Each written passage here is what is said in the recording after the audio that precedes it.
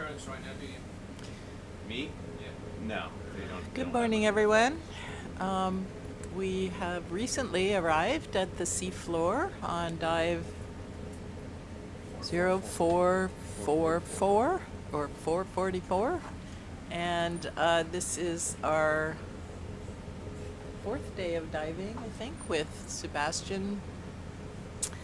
We are at Patton Escarpment at about 1,800 meters. We have a team of biologists, ecologists, microbiologists, and geologists on board, and our goals on this dive are to characterize the animal life and microbial life of the mineral-rich hard grounds. In this case, we're expecting to find ferromanganese encrusted rocks on the Patton Escarpment.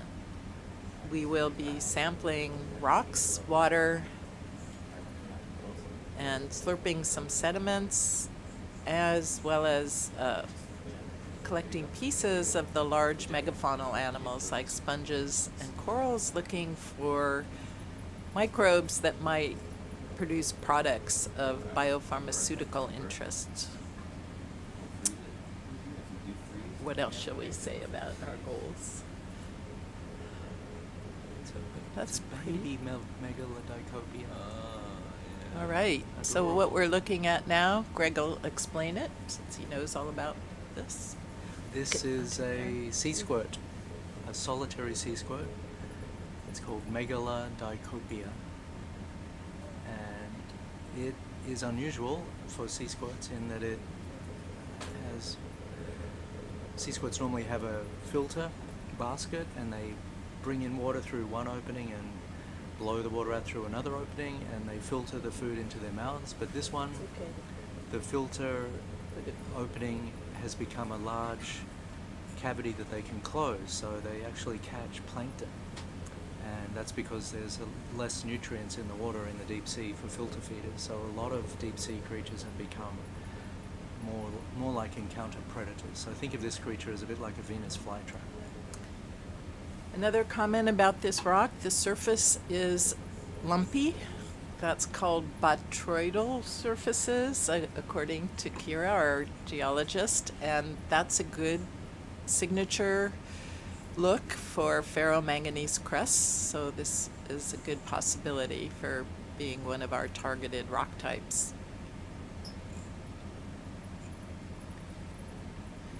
When we bring these rocks back to the lab, we will be photographing them, removing the bigger animals that we can see, scraping them to remove microbes. We will characterize the surface area of the rock and even let animals crawl off the rock overnight so that we can get a full assemblage, macrofaunal assemblage.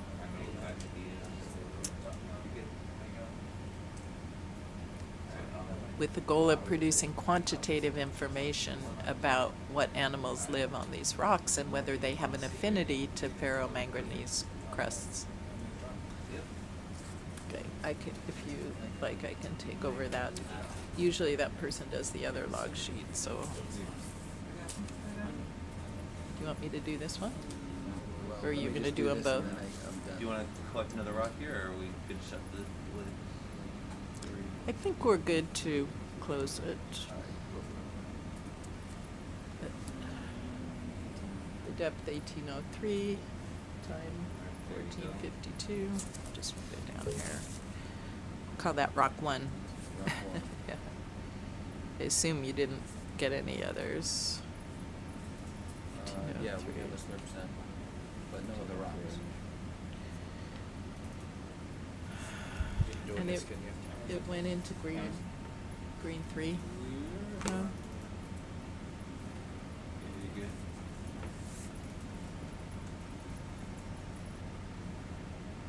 You like our oxygen profile? Yeah, that's a great idea. I made a promise to take a screenshot for us. But you can see how it's definitely up Leaving it? higher here. What depth is it minimum at? 700. 7. Which is why I really think the Xylophica didn't go for the bones. Is it right to not put the bungee back over? And not the bones, the wood. But, Sample 99, rock 1.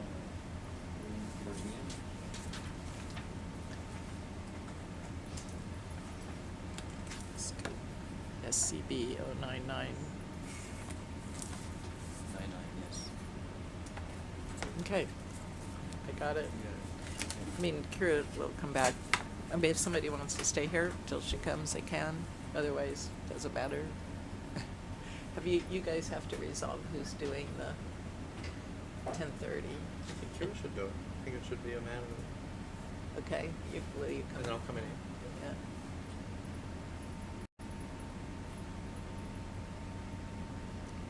Kira said if she goes out there, she wants an hour of. She wants to sit in here for an It's hour. called Crinoid. Do you want it? Yes, please.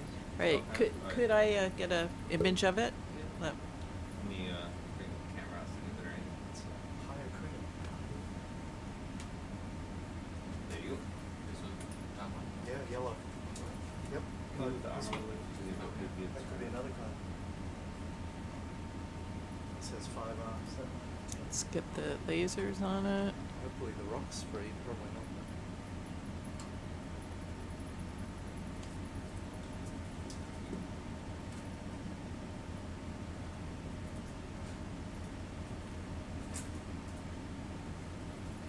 The rock too, is you get a twofer. The rock would come too, but It would be great if Oh, it we would. could. Why don't we take the rock? Would that work? If it would come, it would be great. It might not, but we could check. Let me Otherwise, focus. it's pluck it like a flower. If you tell me it'll be quiet. I'm not sure if it's helping or not. Would you like to go in and look at the little pinnules on the? Sometimes I have Mm. synbones. Why did I just move from that? Let me back out a second. Alright. That was right.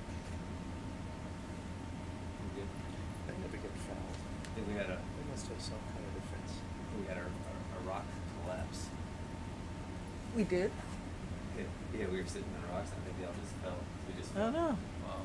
So bar was solid. So they're not very The ones that we were sitting on were definitely not crested together. Mm-hmm. So we were just talking about whether that rock that the crinoid is on is loose or It's not. pretty big. It's not very. It's. very low reduced rock. I mean, you could. Let's just get images of the crinoid. It's within reach. I'm going to center it a little bit more. Am I doing that? Yep. You try and move it.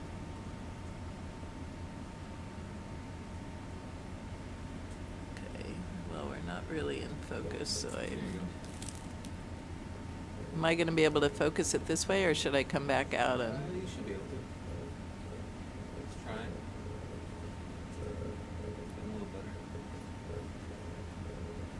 No, I know we can do this. Maybe I'll zoom out. A second.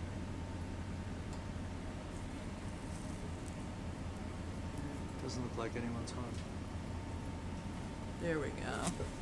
That was better.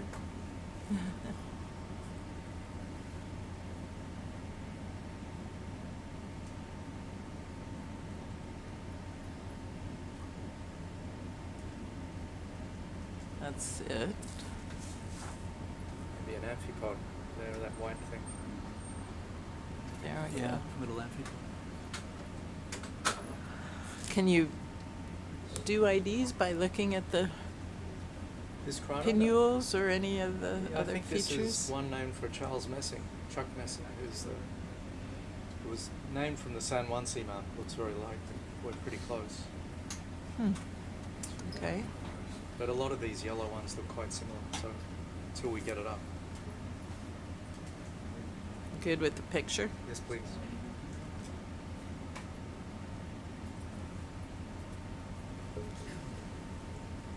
Okay, would maybe just shove the rock to see if it's loose. If it is, we'd like to collect it now that you've closed the box, of course. If it's not loose, we'll pull the crinoid off and put it in the quiver. Oh, that's a, yeah, Is that a plan? yeah, that would be good. Probably break it halfway up the stalk. You don't need the base of it. It's too long. If it pops off, that would be good. The answer is no. It's okay. So then we'd like to collect the crinoid You want to put this in by the quiver? and Yeah. putting it in one of the quivers. Yes.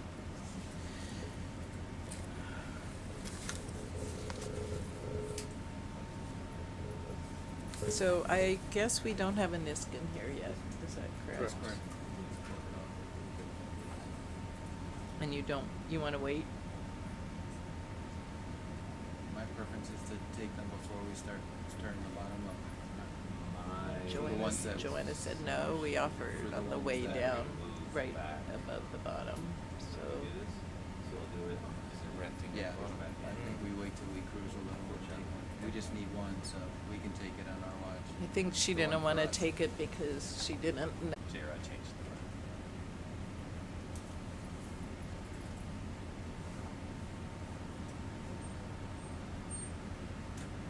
You just set her knife up with the gray.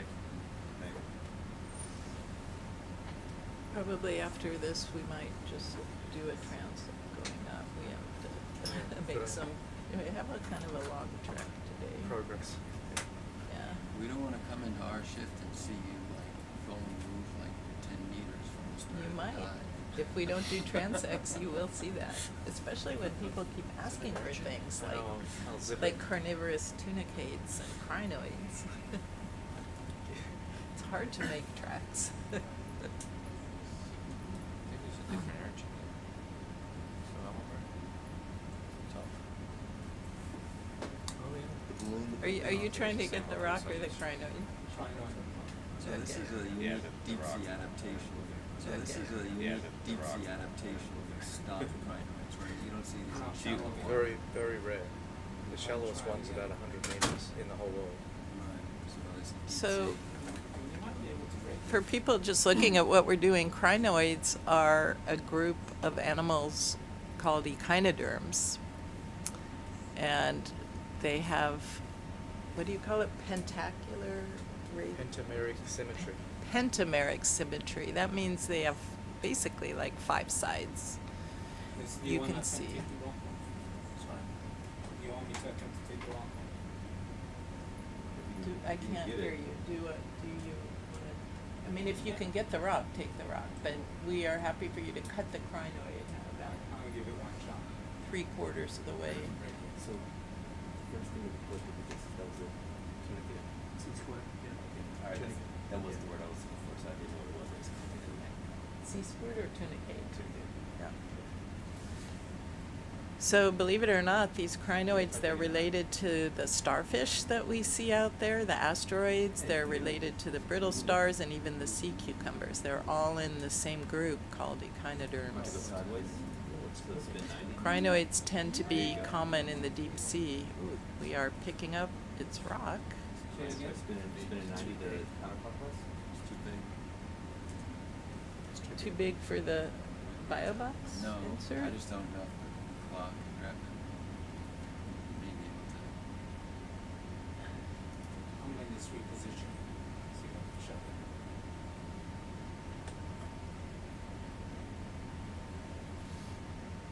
Ooh, it looks kind of big under. It's big. It's a big rock. Where are we gonna put it first? Before I attempt to pick this up. And 5 bucks. Same I mean, box. we're okay with just the crinoid. Alright, If the so rock just- looks just plug it. difficult.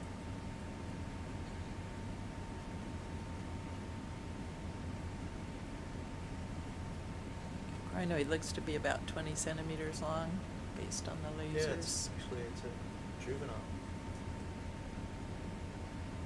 They can get up to 1 meter tall. It's good stuff. Crinoids come in 2 varieties, stalked and unstalked, and this one has a stalk. It's like a long line that allows it to attach to a rock, but then get up above the rock so that it can intercept water carrying particles for feeding. Nicely done. Very nice. So it feeds on particles suspended in the water. Another one in the background there. Yeah, that's a 10-armed one. You can see 5 arms on this. Pentameric symmetry, Greg says. It's a good size.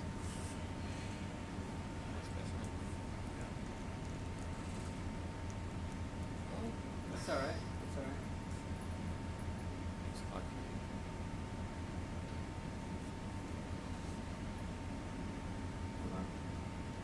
Is this 100 SCB 100? Yes. It might be. It is, yes. Correct. 100.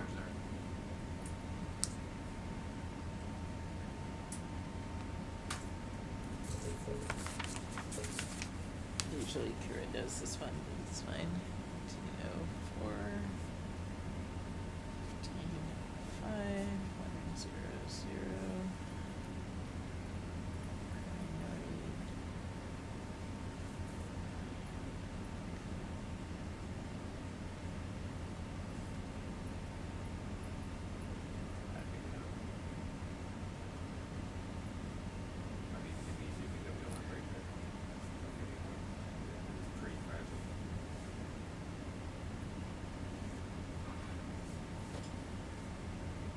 I don't know what that is.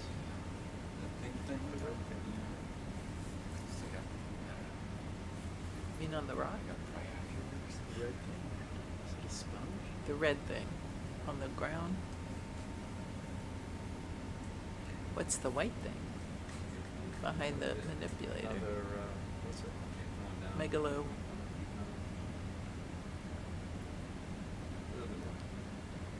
I was really hoping we'd see some xenophytophores down here. That thing is possibly one. Or a bit more, it looks like dead sponge skeleton to me. Nice, thank you.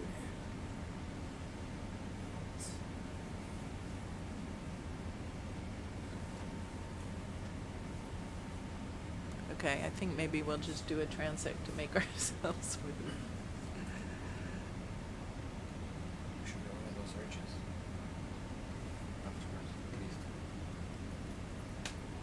You need something else? We'll see how many of them. Another what? Oh, he saw an urchin.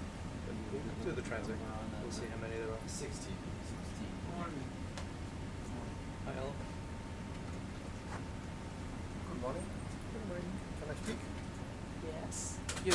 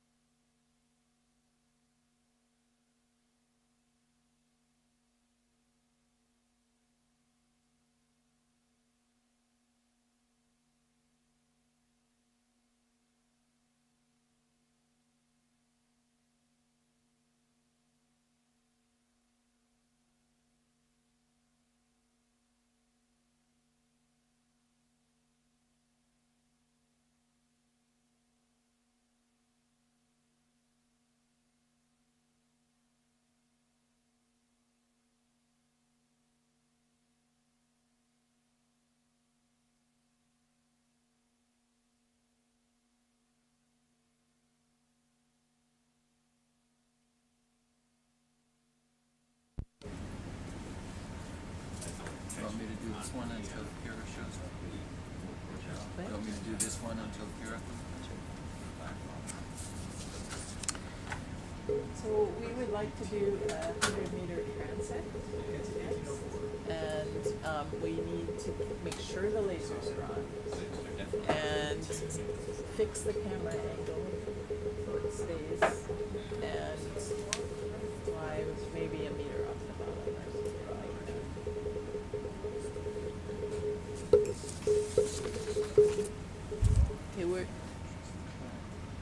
gonna start a transect, so, you will tell us when you're ready to start, right?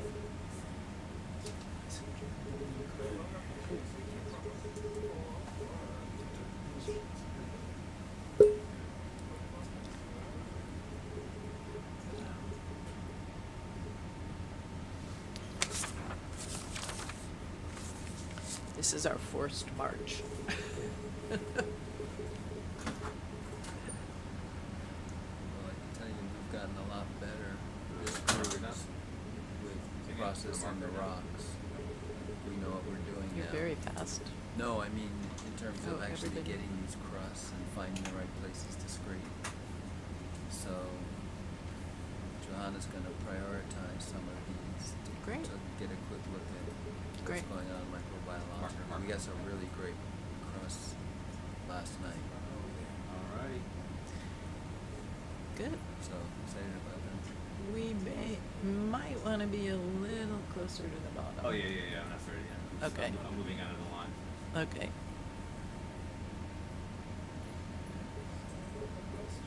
Here's another stock crinoid, just like the one we just sampled.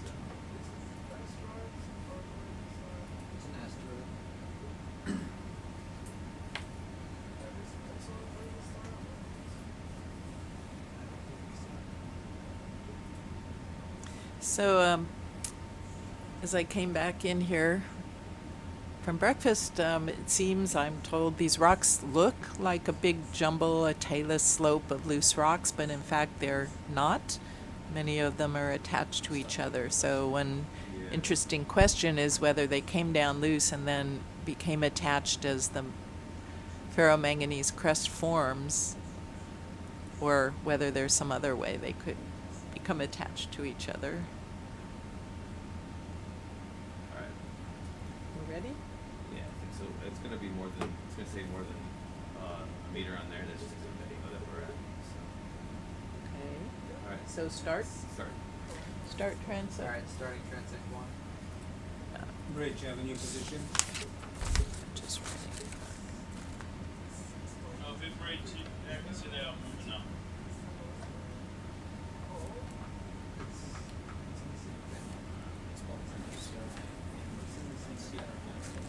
Sure. Sure.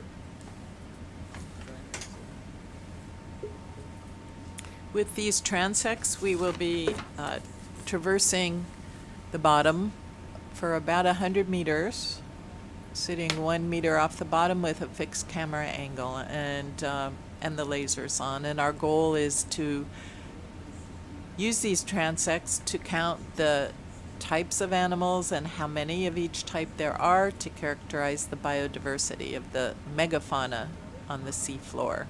Megafauna means animals that are basically large enough to see without a microscope. So we typically can count things that are a centimeter or two or larger. So what we're seeing, crinoids, sea cucumbers, occasional brazingid starfish. These are the types of animals that we'll be counting from these video transects. There's actually quite a lot of crinoids. I would say, almost 1 per square meter or something like that. I'm not used to seeing this many, so maybe we could call this a crinoid field. Mm-hmm.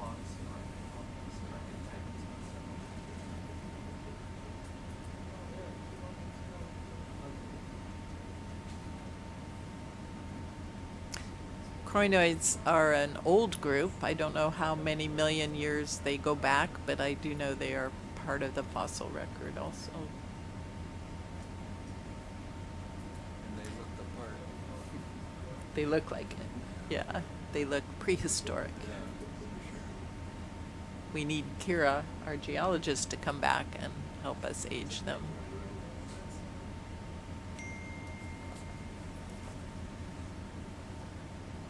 $500 million years old is how how old this group called the crinoids are, according to Greg, and that's pretty old.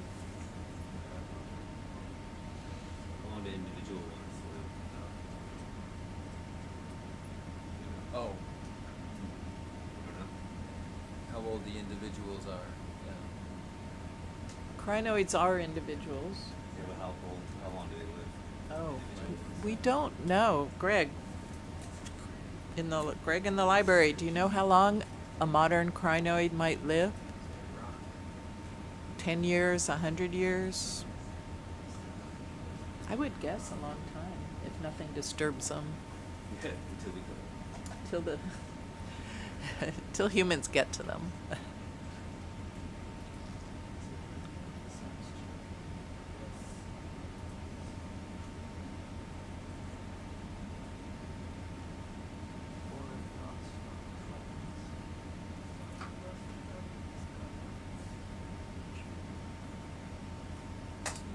There's a question in the chat, Lisa. Oh God, I didn't go get my glasses. If there's anything like really, really cool you guys want to come back, just let us know. We'll put a marker down. Can you read it to me? Yeah. So it's a question in the chat. Sea cucumbers seem to have a lot of biodiversity. Do you see a lot of different species in one area, or are they usually clustered in groups? Yeah, honestly, the sea cucumber seems to have one or two species in each of our dive sites. We don't usually see many different species in one place, but what's so curious is that we can go to a different site, maybe 20 or kilometers away, come down, especially if we're at a different depth, and we'll see a whole different collection of sea cucumbers. So they are diverse, but I think in any one place they're not so diverse.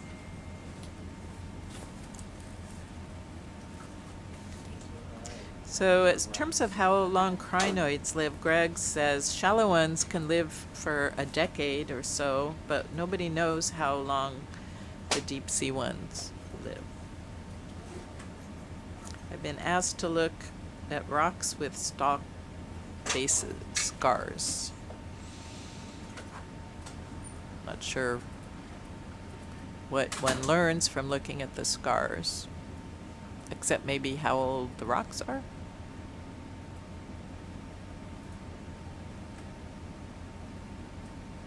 We're starting to see some brittle stars.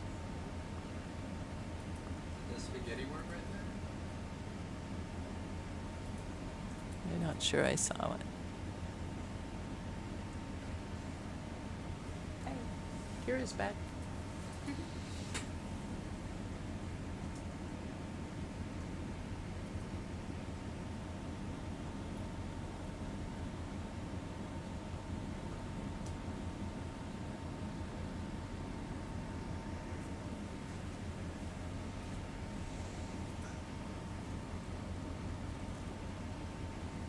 So there's a ceryanthid burrowing anemone.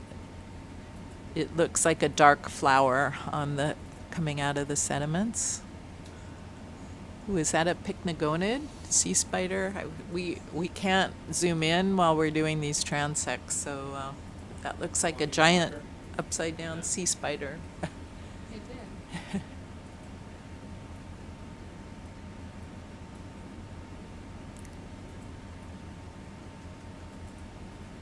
So there's the pink holothurian that seems to be the common one in this part of the world on Patton Escarpment at these depths.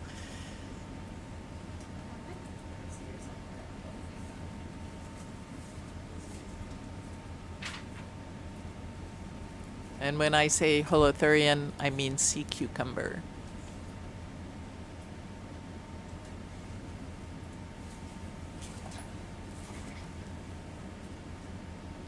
Are we on a transect? We're on a transect. Oh, Yes. oh, okay, just put it next We've to it. started, but we have not stopped.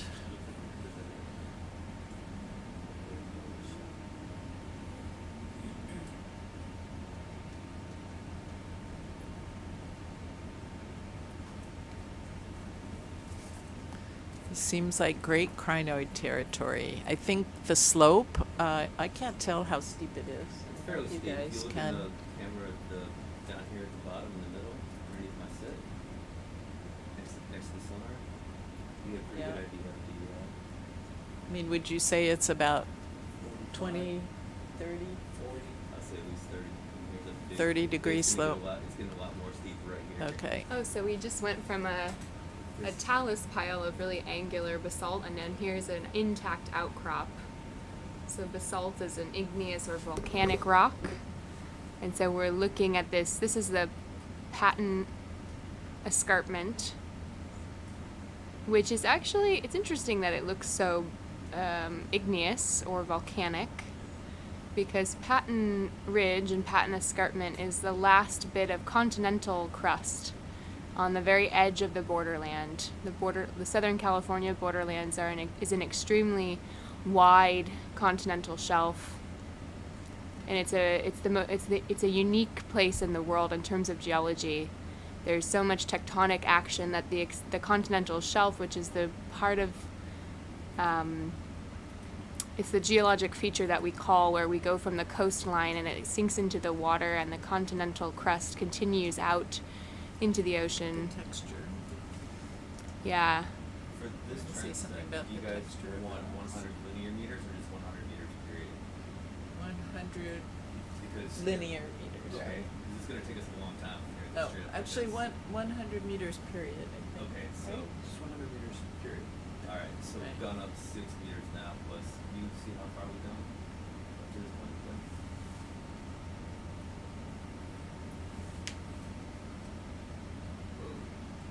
So we're seeing Brazilian starfish. I'm seeing some non-stalked crinoids that are attached directly to the rock. The other type I mentioned. Ooh, And in there's a fact, nice they're credit quite coming up. common. Nice. In fact, the life seems to have gotten a little more abundant on these steeper rocks. There's a Let's say like 1760. That's my Yep.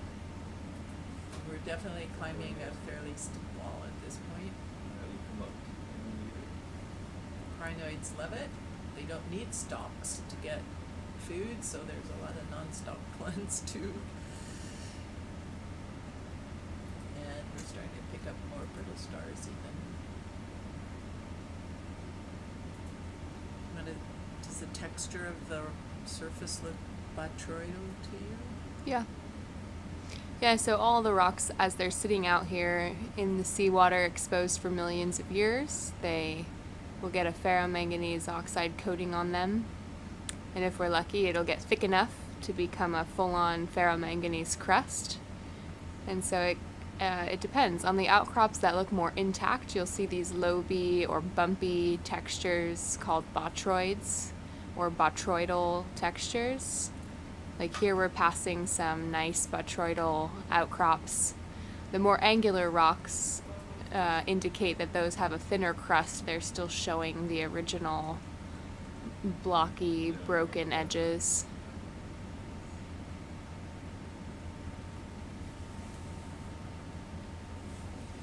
Alright, come up 20 meters.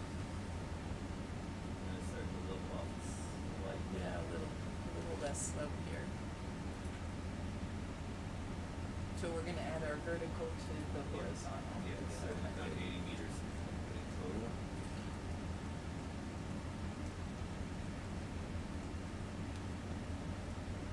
Is that a fish? We're picking up more sediment draped over the rock.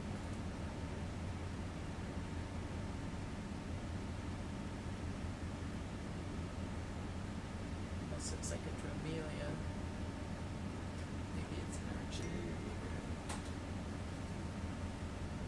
Greg said he saw a hemichordate. Maybe that's what that big thing was.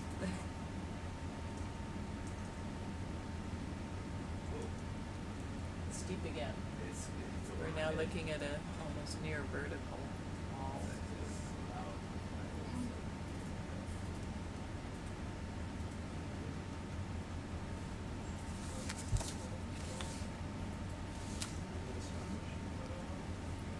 Very large anemones. We still have the same golden stalk crinoids. They're pretty dense. I would call this a crinoid field. We don't have a lot of other animal associates, just a few, so one can wonder whether they're chemically dependent in some way, 30 meters. as are living sponges often. 16. Alright, so we can move on another 10 meters, and that'll be just over 100 meters. So that'll give us the overlap. Okay, but tell us when you think we're at 100. Okay, we're into brittle stars now. I would say that we're at 100 right now. Okay, All right. stop And then transit. one. Yeah, that was a 35-meter raise in.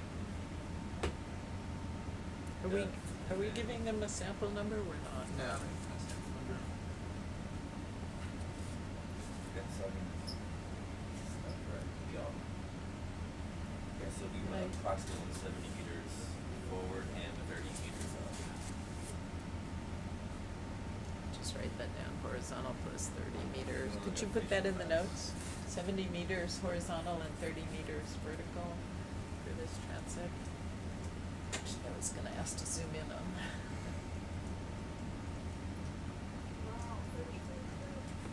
Can I take the camera and zoom in on the fish? Oh, you were, yeah. Grenadier. First? Yeah. Yeah.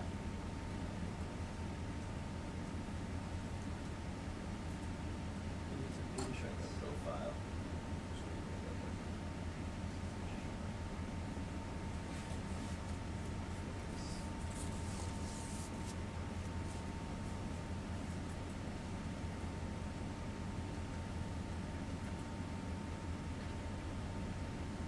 Looks like a grenadier. Yeah.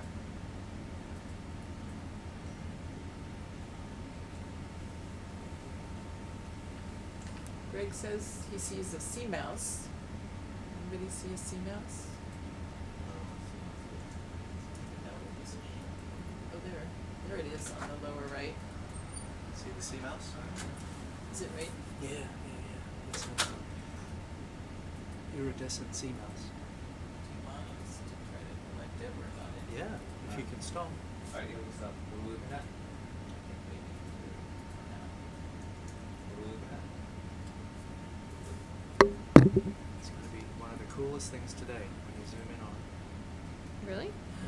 I can barely see it here. This is the road of the fish. Let's see if I can see. Is it right there? That's it. Alright. Oop. Sorry, it's that. See it?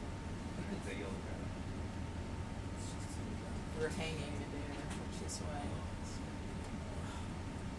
I think they'll do it while they're trying to get I'll settled. fly it over. Right there, right. Yeah. Okay. Just keep our eye on it. Yeah, gotcha. Alright.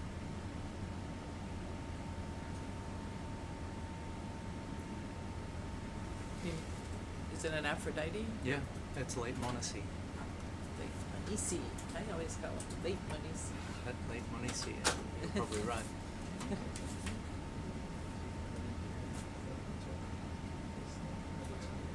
I've never seen one alive. Really? I've only had preserved ones, so. We're gonna try to collect it? Yes, please. Alright. You can slurp it. Yeah. Alright, then you wanna get the, Is it, can we zoom in on it? I can set up real quick. Just to get a picture, Hey, Larry. in case it swims away. Yeah. Those suction is great, right? Yes, Yeah, please. Sure. It's beautiful. So a sea mouse is a type of polychaete worm. It's this one with the golden seedy, the golden coat that glimmers in the light. And we're told it's in the genus Late Monisi or Late Monacy. Do they sting? No. No. We just saw one of these in the Atlantic. It's beautiful. It's the Unfortunate for you. Aphrodite one, right? Yeah. Yeah. Named after Aphrodite.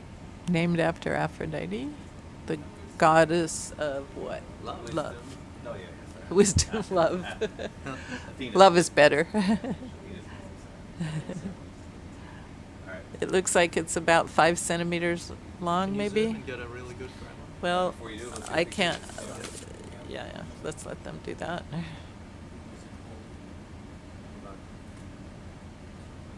Do you want me to focus or? Nah, put it on auto. Ooh, nice. Alright, go for it, Ben-Hur. I bet this one shows up in the movie. Yeah, that's great. It's a hard one to make. Bye-bye. Go for it, go. Get on it, get on it. Thank you. Yeah. Wonderful. What jar did that go into? Very Number good. 2. Is it in? I think I saw it. I think it's at the very top there. SCP-101. One that should fall down.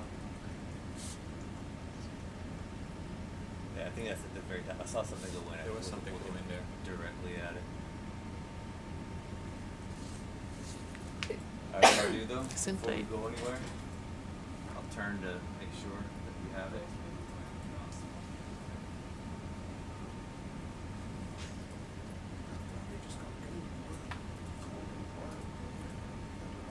Yeah, we're good. Now we're gonna take a good look. There it is. You see it? Yep. Alright. You happy? Convinced? Right down there. Yeah. Yep. Thank you. Mm-hmm. Golden one? Sea mouse. What number is that? Something number 2. Yeah. That was quite a wall. That was. But there's a lot on it. Got you up 50 meters. What was number 1 called? Number 1, we had a tunicate and a cucumber. Sea cucumber.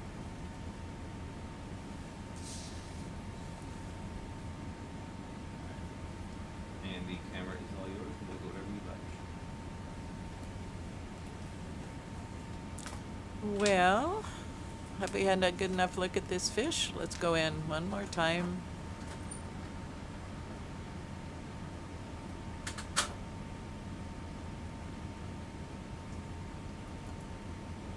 Sometimes these are called rat tails, and sometimes these are called grenadiers. The rat tail name is pretty self-explanatory. These are common deep sea fish, and I believe there's a fishery for them in a few places. Could be that we've got this fellow blinded. It's hard to tell if he's just trying to get away from the lights.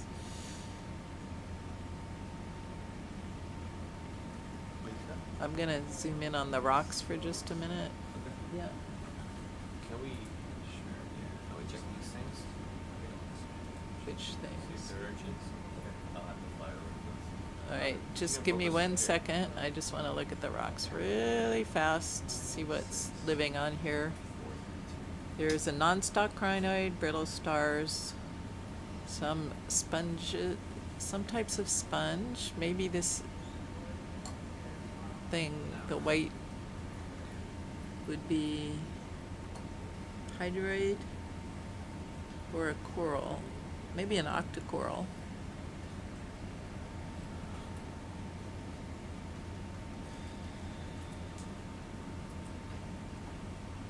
Okay, so now Nicholas would like to look over to the right at urchins. Am I going the right way? Yeah. Must be right there, right? It's That's alright, too you see, far. you see the crinoid right in the middle?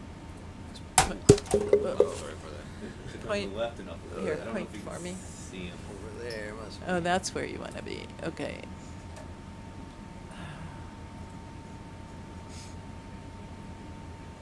And also,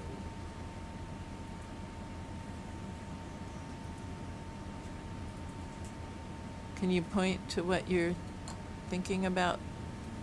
Well, he's got it. What? I don't- Who's got him? Yeah, I don't see on that, on the top right. top right? There Alright. you go, that's one. You Yes. can't find it here though. Yeah, it's probably over the. You can't see it from this side, I guess. All right, well, we can fly over that. Yeah, because I think this right here is that right there. So that's gonna be over the rocks. Yeah, I can fly over there now. You can collect those. Mm-hmm.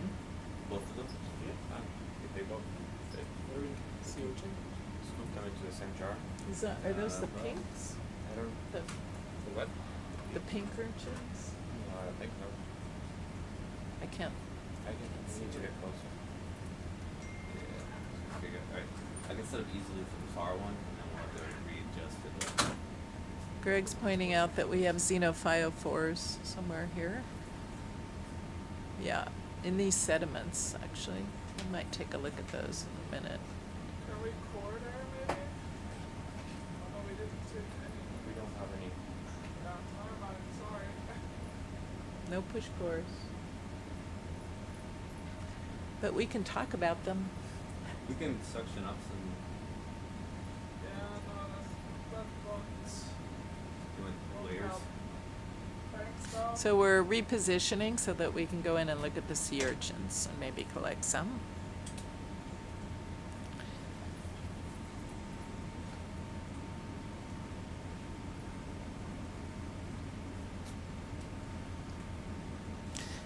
Actually, what I need is my glasses. That's weird. Awfully bouncy.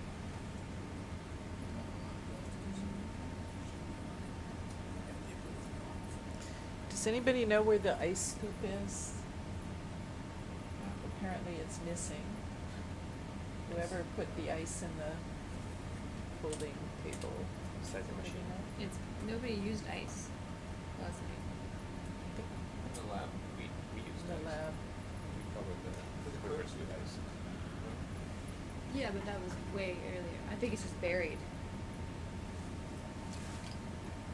Look at the- I'm gonna just run, get my glasses out of the library. It's probably buried. So we reposition to look at your urchins. Do that. 2 seconds. Do you know what species of urchin that is? We need to get closer.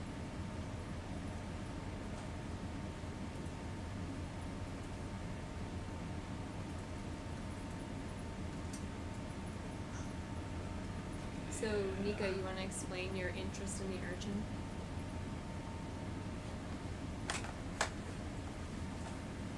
Sure, since we're at it. We're doing a project trying to understand a little bit better the relationships among the major groups of sea urchins, their time of origin, how far in the past they've been around. And here we have 2 sea urchins right in front of us. So you want these? Can we get closer? Oh, Oh, yeah, we're a meter away, so we'll zoom in on in there. Do you want both of them? yes. collected? If we can, it would be great if we could. Can we do it? Are they irregular urchins? Yes. They Yes, there's some kind of are. hard urchin. Brysastra Yeah. Or Brysopsis? Maybe Brysaster or Nacospetangus, but yeah, some sort of hard urchin. Yeah. Can we collect these? So they are. Thanks. He was just explaining. Suction it lightly and then drop it. Yeah, I don't know if we'll be able to. Can I sit? Put 'em in Yes. Sorry. Yeah, that's in the quiver. You can pick them up or you can try to suction whatever you think would be easier for you. Is it solid? Yeah, just grab it nice and gently.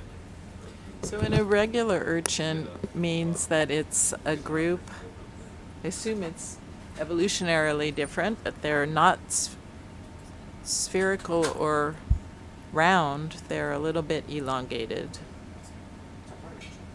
And their common name is heart urchin because they're a little bit heart-shaped.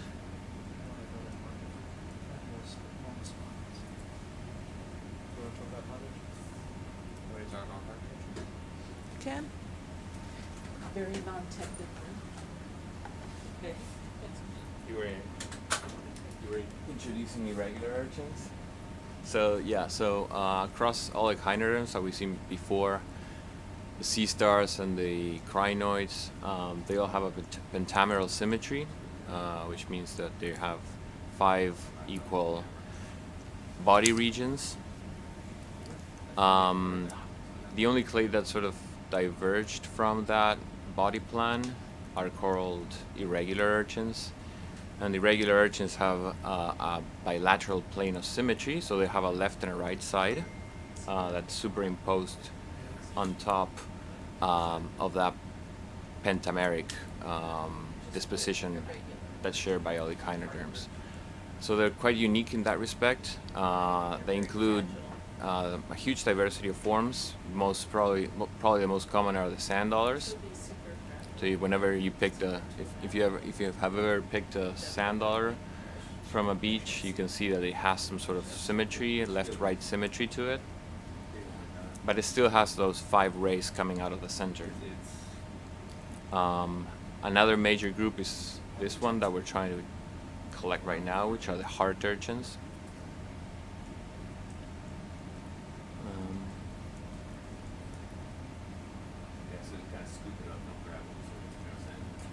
Sometimes these are very fragile. So Unlike what he's gonna do is he's gonna try to come up underneath it and just sort of like pick it up. Okay. So Nick, I have freezer full of urchins from the deep Heart ocean. urchins? If you wanna, you can have. Awesome. I had a student who was studying them for his PhD. And he left a lot. Seem to have freezers full of We have finches. Rhizopsis and Strongylosis centrovis, the pink fragile urchin.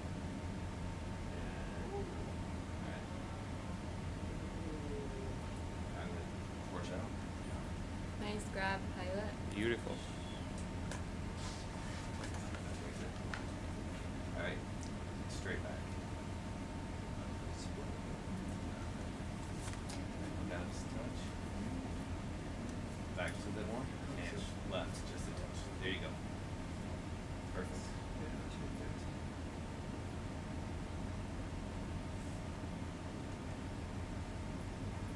Beautiful. Good job. Okay, you got a new nickname for you then. Gentle bang. Light touch.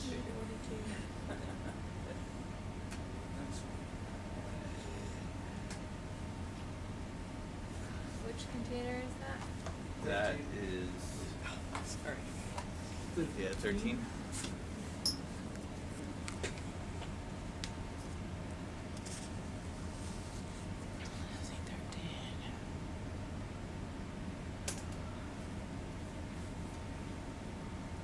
A little bit more. Upward. Right, there you go. Yep, yep.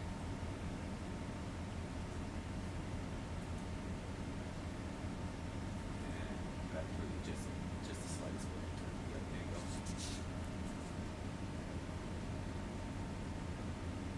102 is the ship number. Alright.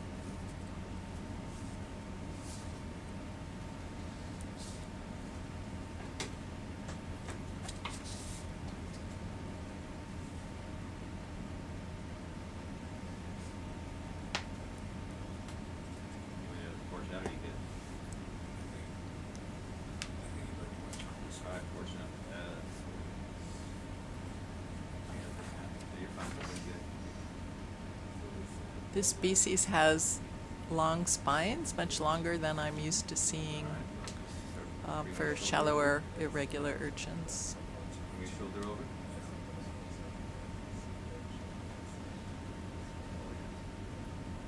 Alright, bring it inward.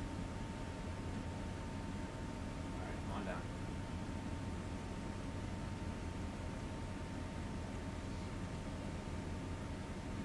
Keep on coming down.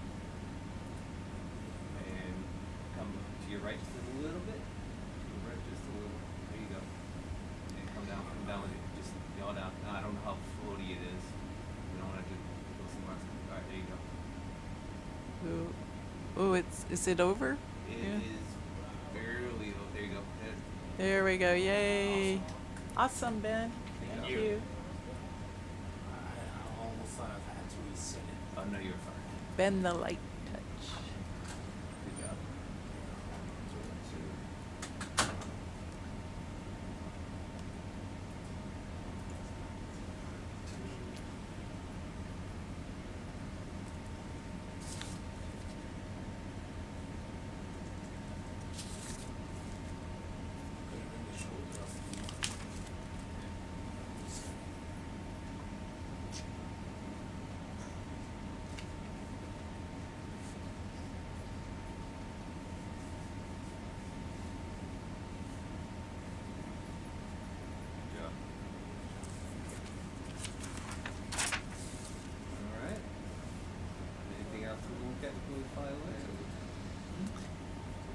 we want another rock from here? I think here. Or are we good? We had one. We have one rock so far. Should we keep going? What time is it? 8:45. I think we'll keep going, Keep going? Alright. unless you want something here.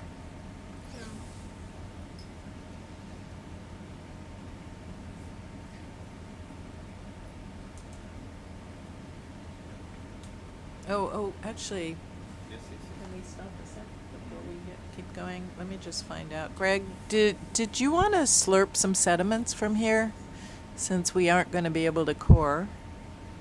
I also wanted to just zoom in on the sediments and show people what xenophyophores look like. Yeah, We can find a some. little bit better angle for us.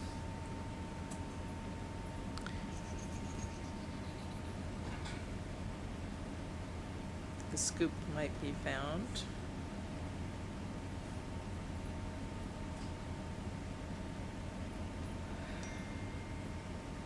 Okay, so we're gonna do a sediment suction, but before that, can I just show people a few things with the camera?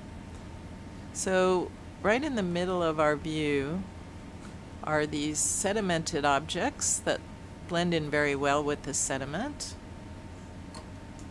These are what we call xenophyophores. They are single-celled animals.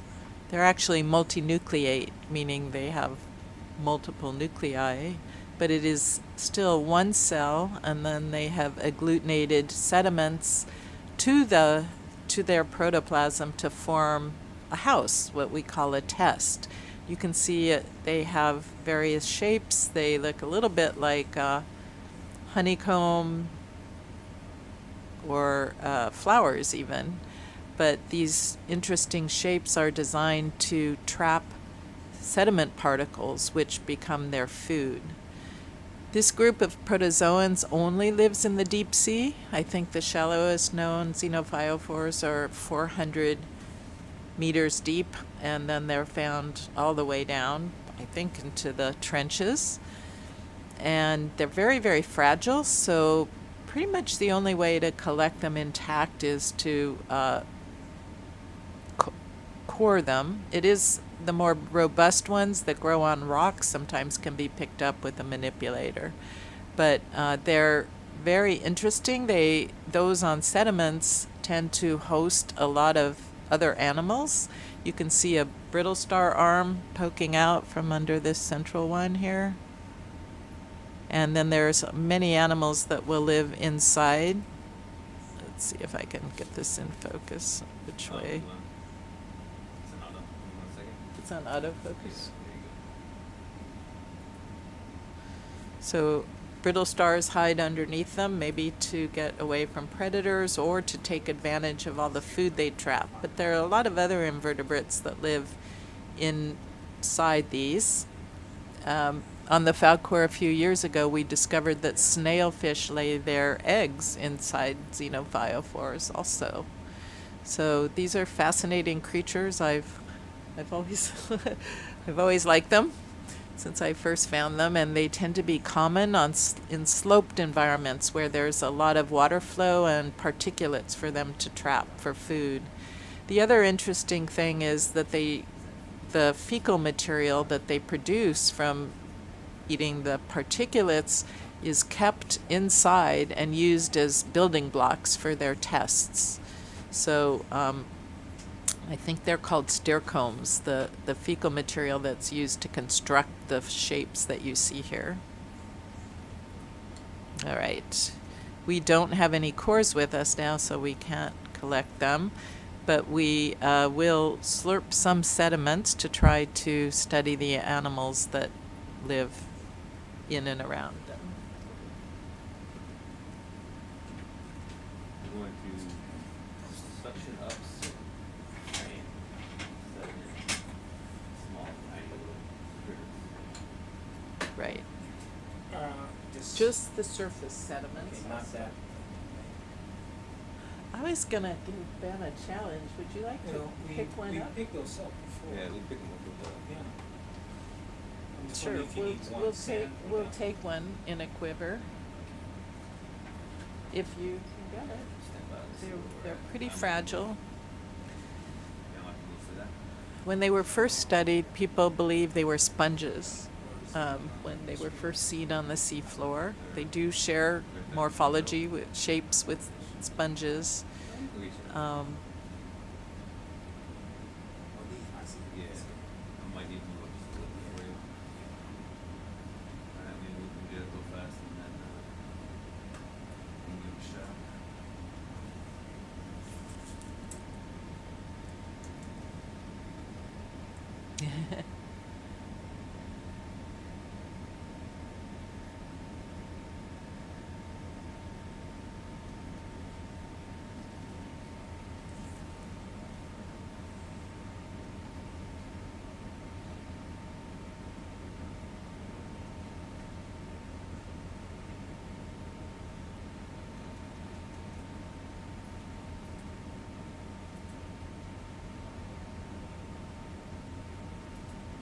Early studies sampled the seafloor by trawling, and very fragile organisms like these xenophyophores were always crumbled into sediments, and so nobody ever really was able to collect them intact until we developed ROVs and submarines that we could come down and gently sample them.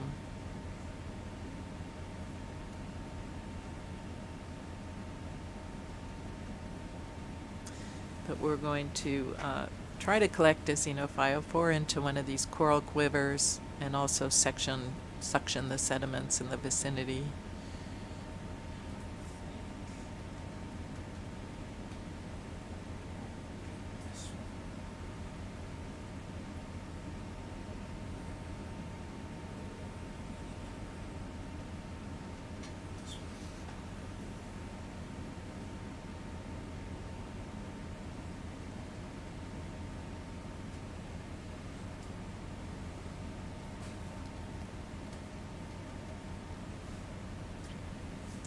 Sorry, it's a little off the ferromanganese mission. It's okay. They're an important part of deep sea exploration. Have you seen these before, Joanna? Never. I would have thought it's a They're dead common in sponge. the deep sea. Okay. What, you would have called it a sponge? A dead sponge. They're definitely not dead sponges, but they do look like them. Yeah. And it really just tells us nature has a lot of convergence in morphology and shapes among different organisms when the purpose is the same, to collect particles. They're like sediment traps. Yeah. And it's surface maximization, right? It's like the Also- lining of your intestines, your surface area. Beautiful. Yeah, or the brain. And there is some special geometry to these things. This is very, I don't know what it's called. It's kind of geometry that it is geometric. There you go. Like Got it. You got it. Wow. Do not get good. Yeah, try to do it. Kind of model this Alright, is I'm gonna like pour it out so crochet. make it as easy for you as possible. Like, you know, So that xenophyophore looks like it's about 5 centimeters across. That's fist size, very common size for them.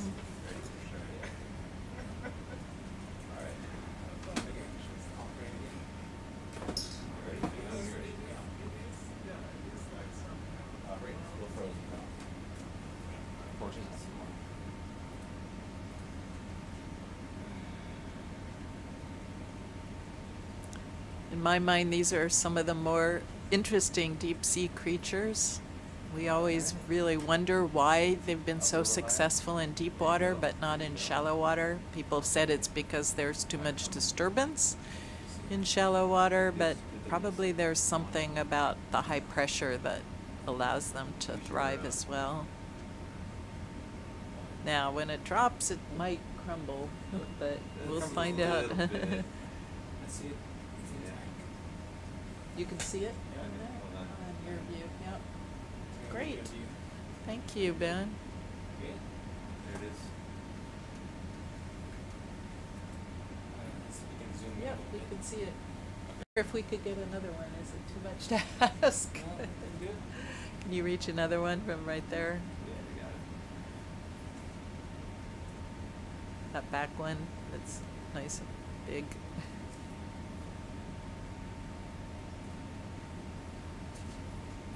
Well, we've got the quiver open. Forward, upward, out a little bit. Out. There you go. They, Little these out, are out. probably all the same type, but the test structures are a little bit different for each one, so it's hard to know.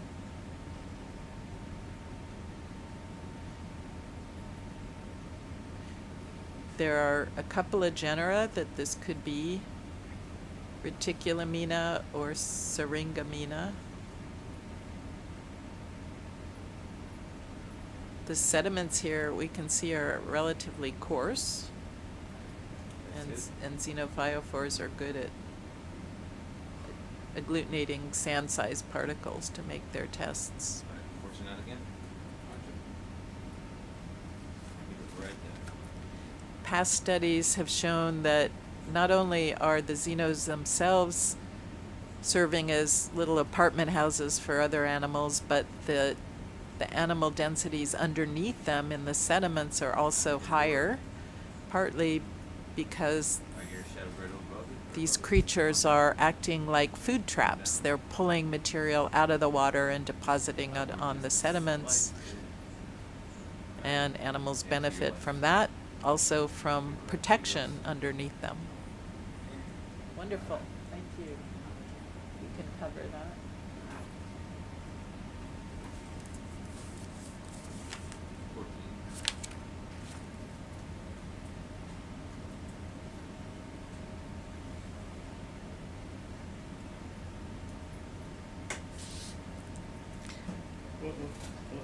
We can give them both one sample number. Yeah. Okay. Yeah, SC 103, I believe.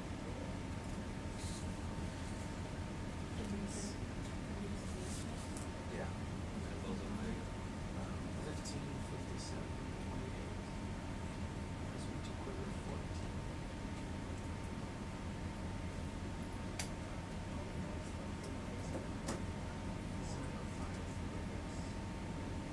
Two xenophyophores.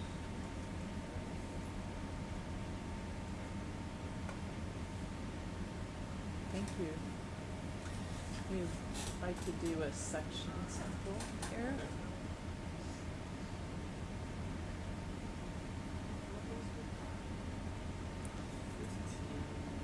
Wonder if we should start putting a scoop bag on.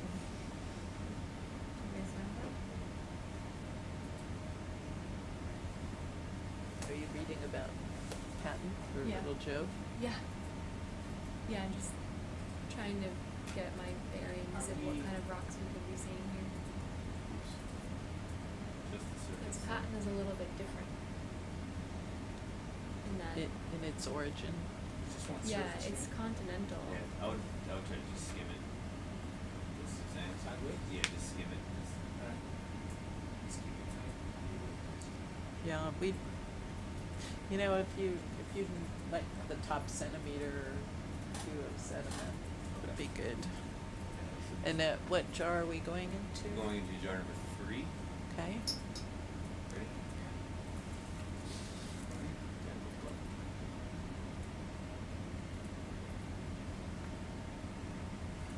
A little bit deeper. Just a little bit deeper.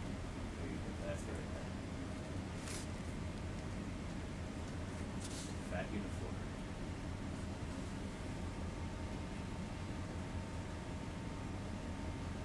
So we have a question in the chat as to whether or not push cores are easier to take when the sediment is coarse. It's actually the Definitely opposite. not. Usually the material falls out of the core, even though the core may penetrate into the sediments fairly deeply. When they're recovered, they tend to slide out on the way back to the quiver. I think because there's a much higher water content in sediment, in sandy sediment, sorry.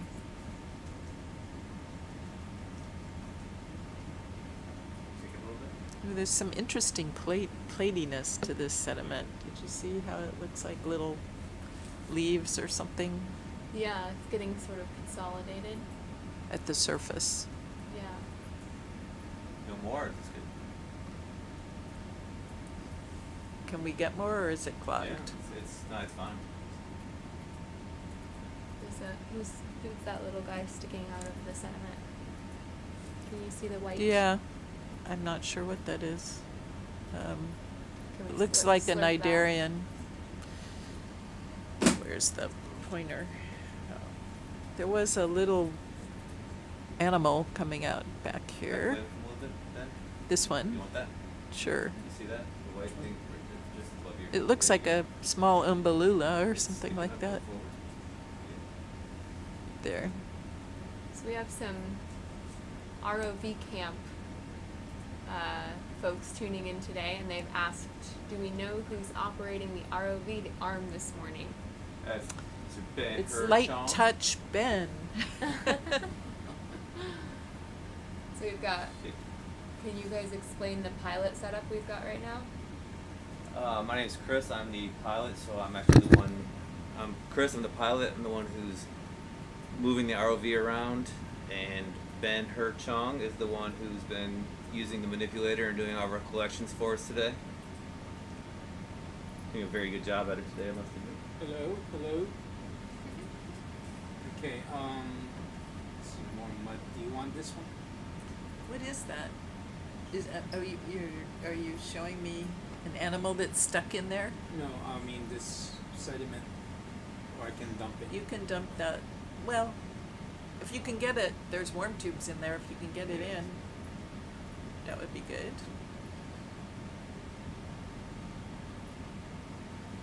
Quit banging it out like this. Okay, Greg's That's doing amazing. interviews, so he can't answer questions. Yeah. No, he's with Brady. Is this going to jar 3? It is, yes. Yes. Alright, thank you. Okay. Can we? Will it hold more? Yeah. Let's section a little more. All right. Well, Okay, you want to zoom in and let them pick where you want to go, or you just want to go? How about try to pick up one of those, Well, the brittle stars we don't need. This thing up at top, I don't know. Let's take a look at what what about that? is. We want that? Maybe. what is that? Yeah, I don't know what it is, but let's get it. Might be a small sea cucumber.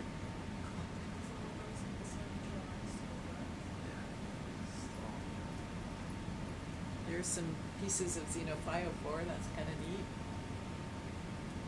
They're pretty light. But I'm intrigued by the platiness of this sediment. Like, You want to pick up some more here? sure.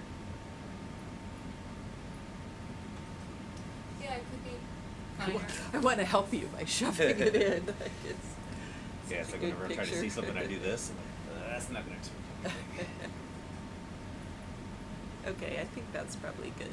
All right, What we'll we've keep that got, last little we bit can in there. get that bit. Do you know if the black stuff on the sediment is close to the place? Yeah, it's usually manganese oxide. So there's a lot of work on bacteria forming manganese oxide Just trying particles in to sediments. Get a look at it. There's actually some estimates that there's more manganese oxide microparticles I'm going to put it down and get that than there stuff out of are the bottom and places see if I can catch it. in terms of tonnage in the entire global oceans. There you go. So there's maybe Yep. it's All right, cool. pores. Terrific, thank you. Sure, it's Manganese on. oxide and bacteria in the But it's- sediments as well. Yeah.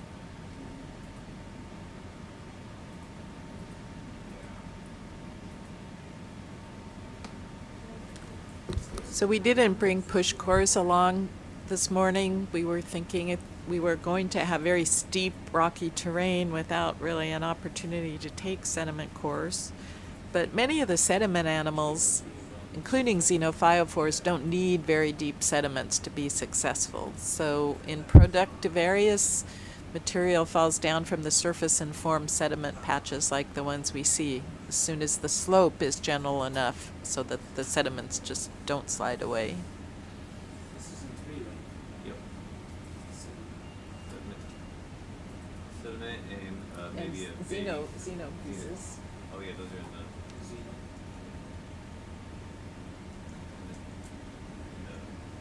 quiver. Get those two. That was in 14. Yeah. Xeno 2. Yep.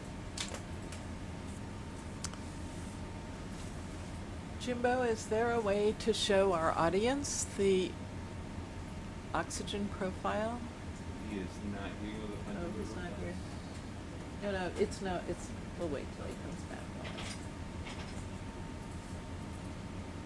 One of the things about xenophyophores is that they don't like low oxygen, so we don't run into them in our shallower dives that are in the oxygen minimum zone.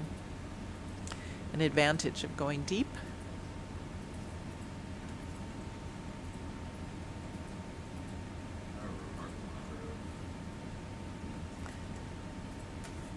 We're still in what I would call a crinoid field. Given the rarity of stock crinoids in many places, it's amazing to see so many of them here.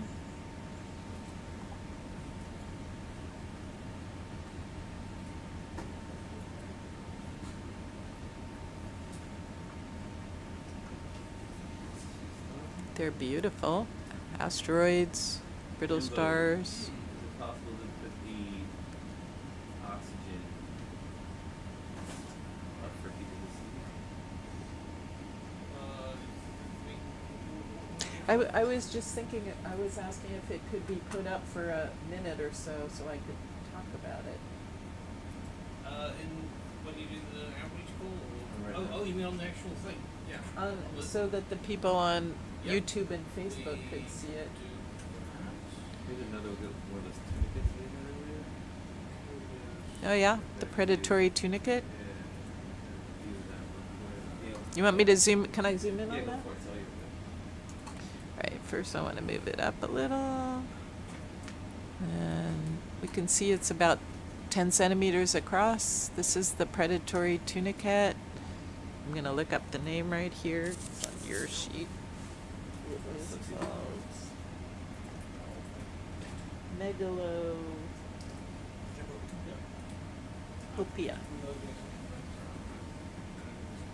Seems that the brittle stars like it.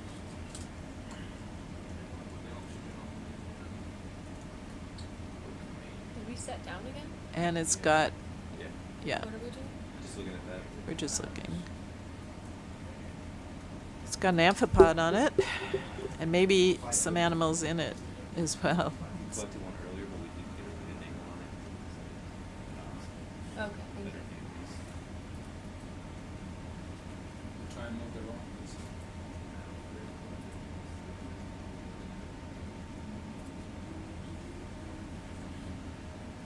Amazing. Some tunicates have high concentrations of vanadium. I don't know why. That's something I learned long ago in graduate school. As actually the what? Vanadium, What which is is that? an unusual element, Oh. but I'm not sure what they do with it. And I don't know if this one has it. Okay, so that's the oxygen profile at the top right hand corner there, what I see. Okay, so this morning we actually plotted the oxygen readings processed from the ROV CTD oxygen sensor. I wanted to show others in our team what the oxygen profile looks like in Southern California now that we have a deep dive. And so I've asked to have it put up just to show people that oxygen's very high at the surface where it's mixed in by waves into the water, and there's a little peak just below the surface where the phytoplankton contribute oxygen from photosynthesis, and then it drops very sharply with a minimum value between about 600 and 800 meters, and then it starts up again. And oxygen is really important to animal life and often can control what kinds of species and how diverse the system is. So where we are now, the oxygen is actually picked back up. It's about more than twice as high as it was in the minimum zone. And I think this is part of the reason we're seeing relatively large number of animals on the rocks down here. There are animals that can live in the lowest oxygen levels of Southern California, but the diversity is often very low. And many of the types of animals we're seeing here, like the crinoids and the xenophyophores, probably don't like really low oxygen. So this typical profile you're seeing is the same shape that we would find throughout the eastern Pacific Ocean, although the minimum position and depth of the minimum varies from place to place. It's very shallow off Mexico and Peru and parts of Chile, and it's much deeper off Northern California and Oregon, Southern California, all of California, Oregon, and Canada, because there is a well-oxygenated current that comes in on top of that low-oxygenated water, this subarctic water. Anyway, that's the details. But our dive program is very interesting because it examines seafloor animals in relation to crusts, but also in relation to overlying hydrography. And the low oxygen is very important to the formation of phosphorites and the ferromanganese crusts that we're studying as well. So without low oxygen, many of these would not have formed. Okay, Jimbo, thank you. We can take it down. You can take it down now. Yeah.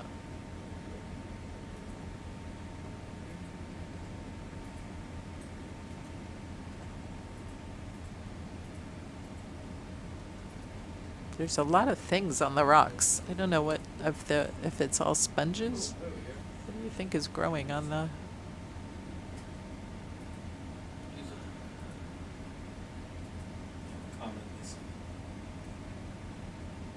Lisa, there's a question.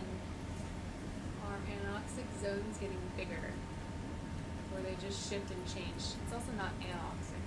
Right. So these oxygen minimum zones are not completely anoxic. That term we usually save for when there's zero oxygen. But if you look at the profile that we had up showed that there was a few millimolar of oxygen present. It is true that we believe climate change is causing these low oxygen zones to expand and to become shallower as well. The other thing that climate change is doing is tipping systems that might not be low in oxygen. We use the term hypoxic, that might not be hypoxic. Can we look at the box here? They kind of changed to be a lot more. Into becoming hypoxic because the temperatures are warmer. Warmer water holds less oxygen and it's more stratified. And so there's less vertical mixing of oxygen, and all of that in the ocean, entire ocean on average over the last half century or so. And it's continuing as we warm the planet. Can you get a quick close-up of the pink sea cucumber right there? Yep. Thank you.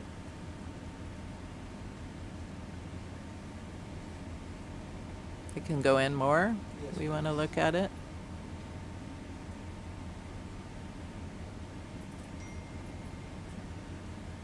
All right, thank you.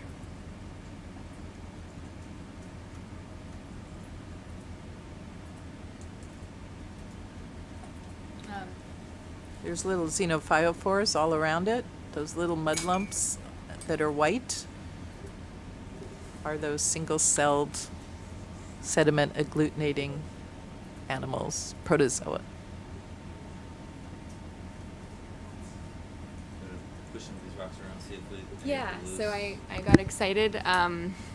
The textures of the rocks sort of changed from a lot more angular into this more rounded lobey texture, which is a really good signature of thicker ferromanganese crusts forming on the rocks. As we zoomed in a little bit, you can see the lumpy, bumpy texture is called a botryoidal texture. And as the oxides of manganese and iron precipitate onto the rock surfaces, we get these botryoidal textures.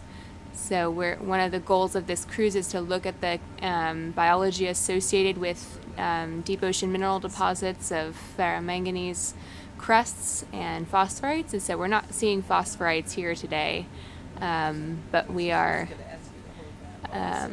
looking at ferromanganese crusts. I'm just going to make a little side comment. The xenophytophore that's attached to the rock next to the one Kira was talking about is very cool because it has growth lines in it. And it may allow us to tell how old it is. I mean, I'm looking at, I don't know, 8 or 10, maybe more layers just in that xenophytophore test, which is very cool. Can you get a picture? Yeah. If you I want might to zoom out a little bit. One's in here, like that one's a little too angular. I think some of them might be attached, but I want to get one of these really rounded. Like this guy right here, like that shape. I'm going to Yeah. just do this real. You don't mind, do you? If I just get a picture of No, this. no. I'm just. I think we're all the letting- way zoomed in. So So if you that's a guys, xenophytophore that's a too? xenophytophore Do you know too. why that one isn't folded into It's a the- different species, and it's attached to hard substrate rather than soft. And there's many kinds. There's some fan-shaped ones that don't fold at all. But I'm excited about the growth lines. Okay, yeah, we'll go back to our rock collection and let Kira Yeah. take over. Yeah, the center one is rounded, which is good. I really like the more bubbly texture. I doubt that these ones. So of course the best textures are often on the rocks that are in place because those are the features that have been here longer and accumulated About thicker this. crusts. Is that bubbly or not? You want to look at it? It's kind of bubbly. Can we zoom out a little bit and just see if there's any other rocks within reach? I can move wherever. I just I'm trying to pick a favorite. It's funny, the ones that I can see are always the ones I don't like as much. I mean, that is huge, right? That's attached. This one is attached. This is attached. that one right there is about 12 to 15 centimeters probably. It would fit if it was loose. Push it then. Break free. Because they burn. You do.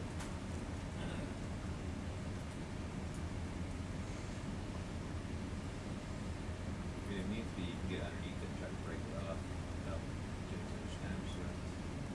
This one right here. Yeah. Yeah. Oh, well, Well, you that broke one- something off, yeah. I mean, What about that one you just knocked out? I think that one could work. Is it right if I reposition it? Yeah. Bring it out.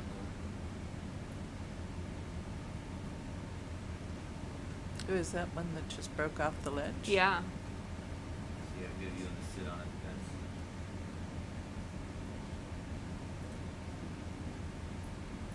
Ooh, it'll have a fresh surface. It has a quite closer to us, so it's a little flat that might be easier for you to grab. See it?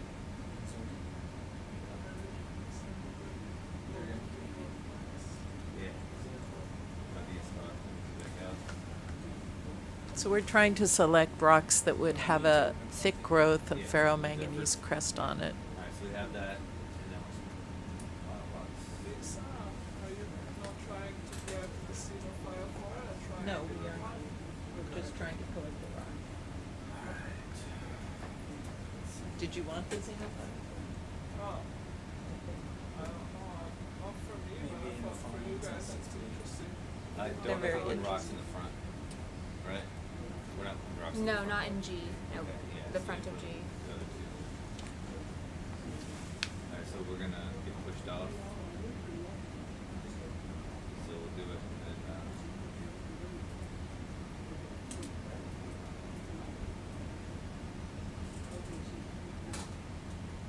So while the pilots are working, do you want to explain to the folks watching today about your BioBox setup, Lisa? Sure, we have The back of the basket has two large white Delrin boxes that were designed to keep our samples cool. They're fairly thick, and the lid makes a seal so that the water doesn't mix from the outside. And they're about to open the box, and I think you'll see there's 4 plastic inserts inside this box. They are designed to keep samples isolated from one another. That way, when we pick up a rock and animals fall off of it, rather than mixing up with the animals from other rocks, they are in their own compartment, and when we recover them and sample the rocks on the lab, we add any residue in the bottom of the insert to our rock samples, to our faunal samples. All right. These inserts we discovered were really hard to lift out when they were full of water. You can bring it out. And so we put little handles drilled into the plastic, and that's what you can see up near the top. This is what a problem could be, though. You can't bring it all the way in. You can't force back inside until the resettle.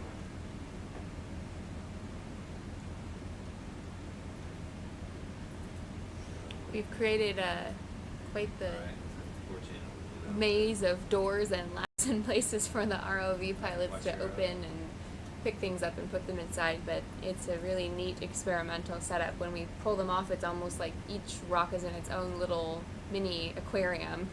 Right. The clear plastic is great because we can photograph through the walls, and so if some of the animals are out waving tentacles or other appendages, we can get pictures of that before we pull them out of the water.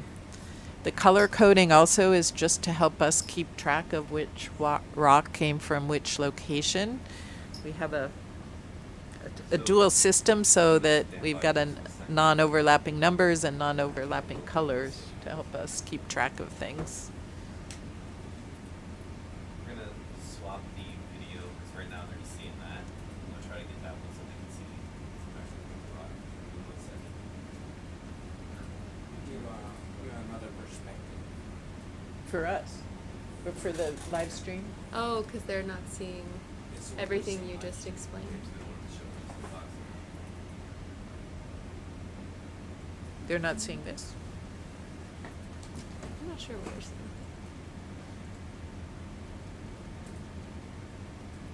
I think what's on J-Rod's big screen is what they see.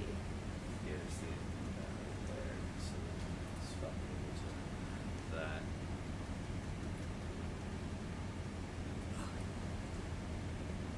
Okay, cool.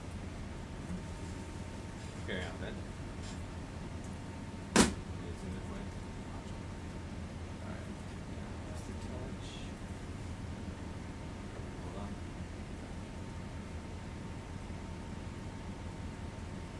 And zoom.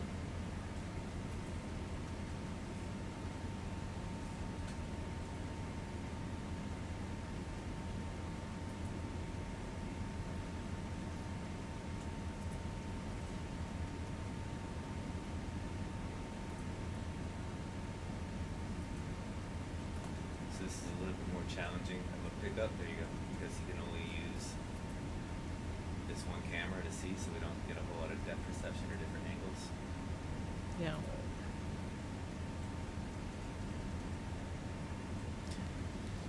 I just gotta try to pick it up. It's small enough that you can get the whole thing.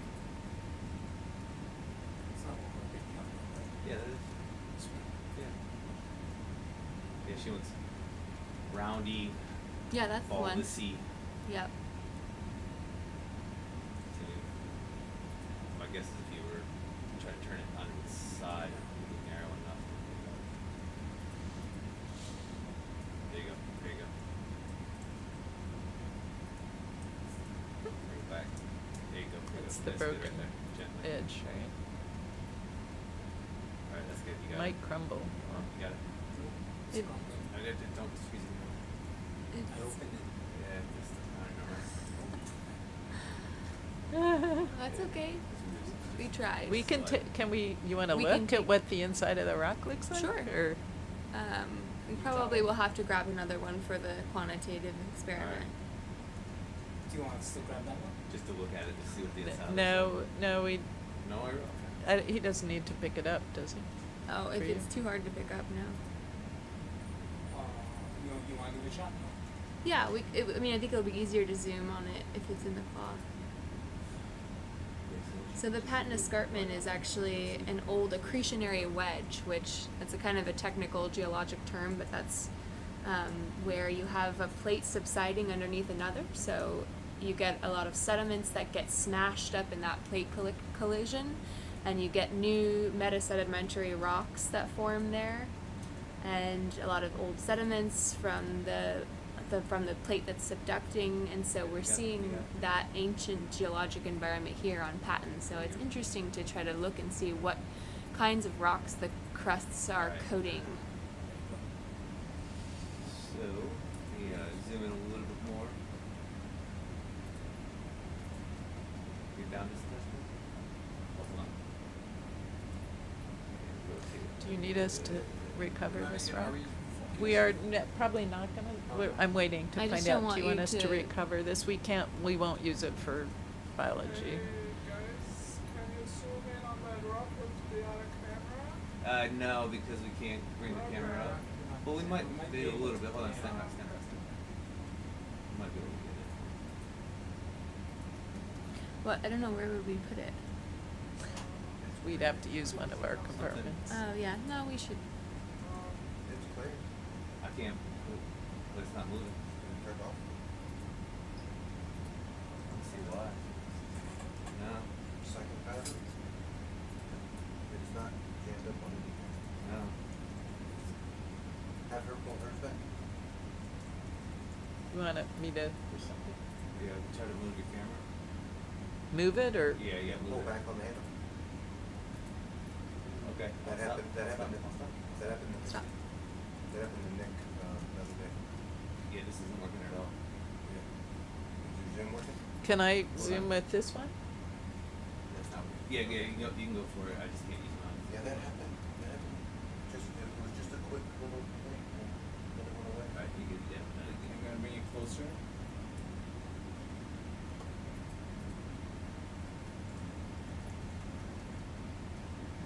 How's that view? That's good. Yeah, so you can see the nice botryoidal textures on the right side where it's unbroken, and then on the inside we can see some iron staining from some iron-rich minerals. We had a couple like this we collected yesterday where it almost looked like the crusts are coating carbonate sediments. So that could be part of the ancient sediments in this region. That could actually just be sediment covering the inside. It looks like it could be I mean, is that pure thick? crust. So you want it? Yeah, I mean, we could still get microbial sample off of it. Let's do it. All right. Okay. Gonna collect it. Collect it. Okay. I cannot control the camera, so it's gonna be all on you. Me. Yep. All right. Tell me what to Alright, do. so just zoom all the way out. And then he is going to bring it in, so you're just gonna follow him down. The other See down. where he's putting it. I'll give you some shit. Alright. Yep. Which one are you going for then? 4. Alright, so all the way back. Alright, I'll stop for a second.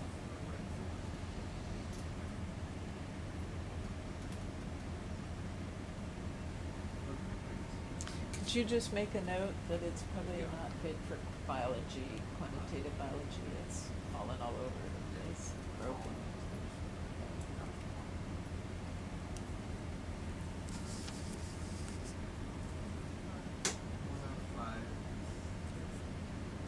I'm gonna drop it. Yep. Hero. Okay, that's good. Thank you.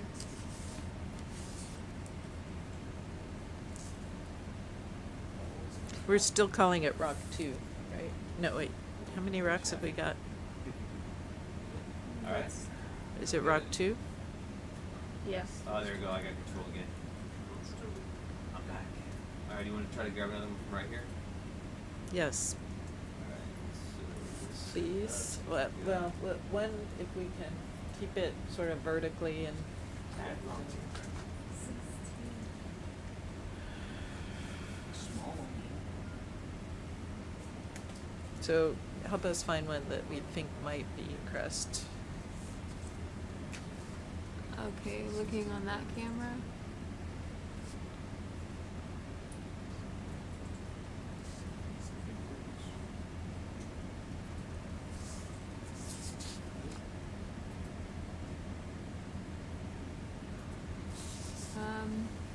Maybe the one just to the left of the sea cucumber. the big one? Is it too big? Can you point to it? You're talking about this one? Yeah, I think he's got It it. seems big, but Might want to, you're fine on the box. Might be easier to go starboard on for this one though. Going to the left of the cucumber. It's too big. I don't know if you can grab it. Let's see if I can get lucky and get lasers on it. Alright, there are the lasers. And Yeah, it's maybe more like 20. It's probably pretty wide. where I go? What about this one? Which Is one? that the wrong texture? It's a little bit smoothed, but it still Well, looks rounded. Well, if you see a better, do you see a better one? No. Not this, right? No. This? Yeah, I'm like, we can move. We can move, yeah. But Okay. I guess you have the box open. That'll take 20 seconds to close. Well, okay, my goal was to just get one if we had the box open, otherwise, do Is you, that- d- Is that rock right in front of the box possible? That we, The big one right down there? That one? yeah. Let's see if we can move it there.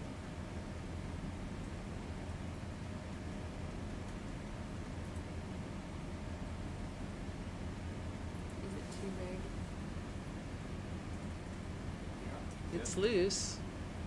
Is it humongous? It's about that big. It's as big as my wrist, that jaw. What's the 8, 9 inches? Does it look pick-upable or not? And do we think it'll fit in a 22 centimeter insert, 20 centimeter insert? Maybe give it a shot. Maybe. Well, okay, but if it doesn't fit, then we wreck the box for other samples, so we want to When be we pick it up, conservative. when we pick it up, we can get a better idea of the size. Okay. 'Cause we don't know how big it is down. Right. Try not to spin it. Just keep it in that orientation and see if you can pick it up. So I would go. I have to tilt it a little bit. If you spin it like that and go straight down on it, gently. Like this. Yep. Yep. Pick up from the bottom, scoop it. Just pick it straight up like that. Just as soon as you start to feel a grip on it, 'cause it'll dig into the. Think you'll grab it? Yeah. You got it.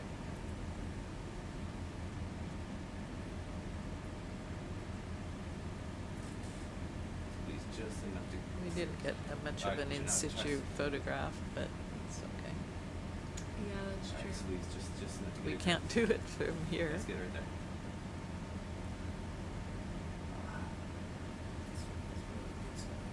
Yeah, it's pretty big.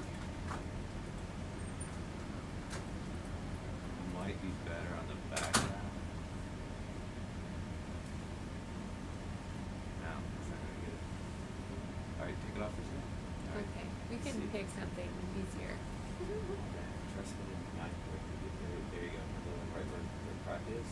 Take your bottom jaw right on the crack. See if there's a before and after. Spin to the right. Right. Right. Right. There you go. Now put it.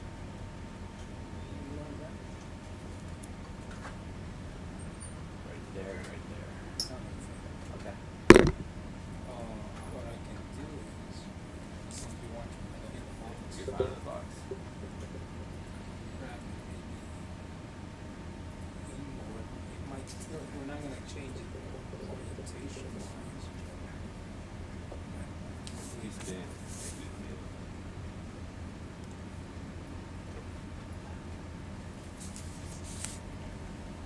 So you think that might have been a solid crust, huh? It's really hard to tell when you get the iron staining along the fractures. But a lot of Maybe you times when gotta- there are you those gotta- ledges like that and you they gotta- really easily break, it can be Alright, rotate your like the Crystals. ferromanganese just keeps precipitating outward as a ledge. Yeah, no, the other way. Very Keep that- nice. He's keep got that it. at the top, Let's see if right, it'll that's the fit. top. Yeah. Wow, it's fat. I don't know. The bottom is big. Alright, I guess so we'll give it a put right there try. then. We zoom in. Do you want me to zoom from Hold on, here hold or? Oh, there you go. Alright, Okay, I doesn't think. matter anyway. Oh, great grab. Asking you to grab some very Friable. friable rocks. Friable is a term we use to describe easily breakable or crumbly. Okay, I think Alright. maybe we'll close the bio box and move. Okay, cool. Yeah.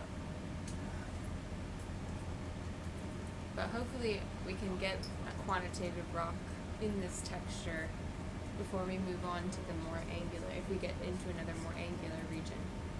I mean, So, Jira, Step aside. I have no sit. Oh, there goes sit. That sit came back. Sit was gone. That's exactly what happened to the Yeah. Close camera. Yep. control. So no set. Yep. Don't know. I noted that. There was no rhyme or reason to it last time. Can I shoot? Yeah, you're fine.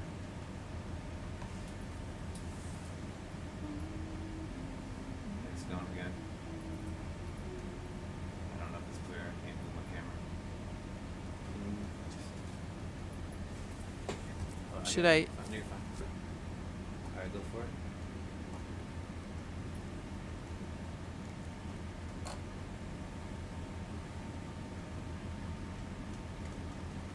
Alright.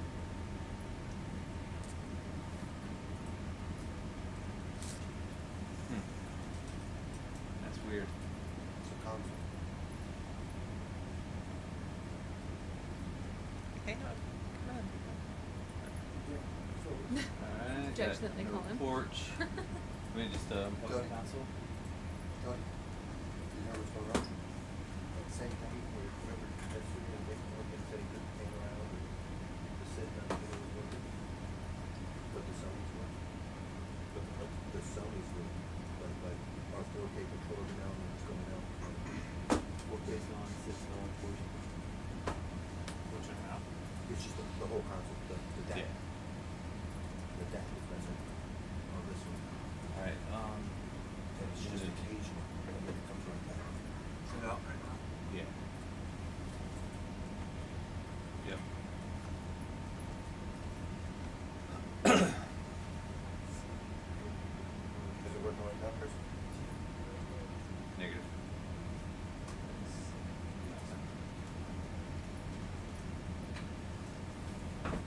Alright, it just flashed right here. The whole indicator bar. Try taking control.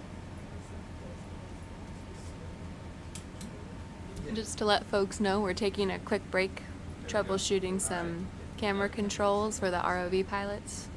Alright, so do these controls that we can roll us? Yes.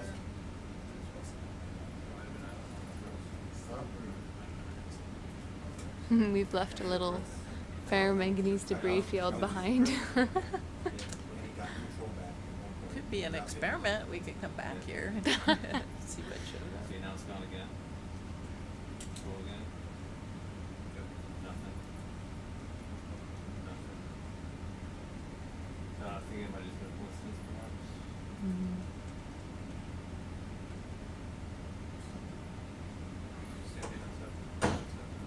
I'm guessing we should see rocks like this for a lot of the dump. I hope so. I'm Arthur now, so we're stuck here for a minute. We can't fly. Okay, so Do more than explain feel. to me the sit count. And nothing's happening. I'm gonna reset that network. Can't go on yet.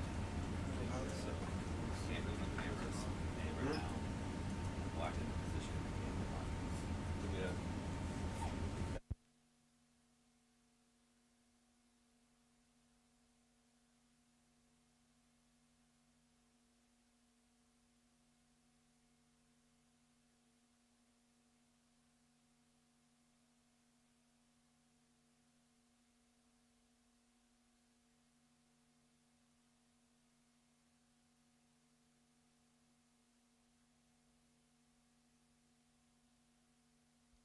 stationary for a moment while we're solving some ROV issues, but we're going to take this opportunity to explore the rocks surrounding us.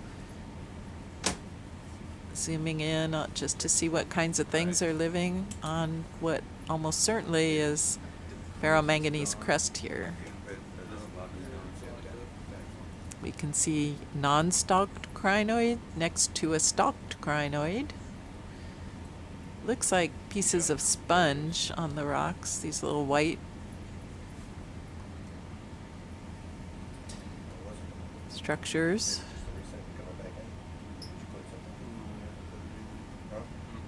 This all looks botryoidal, right? Mhm. So All right. probably all ferromanganese. Looks like I have control again, so we can take off. Okay. Just have to reset the console. I think most of what we're seeing is one form or another of sponge and the white stuff, the white critters. It's doing exactly what it's doing with the pilot. See, going here and down, the diamond boards, they're going up. Gotcha. So that whole stack and then it's starting to go up. That's exactly what it's doing. There's amphipods and serpulid. Then one amphipod and serpulid polychaetes. Those are the white ropey tubes, very very thin, made of calcium carbonate.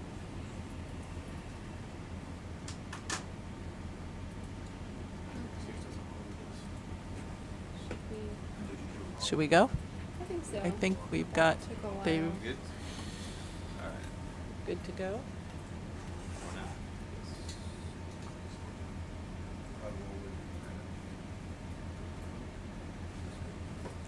That xenophyophore with all the layers is probably a Samina, spelled with a P-S-I, P-S-A, Samina. Everything's good right now.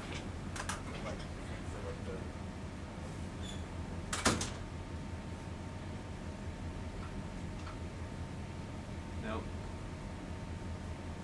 Go grab them. Oh wait, never mind.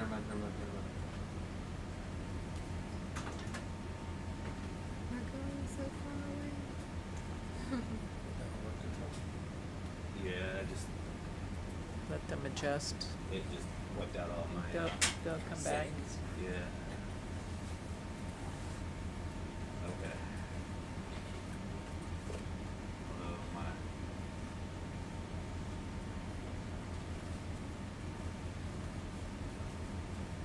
There. Alright. That's not good.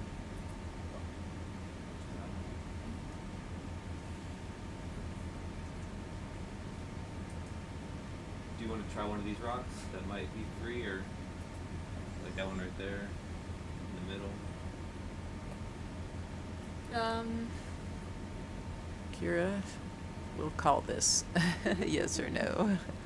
That's the kind of rock Well, you're we looking for, still like have the her. roundy one with the bumps on it. Which one are you looking at? The one, see that pink sort of blobby thing right Yeah. there? The one forward and yeah, that big one. Either one of those. Nope, These? Nope, closer to this. This? Right where the lasers are, like something like that. Yeah, I mean that's big, but I like that. I It's think huge. I think it's too big for maybe too. But it something would like be- that though. Yeah. Okay. And like, see how the loose one in the center is angular? That's less. That's less appealing. Yes. Gotcha. But what about this one? That's It's pretty also big too. big. Too angular? There's Too big? one right below that big round one. Come on. This one? Just to the right, see where you had it? What about That about one. this one right in the middle of the Yeah, screen of the that- laser? that's Is that it. right There? Yeah, I bet it's attached, but we can try that one. It's good. It's got a nice botryoidal surface. All right, we'll give it a shot. So you know the purple splotches on the top left? Yeah, it looks like something melted there. Oh, no. We- Hold on, let me get you. I'd zoom in on it, but we're busy There you go. trying to find a rock. Get it out. Move your arm. Front.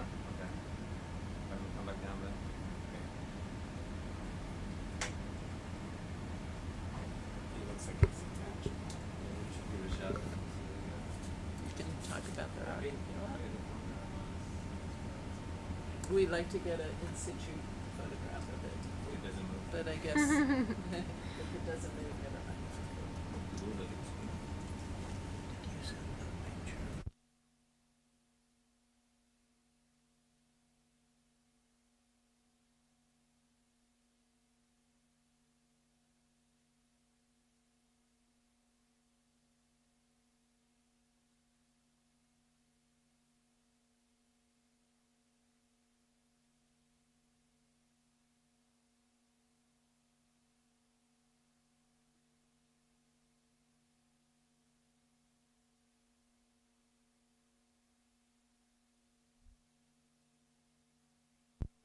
So it might seem like I'm being particularly picky. This is Kira Mizels talking from the USGS. That's the one.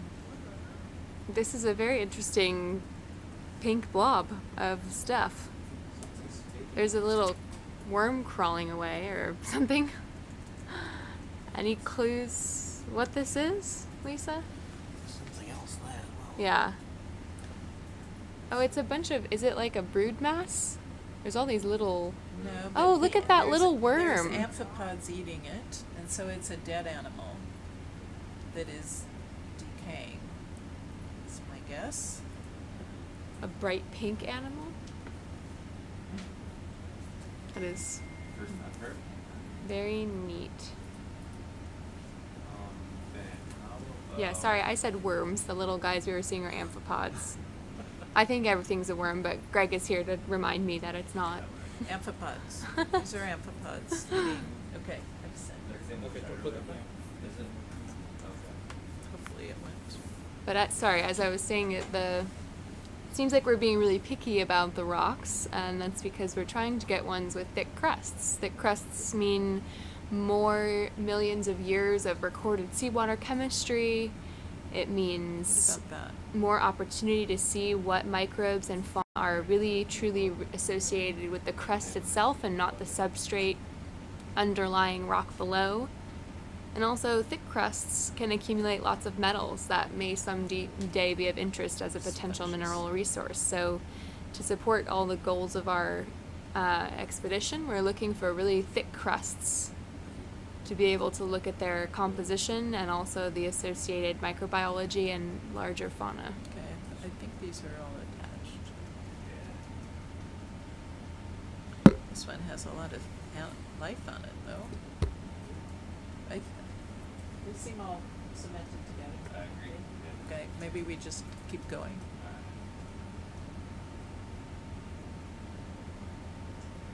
And I say that there's that one right there. The middle one is kind of sticking up. Yeah. Yeah, let's try it.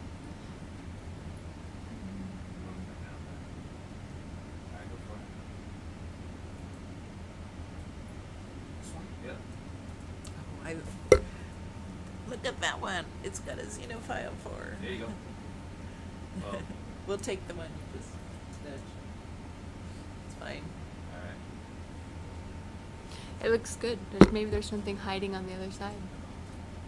Look at that beautiful scene.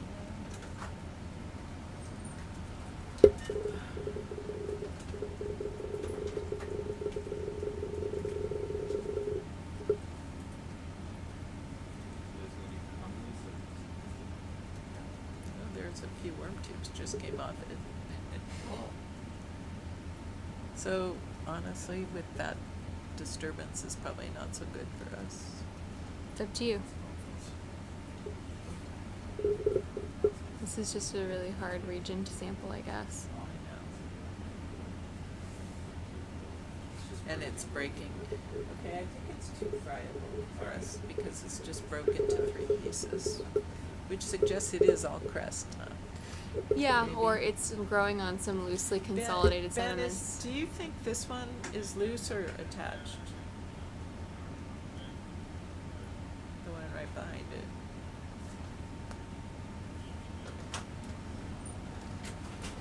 Attached. Okay, never mind. I think we'll keep moving. Alright. We'll keep trying. Looks like you're really No, I had this that here. again. Okay. Sorry. does look like a flow, doesn't it? You can, right here. Yeah, it's we keep coming across these little regions where all the rocks have just completely broken away. Curious to if they've broken or if they crusts never formed there because of a sediment patch. So there's questions in the chat about why these rocks are so friable, and it depends. So there's lots of, even though most of the rocks sitting here all look exactly the same, there's a lot of different kinds of rocks. And so some volcanic rocks are very hard, and we've gotten phosphorite deposits, which are cemented sedimentary rocks, and those are also extremely hard. The ones here that we're seeing are ferromanganese crusts, and they're likely coating some poorly consolidated sediments in this accretionary wedge of the Patton Escarpment. So we're seeing metamorphosed sedimentary rocks and crusts, and because they precipitate from seawater, they're extremely friable because they're not Devin, what do you think about a lithified by transect? metamorphic processes or volcanic Do a processes. transect? They're just sedimentary We've rocks only that got are one, right? precipitating from seawater. Are we not going to sample a rock right here? Fix the, no, we're not. Oh, actually, is the bio box might not be all the way closed, which is problematic. Gotta check it. The left one. We have not successfully been able to collect any attack wells.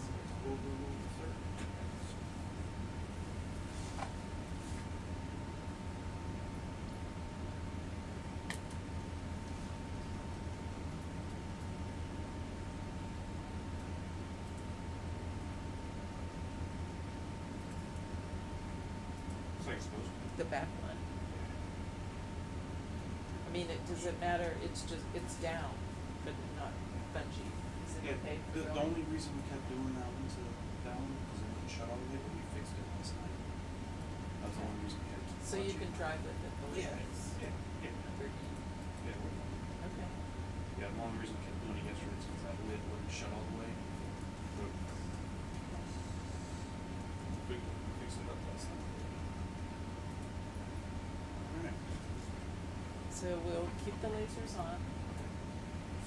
Try to be about a meter long.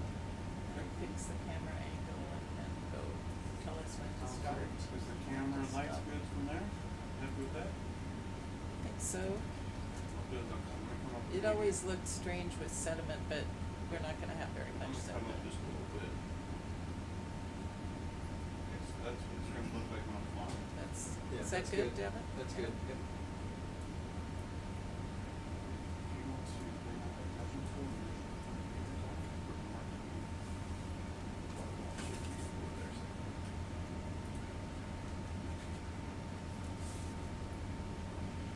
So it's that marker. set it right in the middle. Where we both set.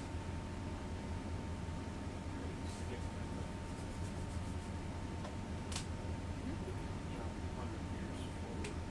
Okay. Other molecule.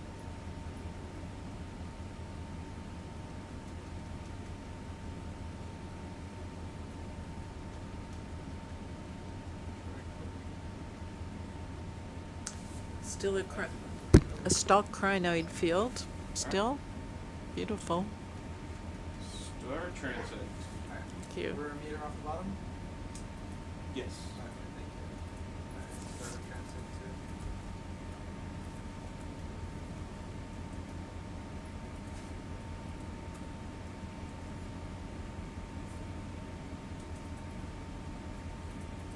So we're doing a biodiversity transect right now that we'll be going back over the videos and counting the different species we see, trying to get a quantitative estimate of biodiversity of the what we call the megafauna, the animals you can see without a Is that a good microscope. speed there or is it too fast? Just a tad bit slower. Yep. That's good. Stop that there. Yep. I Yeah, that's good. Cool.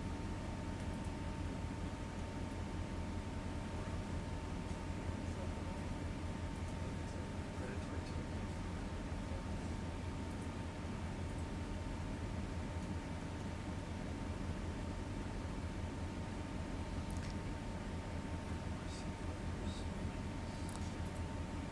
some more of the carnivorous tunicates, sea cucumbers, several species of sea cucumbers. Sponges on the rocks, little ones. Brittle stars, stalk crinoids.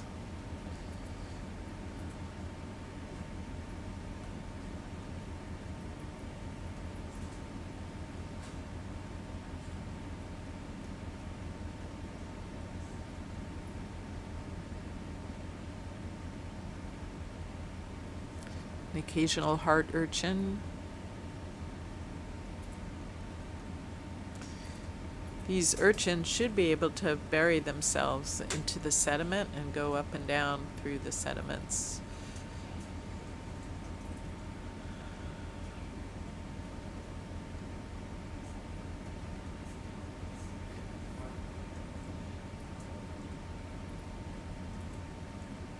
There's an interesting asteroid that looks a bit bat arm like because it has thin tissue between its arms. This little red one, I don't know what it is.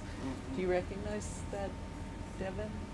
Sorry, what? The red asteroid that looks a little bat like a bat star. I don't recognize them. Is that most? Yep. An aphroditid.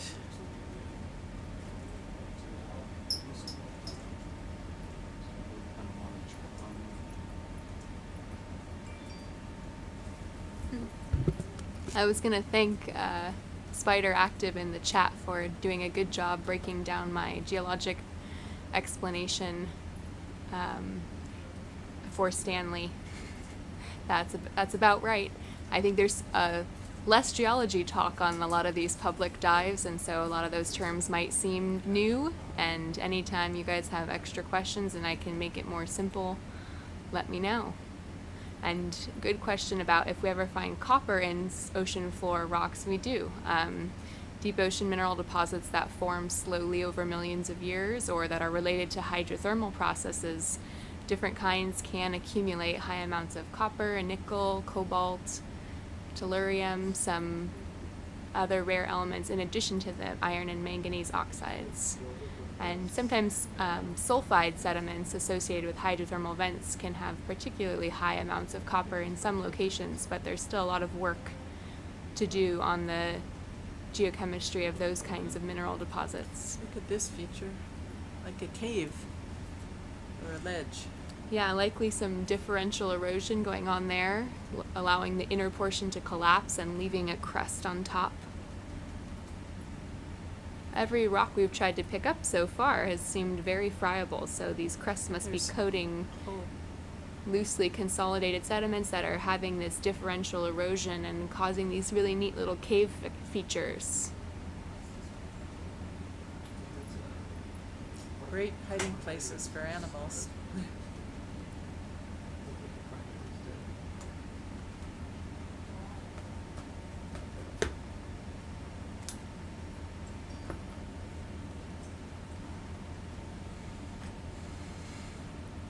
Ooh, that would be a nice rock. It's humongous, though.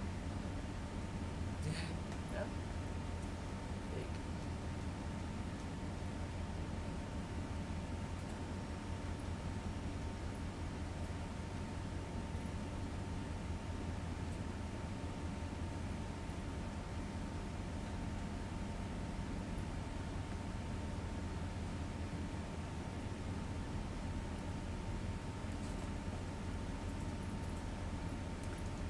There's Faria sponge over on the right. And these- I don't think Maybe that's an for invest- that, actually. That wasn't, what was it?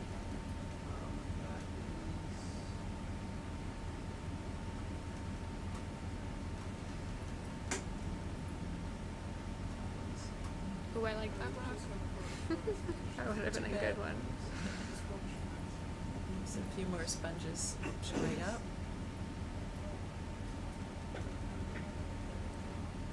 Sclerothamnopsis compressa. No, that's not the one I was. I'm pretty sure I was looking at a Korea, but you might have seen something different.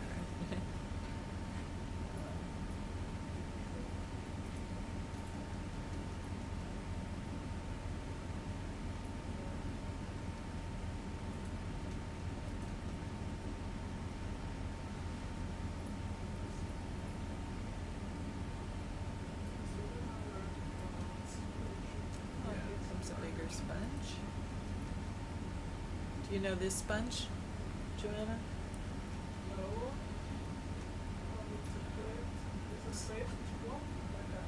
Yeah, we've just been calling it like plate sponge. We've been doing our transects.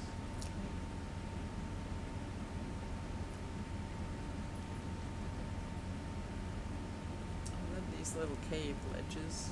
Mm-hmm. Feel like you should be able to push down and get one of the rocks. Yeah, you probably can. When we're done with our transit.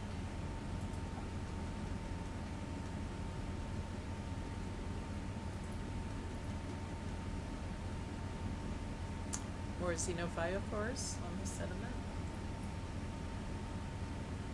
That's the red star. It looks like some sort of bat star, but I have not seen it before. This dive.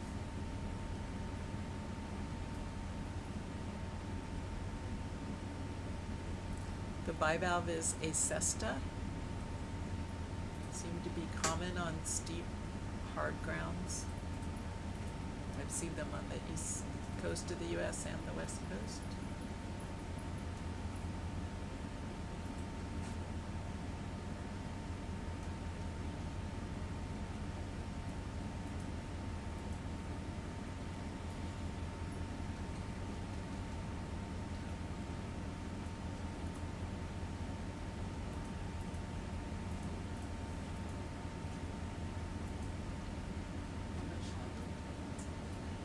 We're about 2/3 of the way.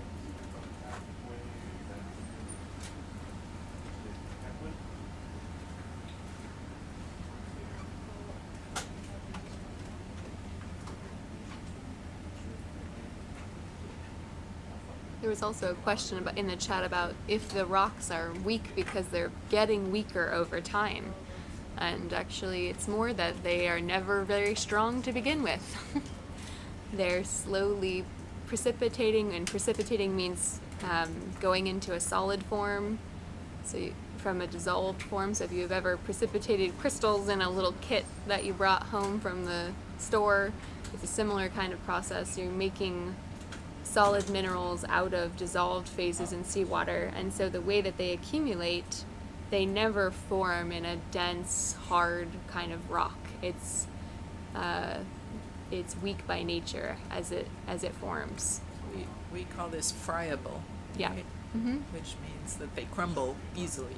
They have an extremely high specific surface area, so there's lots of contact with seawater over time, and that's part of the reason why paramanganese crusts can accumulate large amounts of metals as the seawater passes over it for millions of years. It has a surface charge chemically that allows it to continue accumulating different elements from seawater over time.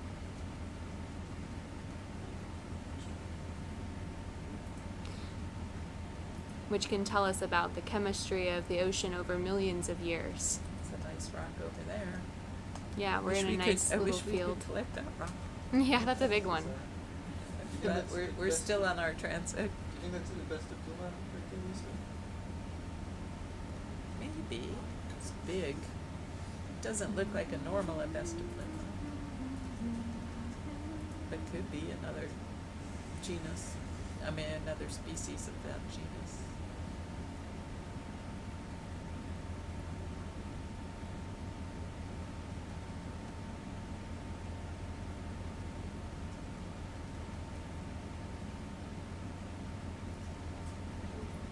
something we see a lot in these environments is animals riding or dwelling on other animals, using them to get up above the bottom and into slightly stronger water currents that helps with the feeding. For filter feeders, it's all a matter of, to get enough food, they need to either have water moving past them full of particulates, or they have to pump and move the water themselves.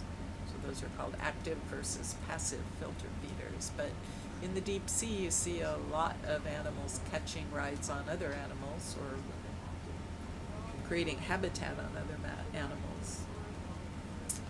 We call those interactions facilitative interactions because one is helping the other. So see, now we kind of left this lumpy texture and we're in kind of a debris field.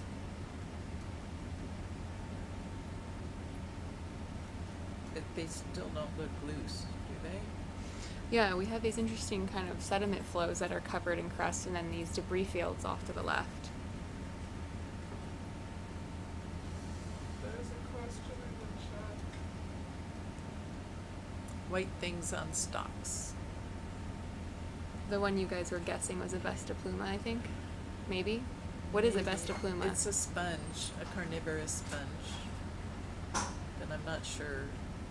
I saw a lot of white things on stalks. Okay. I'm so sad I didn't get a rock.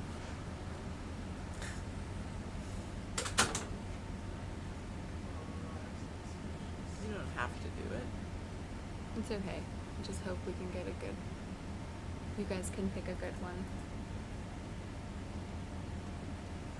I'm nothing, well, we're still, how much more transit?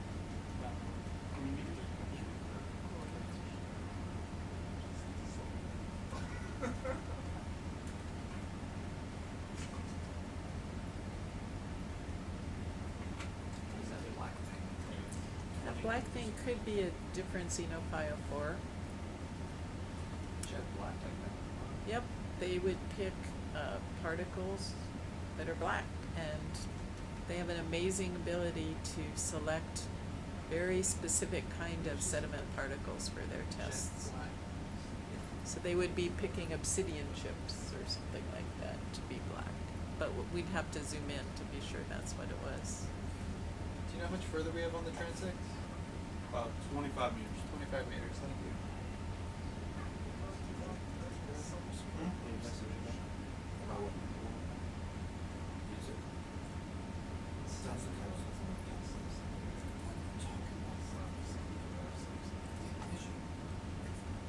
Okay, so we'll be looking for botryoidal surfaces and not angular. Yep. You guys got it. Let me get back to the rocks.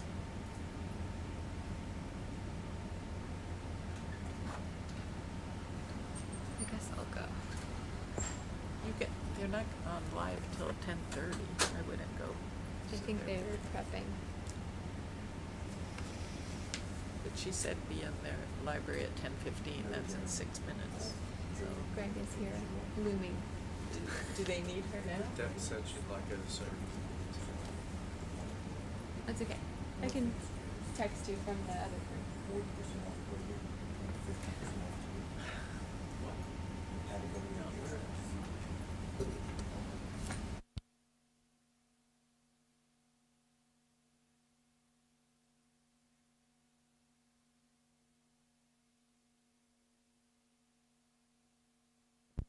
Only because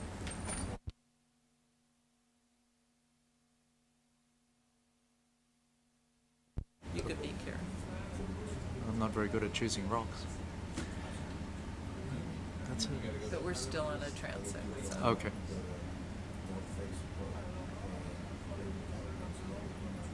There's been 2 of those big pink lumps of stuff. Disintegrating lumps. Any idea what that is? A giant flatworm. I don't know. The first one I was okay. The second one I thought, well, maybe if we see another one, we should try and sample it. But Yeah, there were amphipods, but not a whole lot else. no.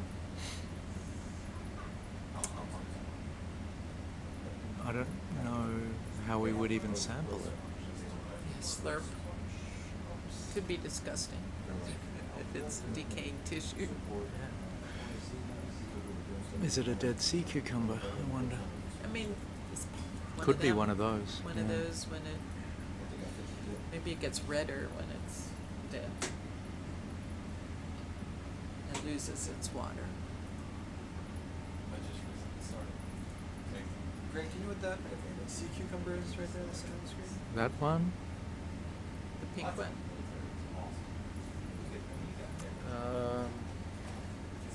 We still Yes. we can go a little faster. Okay. We've got like 5 meters left. Okay. I don't know. It's one I'd like to sample when we get a chance. Is that one behind us? Yeah. The red one? When we're done, can we come back and get it? Because we don't know what it is. I think we're out of its zone. That was the dominant thing. Yeah, we might get one now before we run out of them.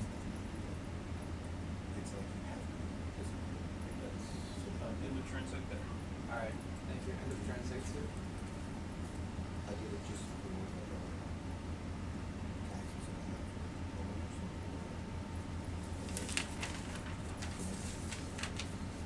I wasn't too far back, right? Correct.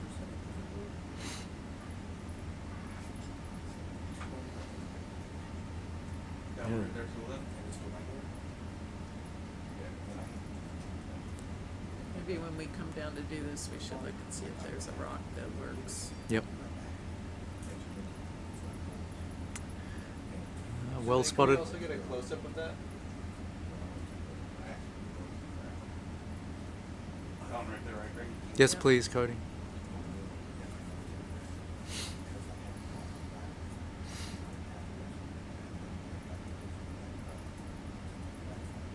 It's very smooth, no projections.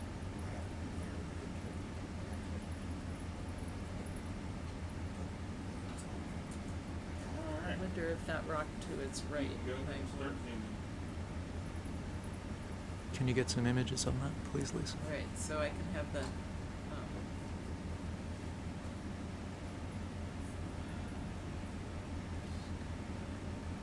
Oh yeah, that'll fit in a quiver, okay.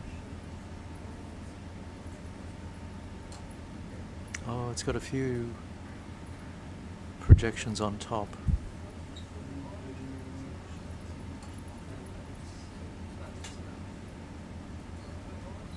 Nice.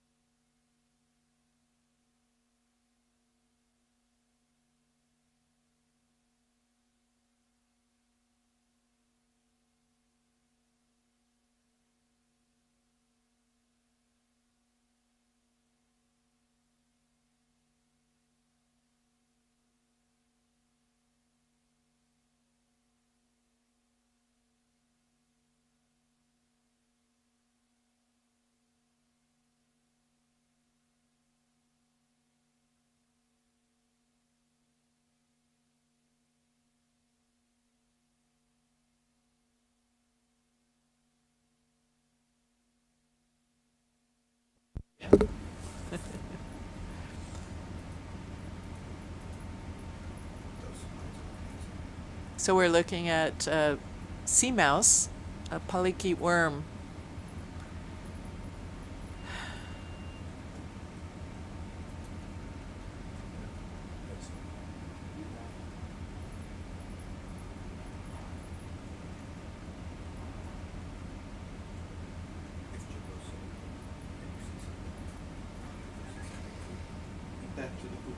the orange discs around the sea, is that Sibelics?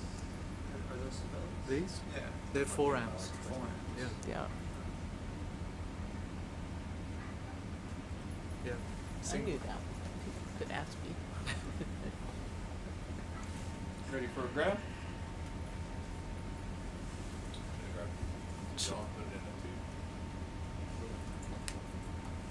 Where are we gonna start? Grab it and put it in the quiver. Got it. Quiver? It'll be pretty fragile. Roger. Do you want it in a quiver or Yeah. suction? I think it's too big to suck. See, it's I don't think it's too big to suction. Yeah. There we go. It seems less, well, you could ask them if they think it would fit. do you think it'll fit in the suction? You think Um, the sea cucumber won't fit through the tube? Possibly, but you. No? 50. All right. 50. 50. There's an in and nozzle. It's narrower. Yeah. It just seems less destructive of it if it does. True. But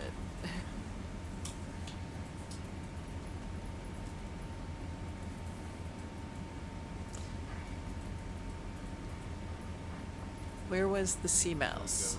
We were just filming it just now.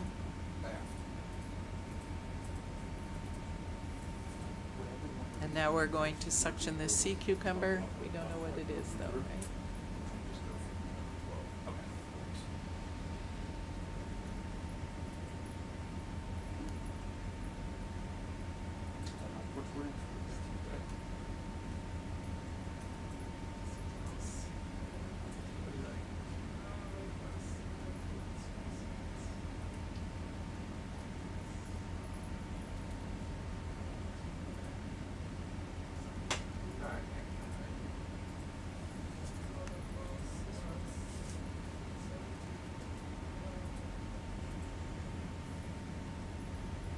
Keep the porch out. So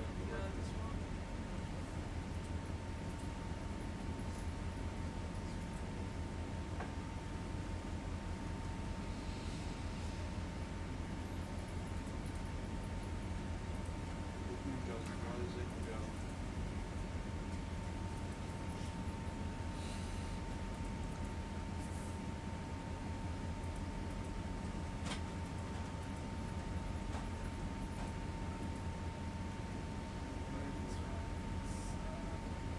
These rocks look kind of botryoidal. Mhm. If we can get something that would be good.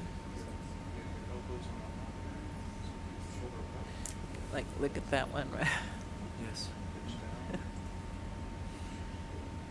Well, that one's Bit- moved. Hopefully Yeah, there's some free rocks. that might be okay. Kira is pickier than me about what to collect.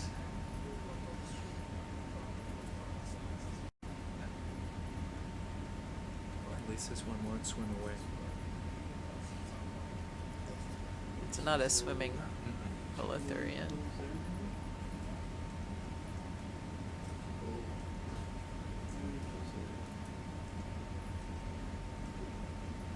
Got it. Good. Slowly come back. Nicely done. Nice slow movements.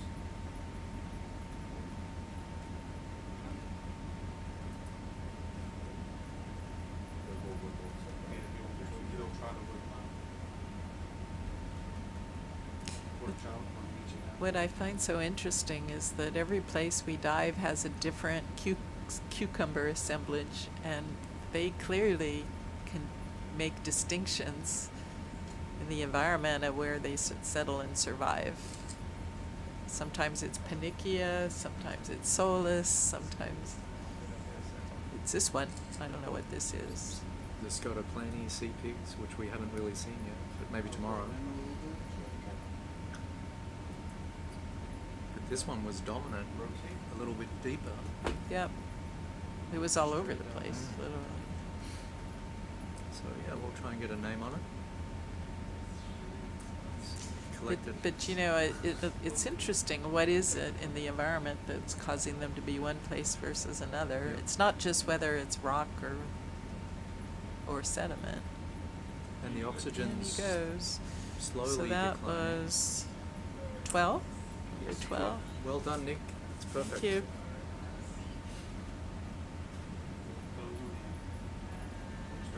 SCB 106. Guys, what's his sample number? 106, yes. Don't like it in there.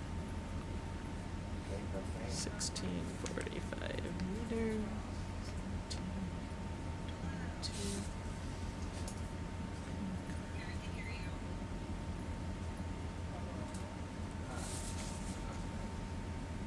So we'd like to check out the rock right here. See if we can find that. Let's get this closed up real quick. Take a look at some rocks.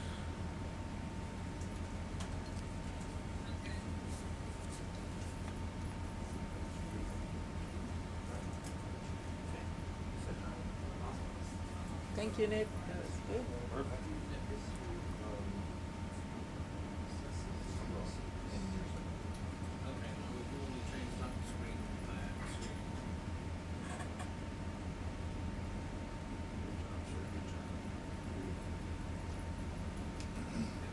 It's worth noting that while the ROV pilots are making these collections look easy, they totally are not. It takes a lot of skill. All right, what were we just looking at, Greg? Probably right in front of us? One rock moved. Was it that? So we're looking for botryoidal surfaces on rocks that are loose and not angular. I'm just thinking. This is probably, does that look loose or attached? I think that one's attached. I think it's, I think it was this rock here, just to the right. Guys, I gotta reset ClearCom. It's gonna come down for a minute. I think it was this one, right? Oops, right there. I think we saw that It's- one move. I don't know. No, maybe not. That's where the sea cucumber was, right? Maybe sitting here. That was in the background. That's the perfect rock. Yeah. These are also very botryoidal. Yeah, that one's These, not very These botryoidal. are too rounded. Let me just zoom out a second and see what else is around here.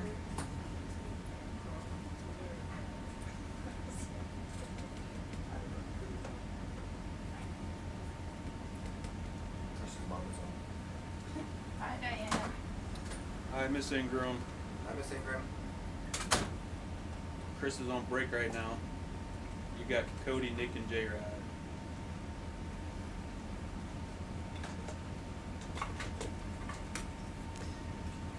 Oh, most of these don't look loose. We've had this problem.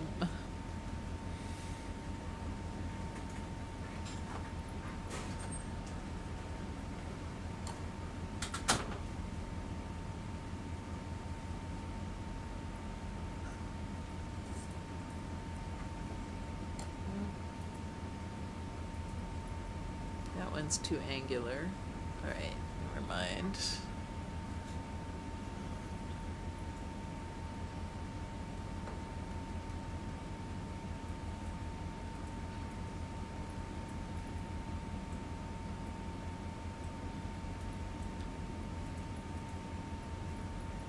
Just gonna look out ahead of us.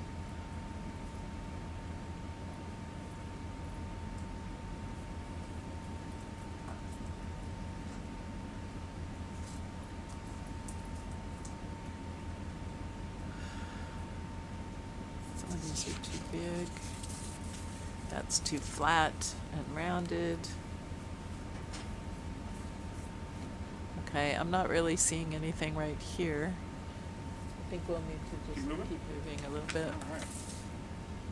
Coming up, moving forward.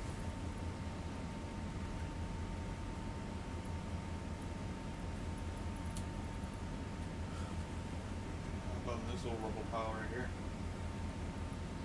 Right where the lasers are now. Over here, Yeah. we can look. Yeah, let's take a look. They look botryoidal.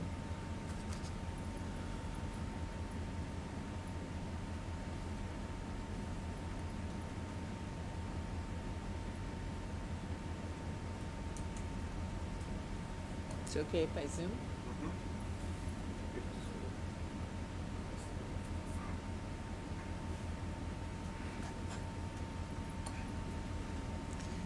Can we try this one? Let's see if it's Which one? Right? That one? Has to be right. is it too big? I'm just gonna move your camera a little bit. Get the lens right on. Address It looks like it, dimensions are good. No, that might be You want to right. see if it's loose enough? Yeah, we can. See where it's at real quick. See down where the lasers are? Give that little glove tap. See this first? Yeah. Give it a little boot. Tap. And if it is good and loose, then we'll zoom in and get a photograph of it.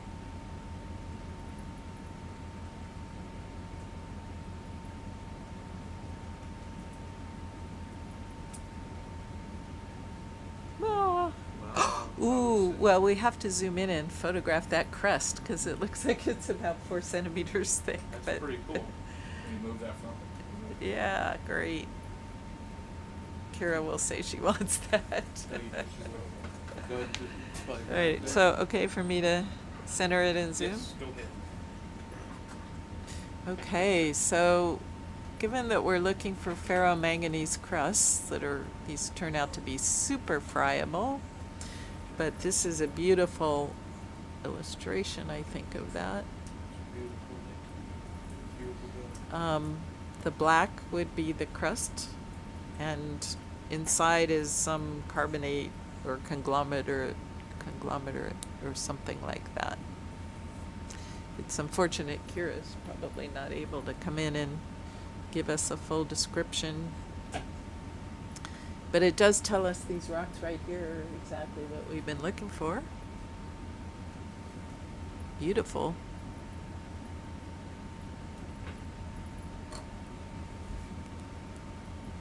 If I leave it for 10 seconds, will it show up on the highlights? It might. If you tell them, right, do you want that other rock moved a little bit more? Or are you happy with it? Well, what we need is a rock that's intact for the biology. And so we'll sort of move to the side and look for something else that doesn't crumble. But that would have been a good one. It's impressive. We're Very gonna move impressive. that front piece out of the way so we can get a nice overall shot. Did you get a beauty shot of that rock? I did, yep. Thanks.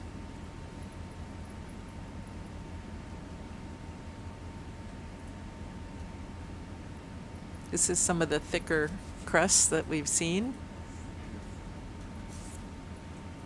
Why are there animals on the inside? So from the outside, you know, all these rocks look alike, but when you break them open and look on the inside, they... Should I focus? They all look different. So Kira says 2 centimeter thick crust on that one. So we've got the right thing. She'd probably like us to collect it. Wonder if I should put it in the box with her other sample. See the two worms on the bottom right corner of it? You have one flailing around.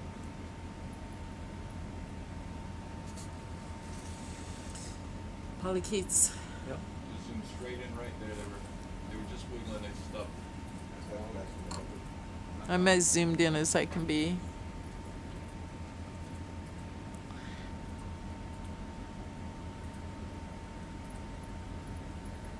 Let me just ask. Kira, if you're listening, do you want us to collect this? It's not going to be a good biology rock, but I could put it in the same compartment as your other one.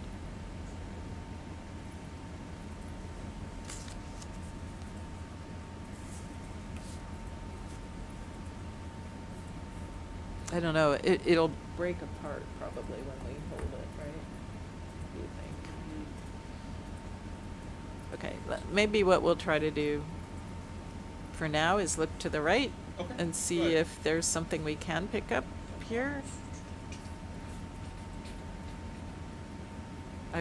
What about this one? You want to see if it's loose? Which one? What? That one right there? Yeah, see if that one is.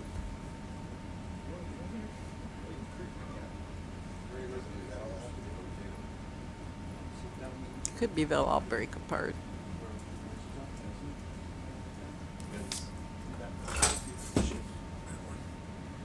Potentially.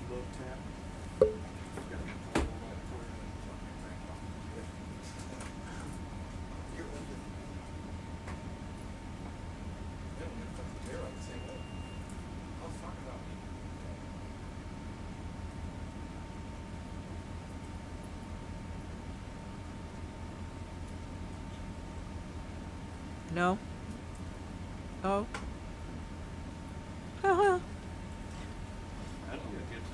You know what? Let's take it. Let's take it. You want to push in on it first, Lisa, to get it? Okay, but yeah, I'm reminded we have to photograph it first, so we'll do that. Another beautiful crust exposure there. This is the one down below Yeah. on the sediment, private relations side.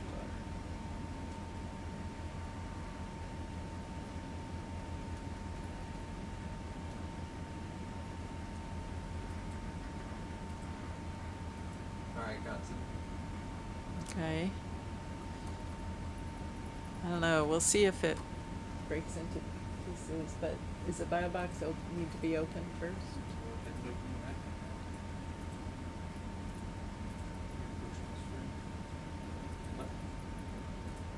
In its own new zone. Yes. Please. But we can keep using the same bio box. So the left, the D bio box has 2 spaces left. Sir. Go.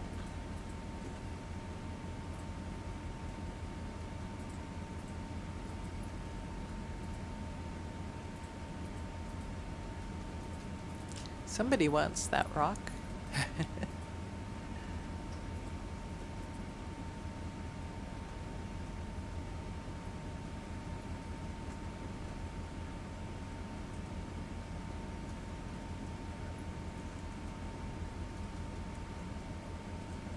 So we picked this dive site, Patton Escarpment, because we thought we would find mineral-rich rocks, but I'm not sure Kira thought Patton would have ferromanganese crusts. I was thinking she thought it might have phosphorites.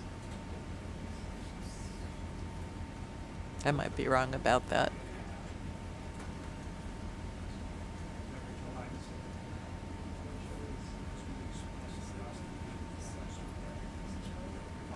So recognizing that it's going to be soft, please I'll do my best not to. be as gentle as you get.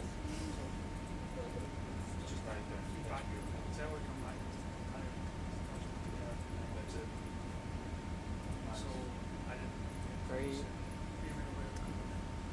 We've done 2 transects. We've done 2 transects. We didn't log it. Oh, maybe because I've been filling out that and this person's been filling out that, but you must have come in the middle of the transect. So she didn't put the start of it. Let me just record this. I can put it, I'll give you the information. Did it go? Yes. It's in yellow 2. Yellow 2. So that's rock 3. 107, cross 3. SCB 107. Correct. 1644 meters. 1735 Z. FEM crust.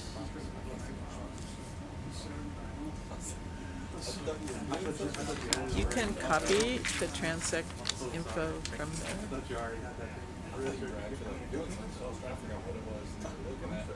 That's great. That was great. Thank you.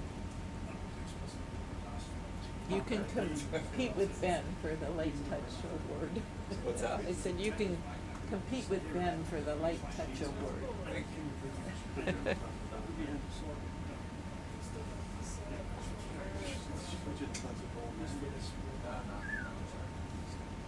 All right.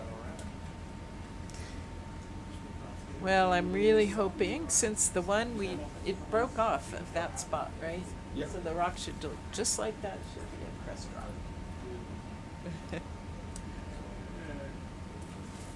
Sorry, did we take that one? Yes, we did. Yellow 2, rock 3.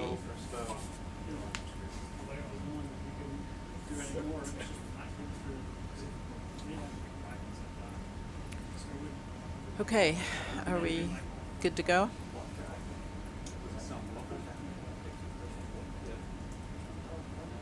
Head towards the next week? I'm sure that you're speaking fine. Both my ears are infected, so I can't hear. Oh, no. So Okay. I feel like I've got Should I an speak earplug. louder? Yes. It's just me. It's not normally like this.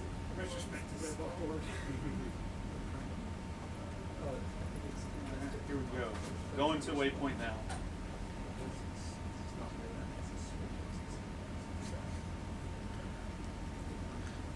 What was the SCB number, please? It's there. How's that?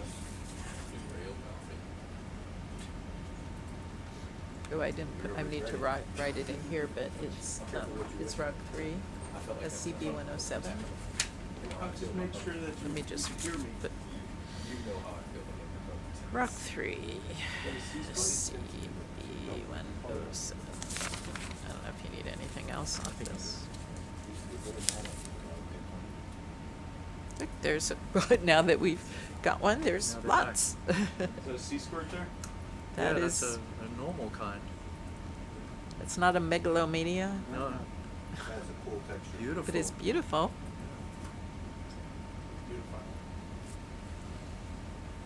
Oh, it's a 10-second hold. It's a Filter fading sugar cake. It's like your old headache.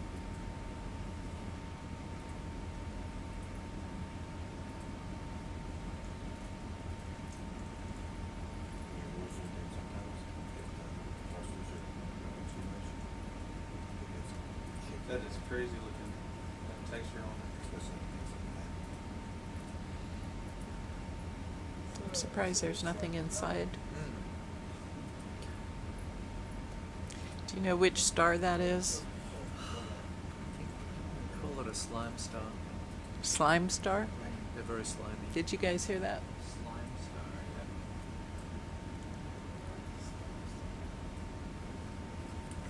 The genus. It's Henry's.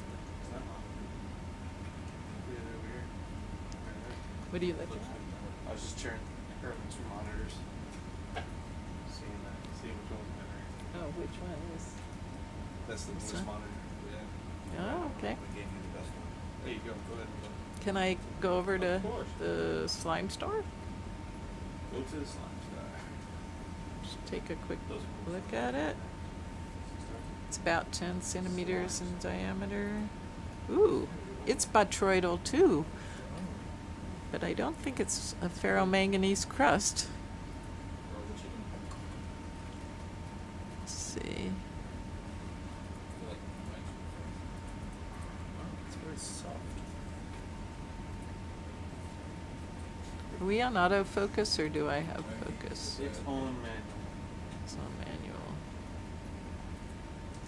I don't know if I'm helping.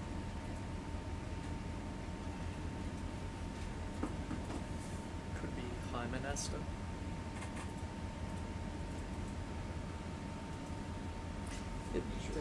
But it doesn't look very, it doesn't look as baddish in your picture as this one.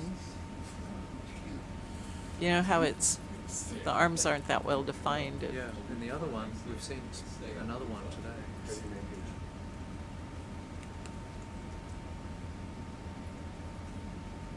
It's pretty bumpy. Those wouldn't be reproductive features, would it? No, I just think it's the upper Okay. surface.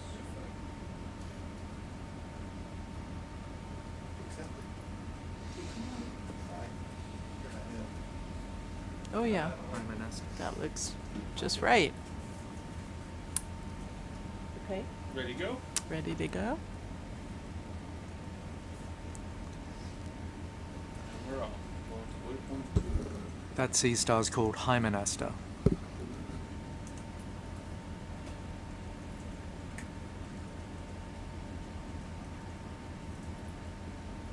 So, we were being asked whether this white-stalked creature is an Abestipluma or something I else. think it's a Cladorhizid. But I don't know if it's a Spestibluma. You can see the spines are coming out. Yep, Laterally. it looks sponge-like. Yeah, it's definitely a sponge.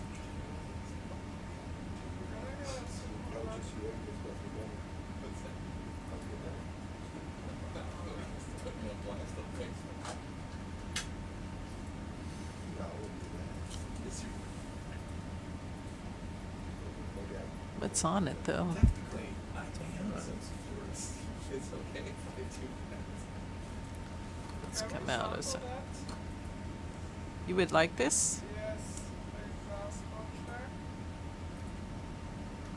Okay, let's get a picture of it first. Let me get it more centered. So it looks like there's corals or zoanthids on it, right? What did you think that was, Greg? I thought it was a coral, a sponge. But What are the other options? I'm curious because it's got polyps. But I think they're They've settled on it. associated, yeah. But it looks like they might be on a runner too, like zoanthids or Yes. something like that. Let's take a look at the rock that it's on, just on the off chance that we could get the rock with the creature. That doesn't look loose, does it? It's totally funny. No. What's that? It's totally funny. Okay. So we want it in a quiver or in the bio box? Quiver. G? Quiver. Quiver. Alright. Torching out. You don't think that rock is loose, do you? I'm not sure it's The one not. it's on? The one it's on. Doesn't look loose. What do you think? I believe that I can break that top crust off and get the whole thing. Just based Oh, on that's the way true. You've been good at breaking. just the way the other all rocks rock. have been. What do you think? Should we try to break the rock and get the whole? The way it's gluing on. Yeah. Give it a try. We'll still be able to get the creature even if we can't get the rock. Okay. I think, but So, do you want to open up a box in preparation for this? Quiver. well, no. He's gonna try to break Oh, the oh, rock sorry. so that we could get the rock too. Oh. I think it'll just be across the Let's see what we get. If it doesn't break easily, then we'd just pull off the animal. Right. Shutters down.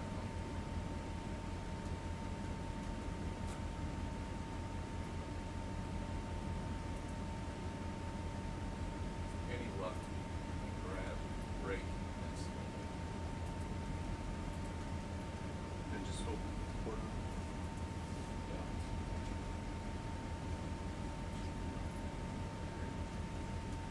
It's strange. It's definitely worth sampling. Yep. Okay, well, let's take the creature. Forget the rock. We think it's a sponge. Alright, let's open the box. Wasn't very tightly attached at all.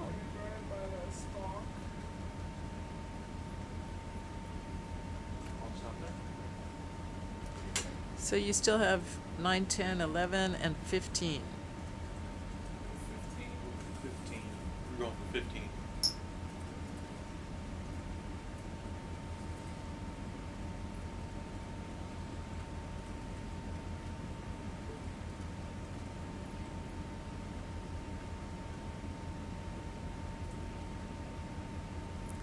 So Joanna has asked to please grab it by the stalk and not Okay. the fat part.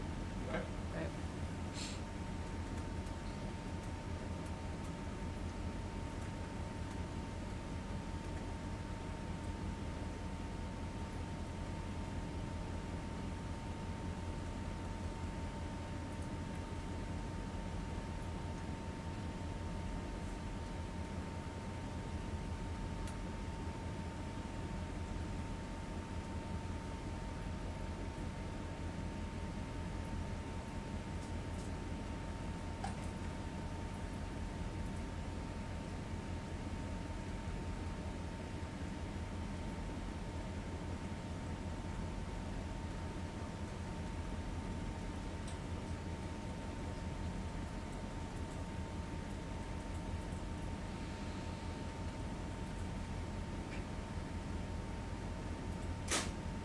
can grab the middle of this dog too, just not the end.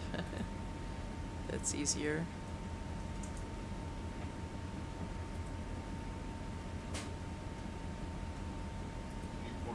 Yes.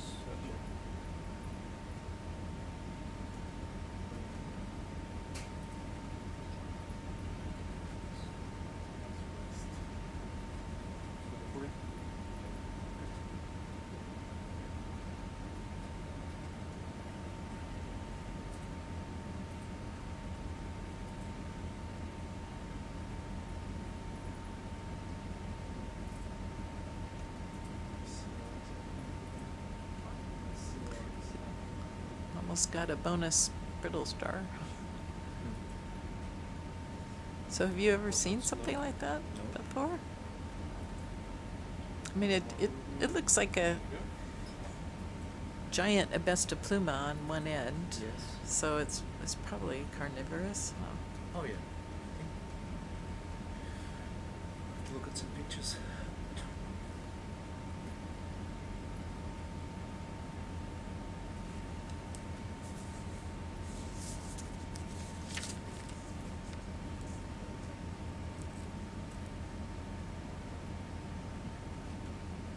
Is this 108? Yes. This is 108, yes.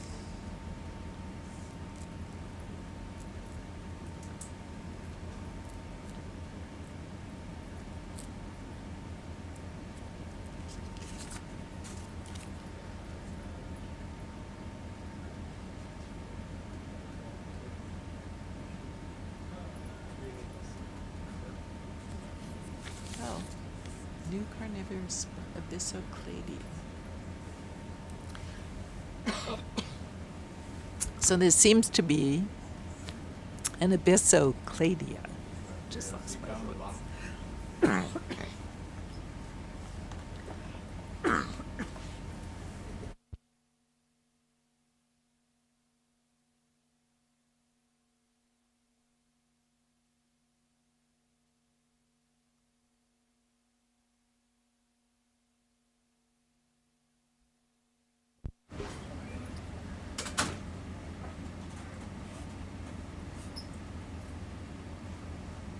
So that sponge we just picked up is in a group called Cladorhizidae. They're carnivorous sponges.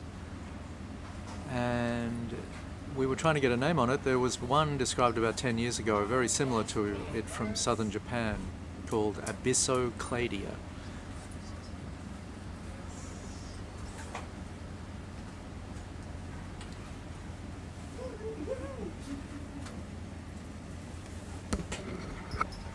Totally lost my voice. Very nice, huh? Alright, fortunate.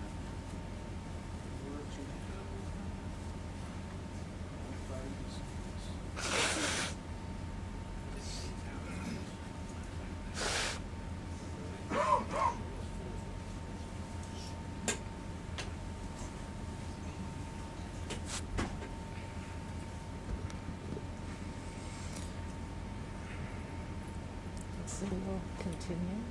What's that? Continue? Yes, please.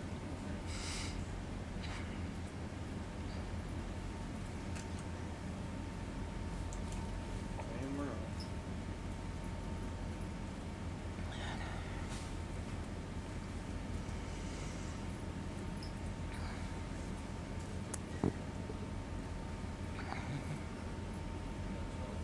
There's another. What do we call it? Abyssocladia. Abyssocladia. Carnivorous sponge. The spelling is correct in the chat.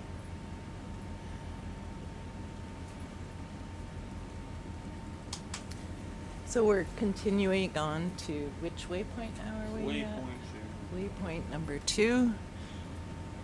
Our depth is 1637. We began this dive around 1800 meters. So we've come up over 150 meters in elevation.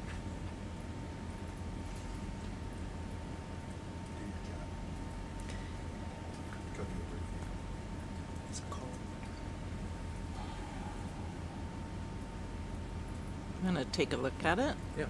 Okay, could we take a look at this coral, please? 2 corals. Where are they?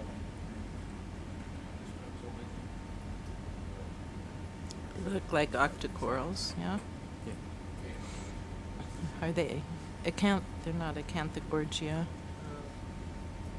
No, something different. If we could get the one with the crinoid, we'd get a twofer. I just like it here. So we try to go I visual. should not. That didn't work.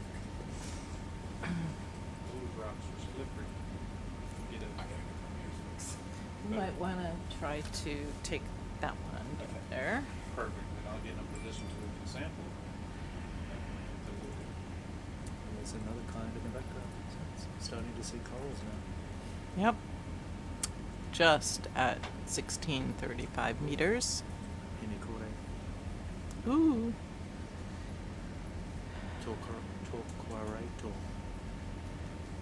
And so in the lower left view, Greg points out we have a hemichordate right next to this coral. They are common name acorn worms. Sea cucumbers, hemichordae. A very, very diverse patch we're at. That right there. That's a acorn worm. Acorn. Yep. On Did you want to rocks. slurp that one? They Okay. just didn't sit there. They're very transparent. You can see the entire gut and coil gut. It looks they must be deposit feeders based on what we're seeing. It's, And then can I? It's fine. Come down. Let's take a look at this coral.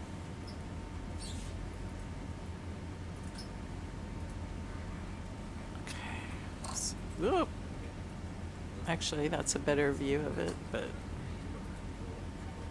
So we've got 2 crinoids, a stalkless and a stalk crinoid. Although the second crinoid, I guess, is on the rock, not on the coral. Correct. Now, the stalkless crinoids swim a lot. Do you think it'll swim off if we pick up the coral? not all of them swim, so we've got a chance that it might hang on. And then the coral itself, anybody got a guess as for ID, Devin? It's definitely an octocoral. It's not a Swiftia, is it? No. Going hand on the fingers.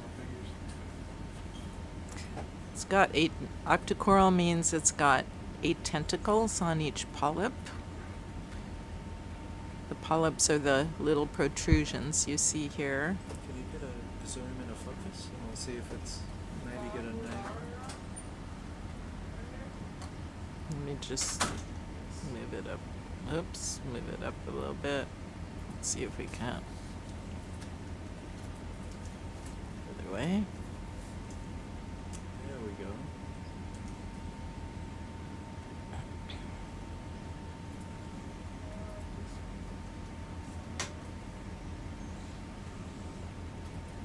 Does that look familiar? It's not acanthogorgia. It could be chrysogorgia. We'll go with that until we One of the get a better name one of on the it. gorgias. It's a gorgia. Okay, and do we want the whole thing or a piece of it I think we need the whole thing. with crinoid? We have a nice, possibly amphoretid polychaete there.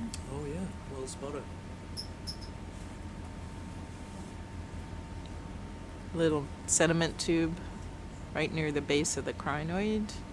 Let's see here. I don't know if I'm gonna be able to get that focused.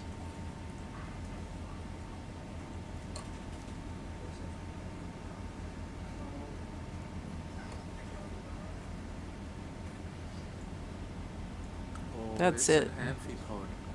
Sitting in Yeah. a tube building amphipod, which is not that common up on these corals. But you're right.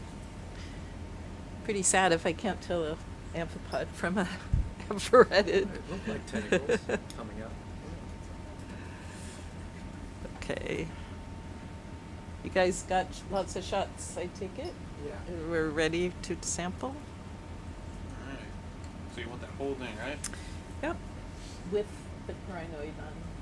If you could keep it from swimming away, that'd be great. Do you want to go in that bio box G? Yes. 'Cause that's pretty big. Okay. That would be a good spot for it. There's 2 compartments there, I think, so we can fit it in one.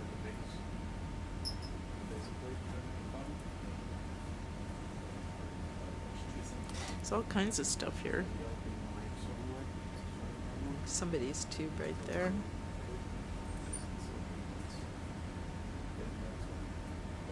We'll put in that gray bio box.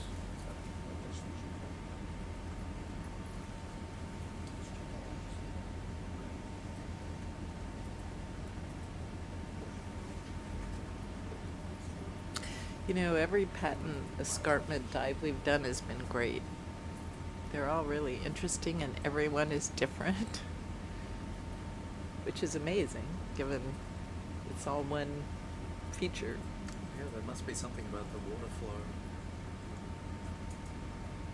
Oxygen's not that high where we are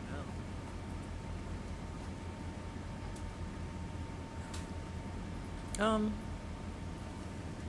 Assuming it's refreshed, we're Let's see.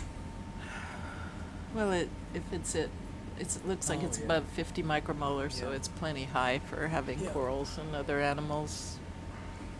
But It's yeah, more than 1 mil per liter. It's dropping as we're going up. So That's the good. chat is rooting for the crinoid to swim.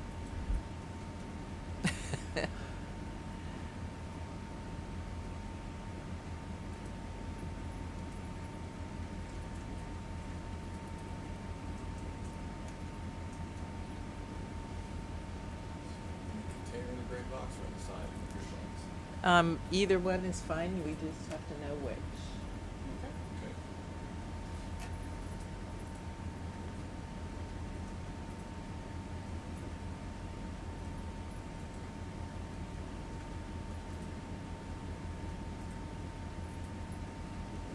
Rotate your joints.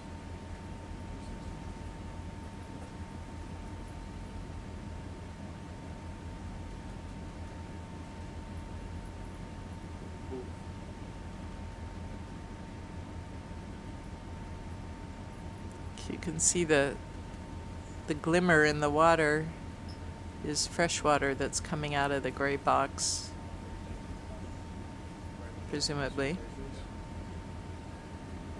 since we're not at a seep or hydrothermal vent.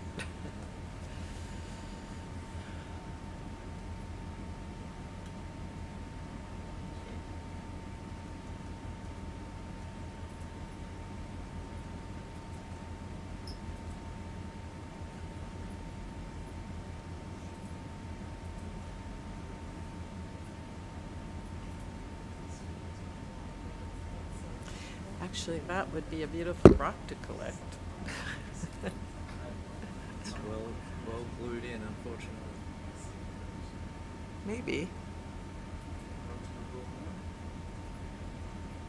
Rotate just a little more. You could push it out of the way. Maybe. Yeah.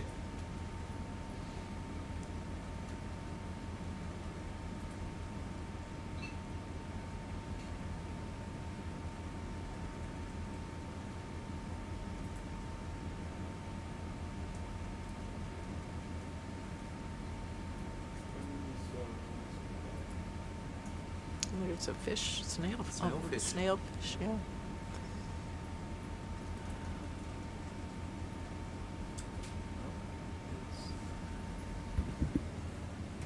Hi to Kyla, back in San Diego or in Santa Cruz. Not sure where you are, Kyla. Kyla is from my lab, and she was with us last year on this cruise Put it in the box. with Lisa and Paul, myself, and Kira. And when we were out on the Nautilus, so hi to Kyla. So you're putting, it's going in the Yes. insert? Yep. So it's not. So what are we calling this octocoral? Just octocoral Yeah, we'll have a look tonight. plus crinoid.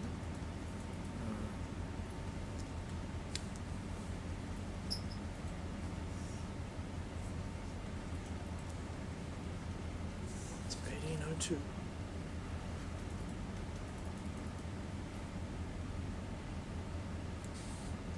It's 109. Yes. Yes. No. Yeah. Yes. Sorry. 109. Yes. And it's Blue, yellow, 9. Then easy.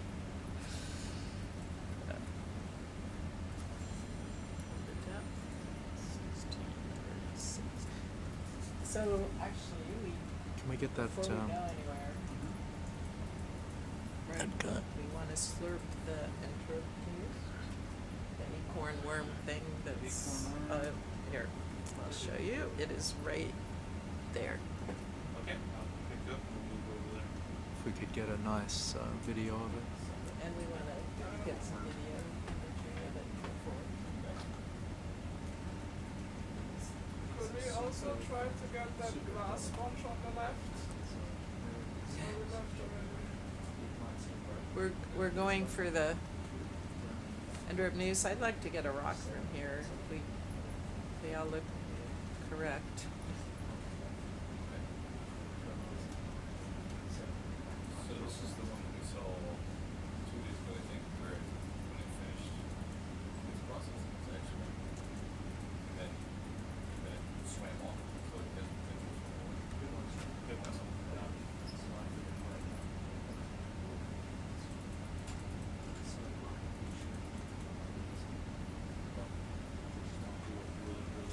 So we'll take some images of it for 10 seconds.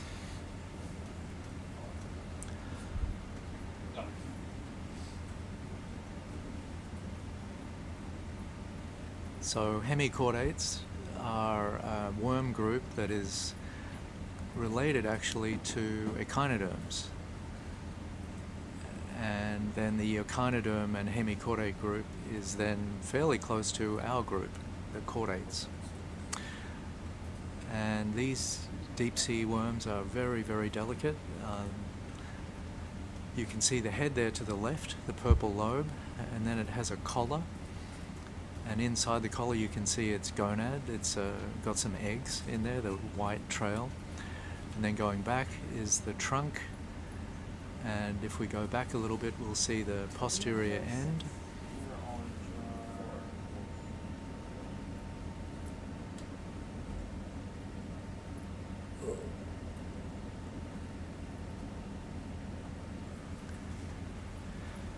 And you can see that it's been eating sediment.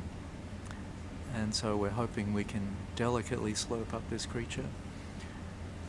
It's only been with ROVs that people have been able to sample these properly.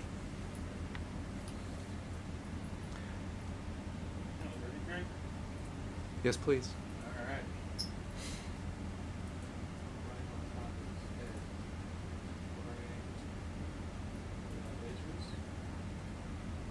Doesn't move much since we got here. No, they can take off and float by dumping their sand and then settle on a new place. But they're very much nearly neutrally buoyant. It should make them easy to slurp up.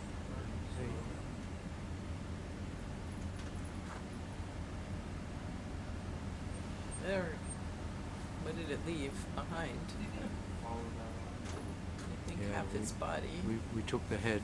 Yeah, it's okay.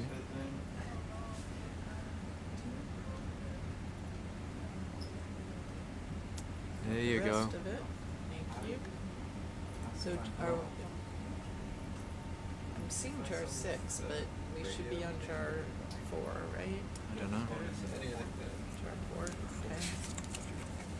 So SCB 110.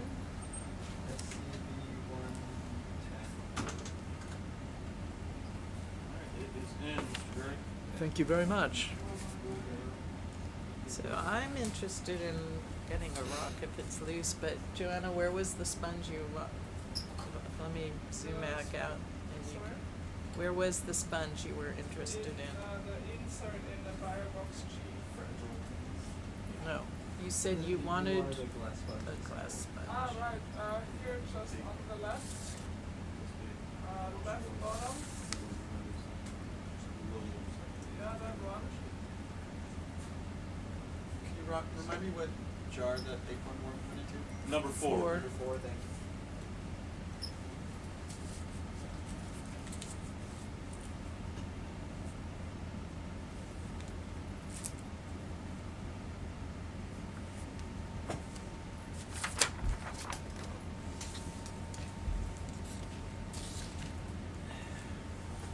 Okay, before we do that, I want to just look at these rocks for a second.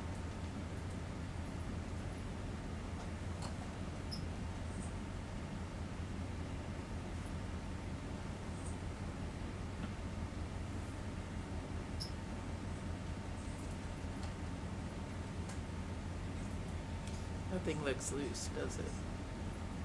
No. All right, are you okay to put that sponge in BioBox G, Joanna? Or do you want it in a Yeah. quiver? Whatever, yeah, quiver would be fine for me. The quivers will be full soon. Okay, then Does let's that put matter it- to you? There's 3 left, and then there would be 2 left. I'd then put it with the other sponge in the insert. Is that okay? Okay. So like this sponge right here Okay. into Into G in with the other sponge, I guess. No, well, where is the other sponge? Should I write it down now? No, there is no sponge in BioBox G. It's a coral and a crinoid. Right, yes, there, that's fine. You want it in the same bin? Yeah, I think so. Yeah, because it's quite small, right? It's pretty small. Sure you don't want to wait for a bigger one? Yeah, okay, Yeah, that's. it's just yeah, not easy to get. Okay. It's like 10 centimeters, right? That's fine. Squid. Is it a jelly? So we'll Spider. continue. Sea spider. Where are you looking? He was flying right at us, swimming. All right, keep going. Yeah, I'm just gonna, that Nicenophyophore on the rocks, we're not gonna collect it. Who's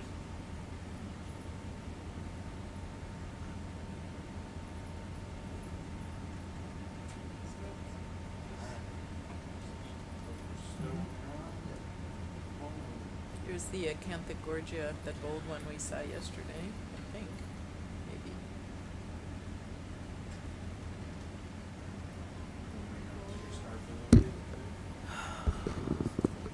Crinoid on a sponge stalk. That has to be a sponge. Yeah, that's another abyssocladia. Abyssocladia.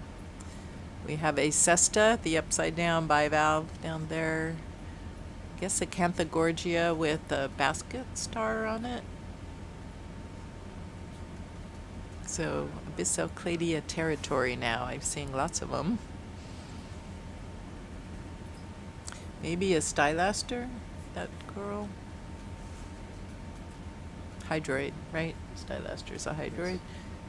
I'm very disappointed in that, learning that.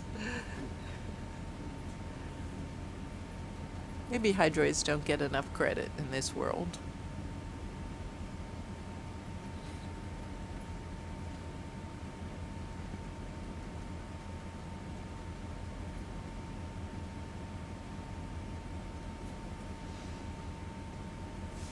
Some of these look loose, don't they?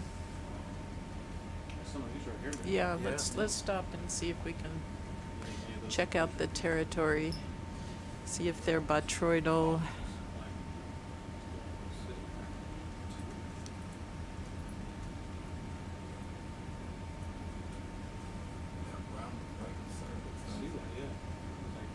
You're looking at the one in the center?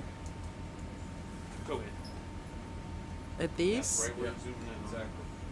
Yeah, the surface is perfect. It's what we're looking for. Is that another Enterobnoost or something else? That could be a sea pig. No, it's a. It could be a CP actually. All right. Let's nudge the rocks if you can, please, and see if any of these. Where's our lasers? They look like they're okay, just 10 or 15 centimeters.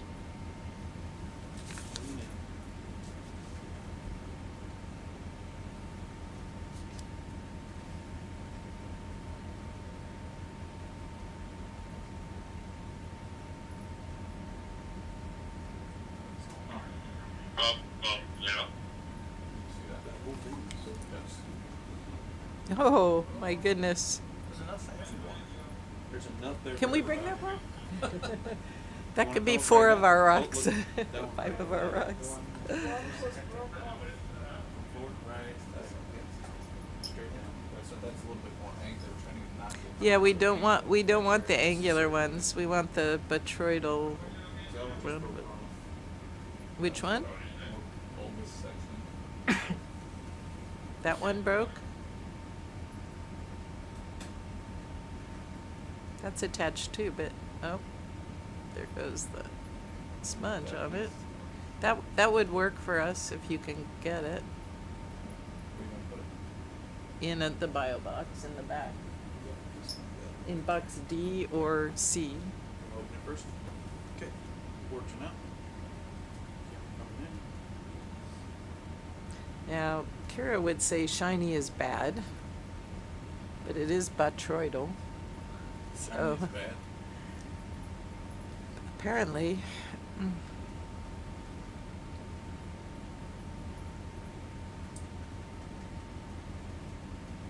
That sponge in the background looks like a bottle brush. it's the same one Yeah, at the circle. I guess so. The one we collected was flat in one plane.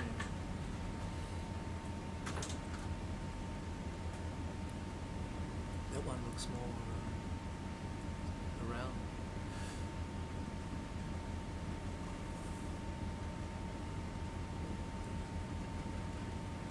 I'm not going to be able to see it in this. Cucumber tried to take off.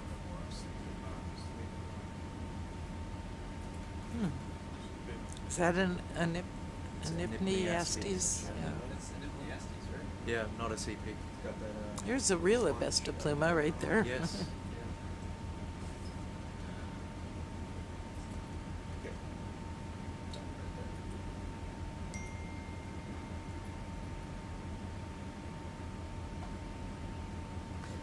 Pretty friable. Lisa, We'll give it a shot. I answered. before we go, can we also push in on that anatomy so I can get a photo of it? Oh, okay. Oh. I think we'll forego this. Roger. That thing's just crumbly. That was very crumbly. That was about as gentle as I grabbed that CT. Any other rocks that look like you can pick them up?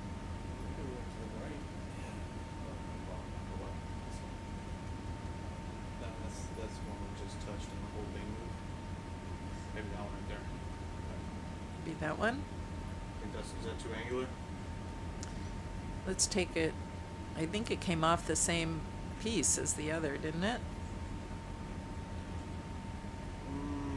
It might have. It is kind of angular, but Two different rocks. can you go for the round one in the back? Round one on the back. That one just broke in two. Could you get the round piece right? All right.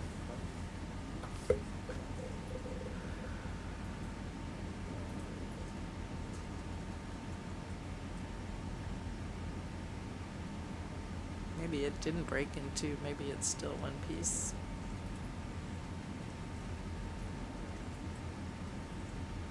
That one behind it. Yeah, that. That would be good.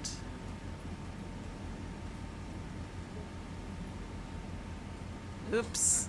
Wow. So just dusty. Amazing, isn't it? They look so hard and yet What is that? There's they're no not. reflection, right. It's like a little blue ball almost.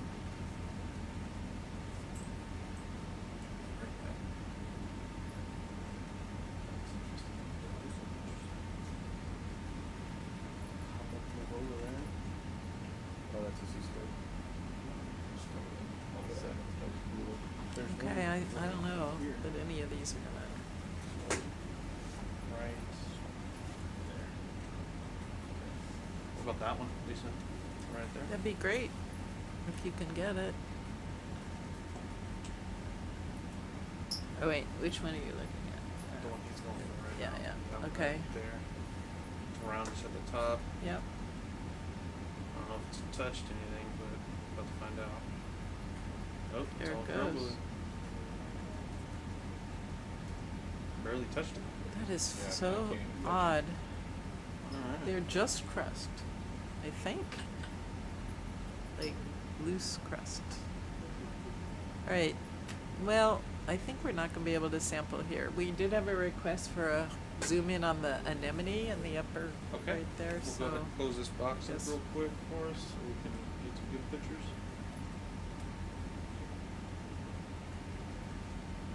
Good to close up. Got it. It's frustrating. It's like cores falling out. I don't think I've ever had a situation where the rocks You look down for sit. wouldn't Looking stay down. in the manipulator. And it just looks like individual rocks, so many of them, but they're not. Well, I think it's not even that. He was on an isolated rock, and the minute he touched it, it cracked into pieces.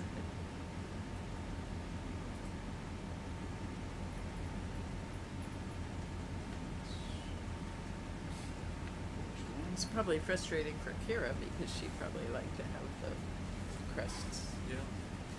I mean, we can pile them into one of those inserts, but. You want this anemone? Yes, please. Hi, Becky.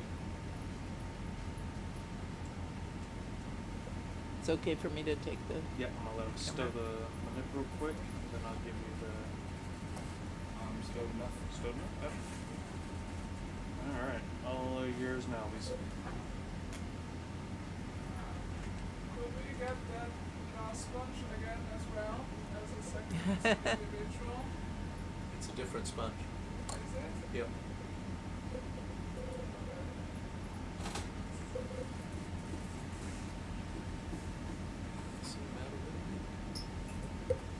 Just get the whole thing. We need to leave it for 10 seconds. Look at the cucumber under there.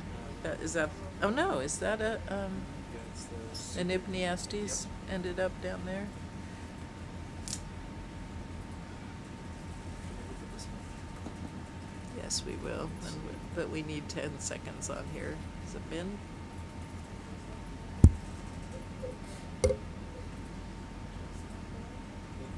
Are you good, Ben? Yeah.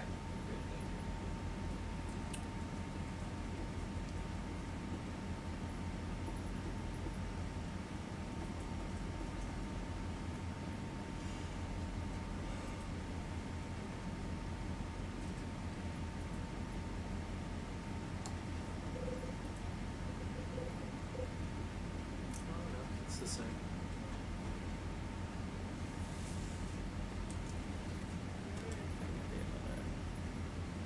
No, it is the same. You wanted two of them? What is this other one in the back there? That's kind of dark on the left. There are many holes just behind. Probably too small for you, but Yeah, probably. it's a very small sponge on the rock. Store. Right here. You can go look at it. Yeah, but can we get the glass one anyways as a replica for me? Yeah. That would be great. Can it go in the same quiver? Well, preferably not. Well, you're running out of quivers. You sure you want to use the last ones? I mean, there's still gonna be another 4 hours, 4.5 hours of dive.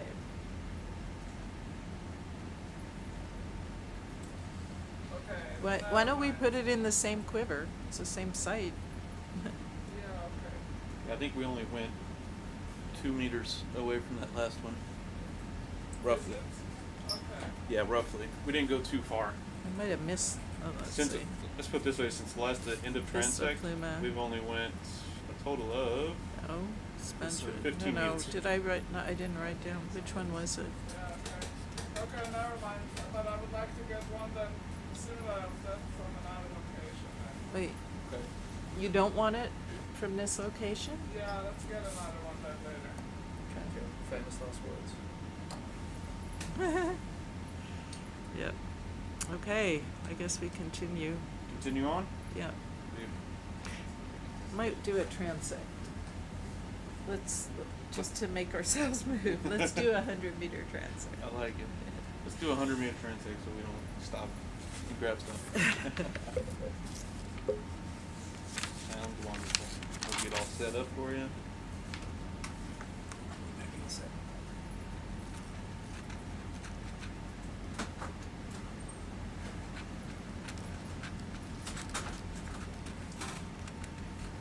Oh, that does say 100 meters. I'm seeing two. Let's see what you're seeing. Marker's not there. I have to go like on the other side of that track line. I've noticed when I try to do it, it gives me the same thing.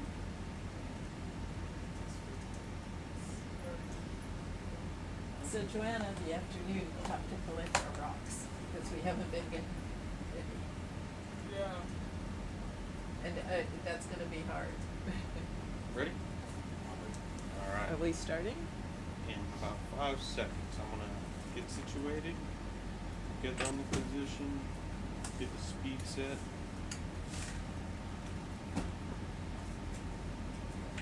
About the same speed on this transect too? Yeah. Please. All right. Long black. Did we start? Did we start? Is that a good speed there? Yes, please. That's great. All right, let's go ahead and start transect now. Start transect 3.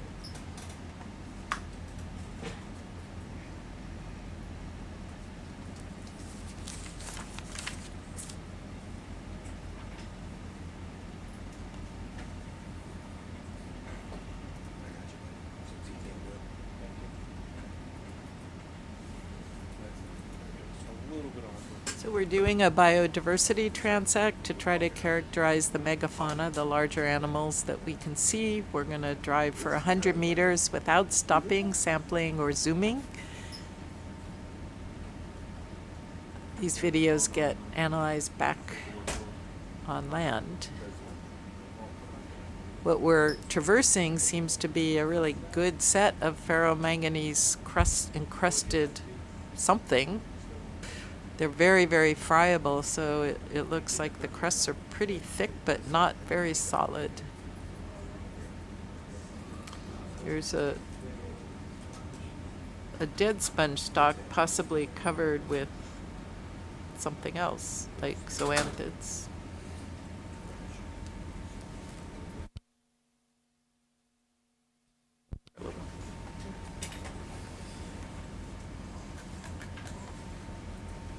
Keeps going.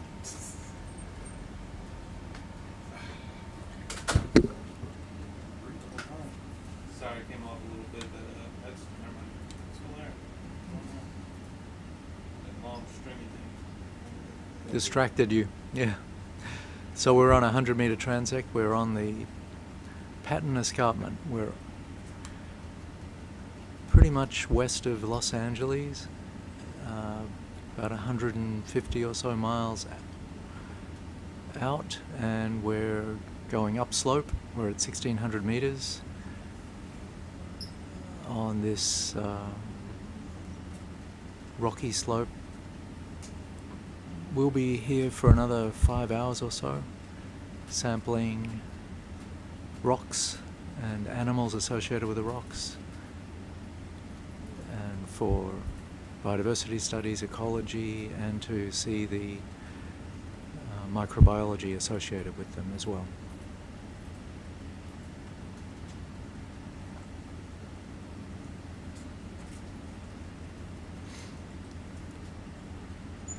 We started this morning at about 1,800 meters, so we've come up 200 meters now.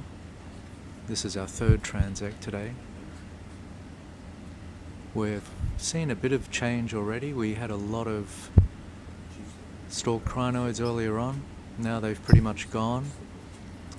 And we're starting to see more and more sponges and corals.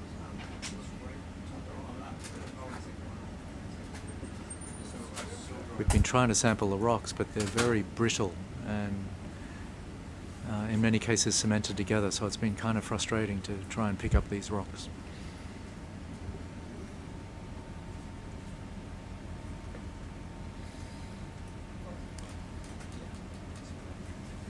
Some more upside down bivalves. They like it in under the overhangs. They do. That was a pretty diverse little patch we had with corals, crinoids, sponges, hemichordate, lots of different things, and I think I'll choose that screenshot as a background on my laptop. Do you have to wonder what feature makes it so popular, makes one little patch of rock so popular for many different animals?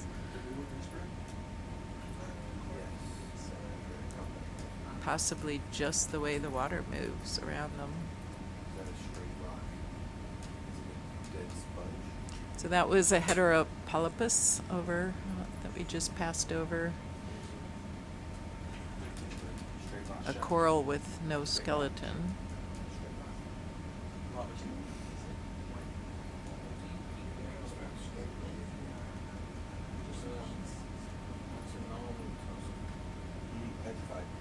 Some shrimp.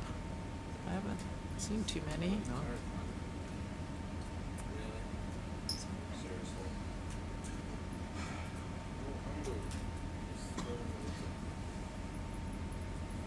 Black coral. Garen. Hey. Hi, Garen. You're right. It's rockin'. It's friable rockin'.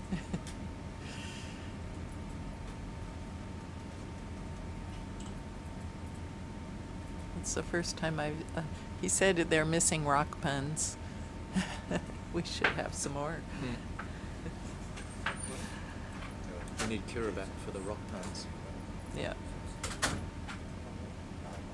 Maybe I'll let her go on for an hour or so with Paul. She said she'd like to have an hour of your watch. Yeah, if that's fair.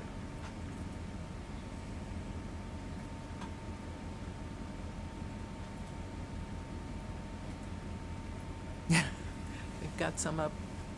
The problem with puns is sometimes you can take them for granted.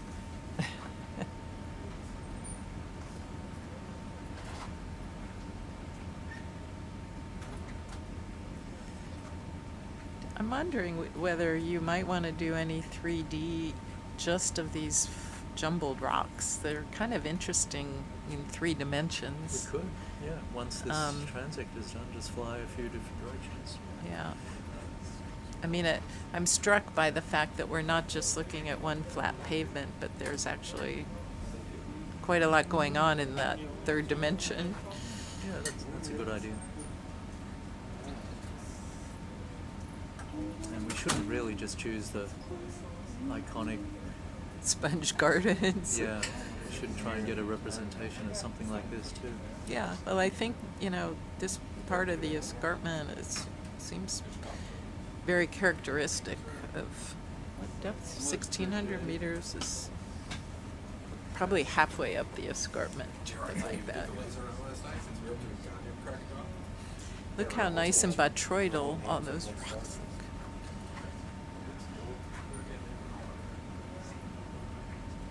Although that's probably botryoidal means grape-like.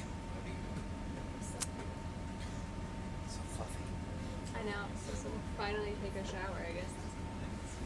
We were gonna mention it.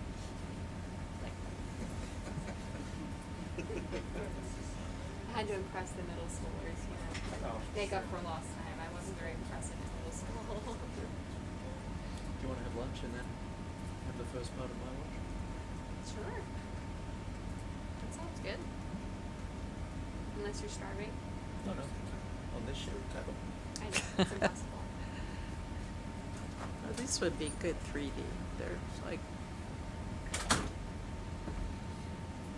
But the last rock was crumbly too, right? yeah, we've tried to pick up several, and Yeah. they've all just disintegrated in the claw, so but we got a few good pictures of the Here, crust. it's over there. Yeah. It's amazing that a dredge got the thicker crusts. I guess if you just scrape it off. Well, it probably didn't mind that they were disintegrating. A basalt on my senses. Garen started the puns, so Uh-oh. now it's rock puns. Those are good ones.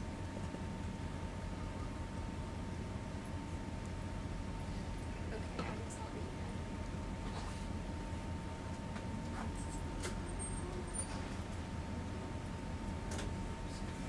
read There's a flat. Oh, it's just another one of those sea cucumbers. Yeah. What about The red. the red thing? I can't see them No. while we're on transit. Maybe It's another- frustrating. It's another cucumber, just looking head on.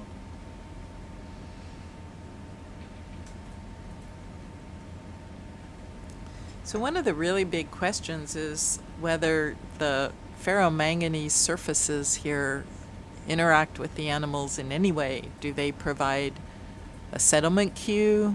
Do they provide nutrition for anything scraping the rocks? Do they create even changing the texture of the rock and making it a little wavier or bumpier means that it might be easier for larvae trying to settle to have something to grab onto. So, as compared to a very smooth, shiny rock. We don't really know how the animals that are here are interacting with the mineralogy of these rocks, and the microbes that precipitate those minerals. So that's an important question out there.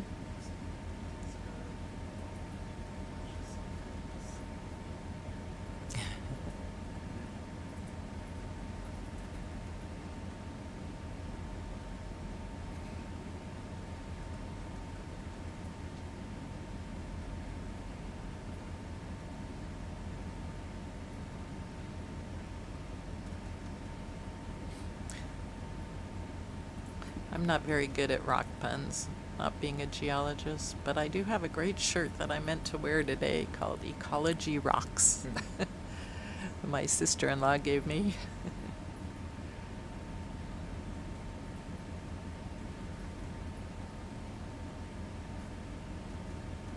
Well, we've got another week. Yep.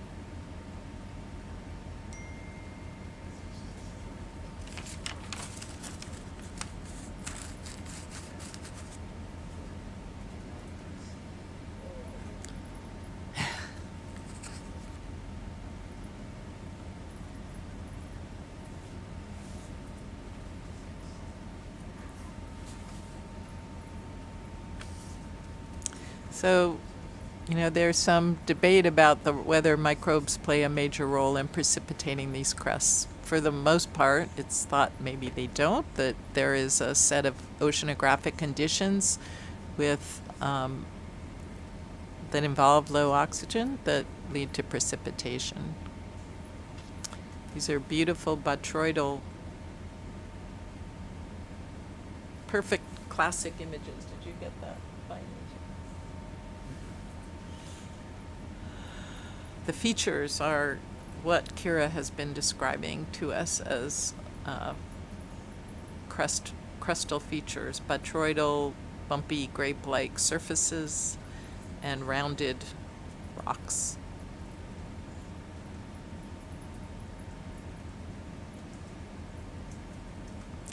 So I think, Devin, when we quantify the animals here, at least you can quantify them as ferromanganese crust faunas.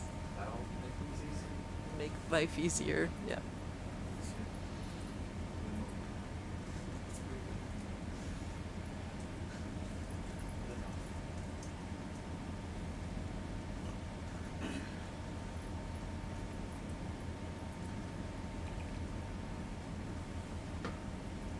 Right, so Doug Sweeney's comment is maybe the microbes aren't really precipitating the rocks, they're eating the rocks or breathing the rocks and using the elements there.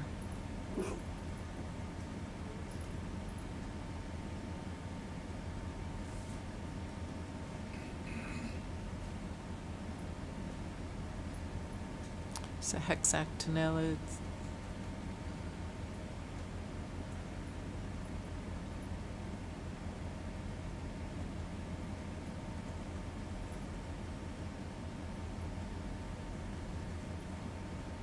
These transects have a couple of purposes. They, as I said, they're for characterization of the biodiversity of the larger animals, but they also make us keep moving so that we can cover more terrain during our dives. We always set up a very ambitious dive track that might be 1.5 or even 2 kilometers long, and we almost never get to all our waypoints because there's so many fascinating animals down here, some of which haven't been collected before, some of which potentially hold interesting secondary compounds. So it's really hard, and we want to do a lot of collecting. So it's always a trade-off between moving and exploring and seeing more terrain versus stopping and sampling. The transects ensure that we move at least a little bit.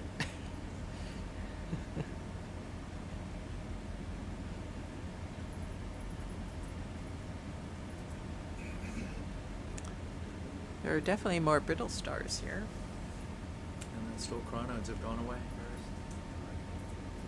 Or the yellow ones. The higher crinids have gone. So as we climb, we are moving towards the oxygen minimum zone. We're still well below it, but even the small changes in oxygen might matter to some of the animals on the bottom. What is that straight in front? A black coral with a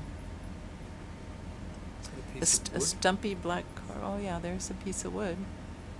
Oh no, it's a plate. It's a rock, flat rock. It looks wood-like. The white what? The white coral at the bottom of the screen right now, I think that was Paris. Is that a black coral or something else? That's something else. A nocticoral? That's an octocoral.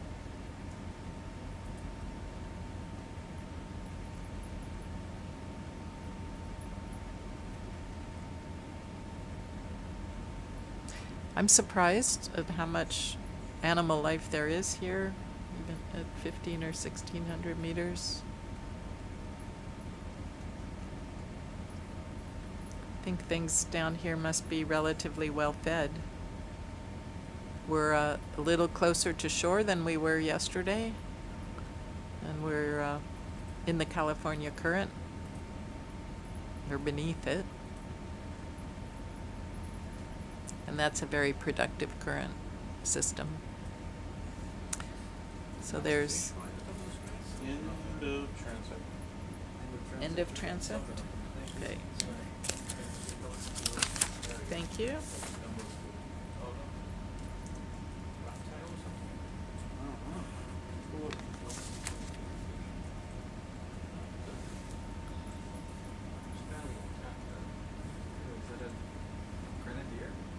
No, I don't think so. It's one of those ancient-looking creatures. What do you call them? Chimera, thank you. I'm not sure. It might be a rat tail. We have to get a better look at it. It doesn't look very happy.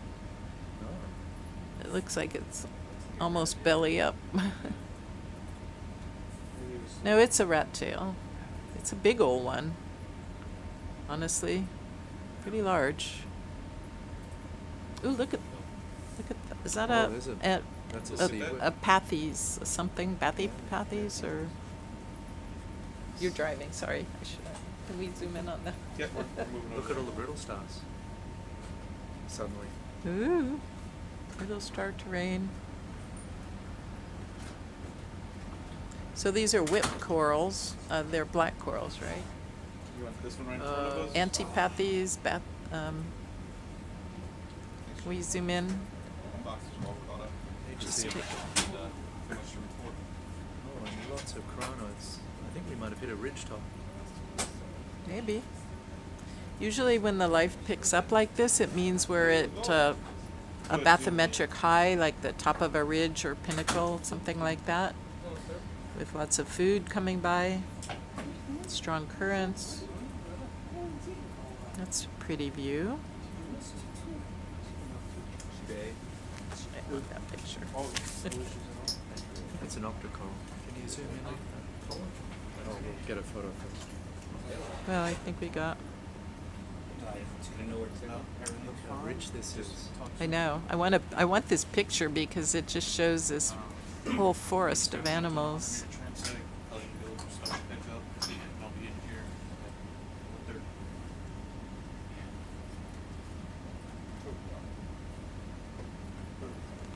You want me to zoom all the way? You want to look at the polyps? Just to get a polyp. Okay, let's just go in here. Woo. See if I can.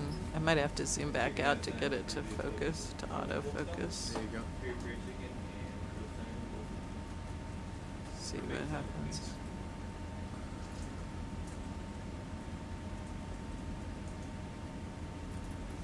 Yeah, it's an octocoral. Not a black coral. No. Interesting. It's got the same large morphology as the sea whips, and it's got eggs. Yeah, it's several meters long, I think. So if you take a piece. Do you want a piece of this, Johanna? I think so. Yes, please. I'm waiting for a call to comment as well. Okay, what I like to do is just get a picture of all the life. Yeah. A portrait, a landscape shot. So Devin, take a couple, please. Yeah, yeah. 4 a.m. I am on 4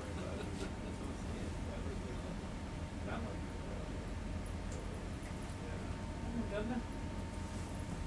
So crinoids, octocorals, brittle stars. There's an acesta bivalve. Is that? Oh, what is that? Almost looks like a sea spider. Oh, you want to to? be a good place to do a 3D. 3D. Once we sample, or What do you want to do it So I'm wondering, should we get a Niskin chair? We haven't done any Niskins, have we? Yeah, that would be a good idea. How about we do 3 Niskins here, because we'd like 2, assuming we're going to get rocks somewhere along the way.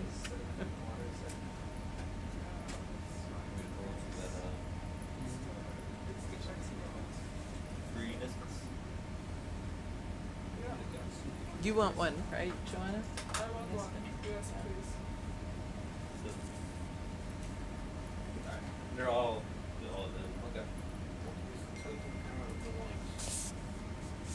Nuclear hot?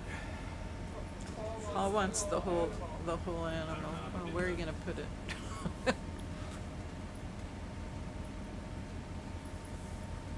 I'm not sure it'll fit in anything anyway, so.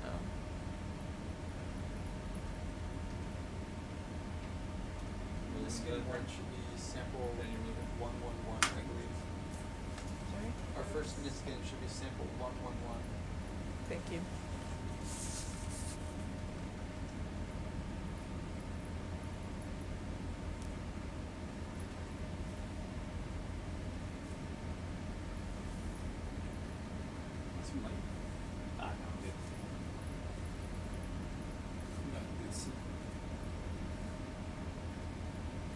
I spend a lot of my time in dark bars, so I can see what they have to do.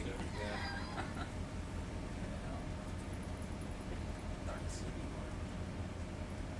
If I find the right CD bar. Yeah, this would be it. So we'll do the 3D after the coral sample, or you want to do it before we take Do it out the after. coral? there's other corals. So Okay.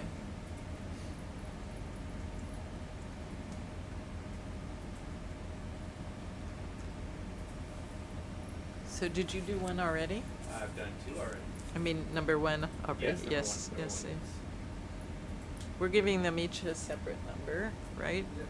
So there should be Niskins 1, 2, 3 samples 1, 111, 112, and 113. Cool. Alright, go for it.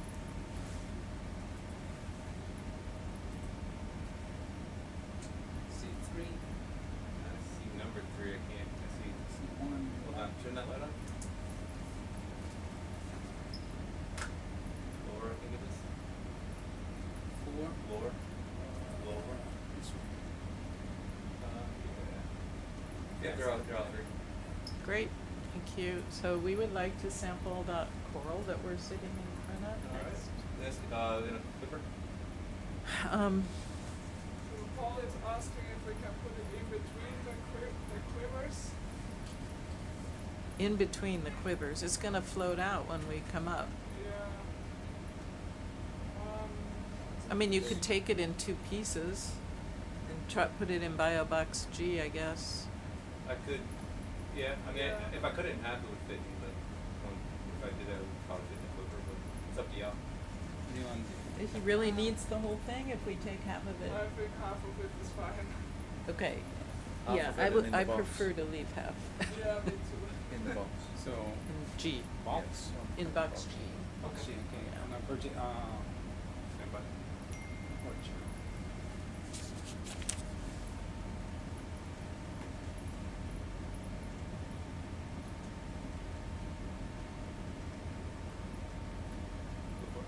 We've got coral cutters. We should be able to cut it. Yeah, watching out. That's so interesting, though. I haven't really seen an octocoral in that shape before.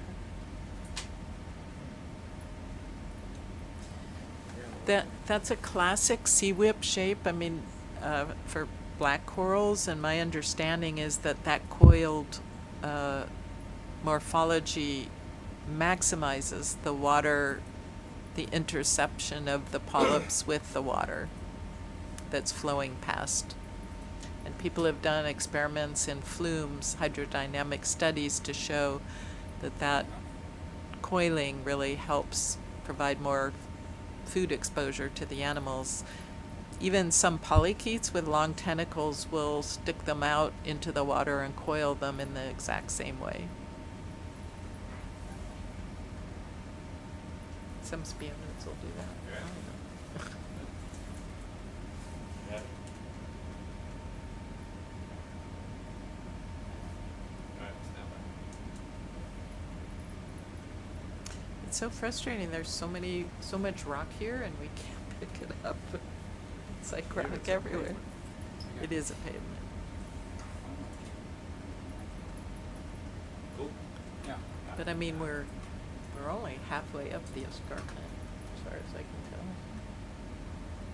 I think the shallowest is maybe 800 meters. Or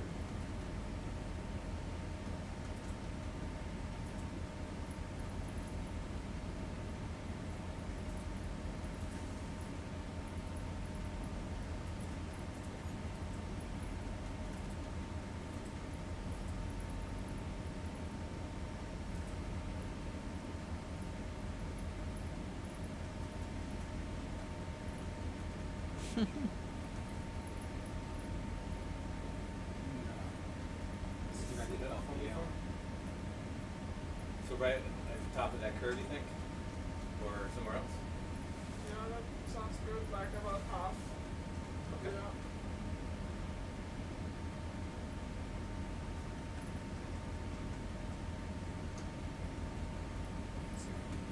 Some You're fine.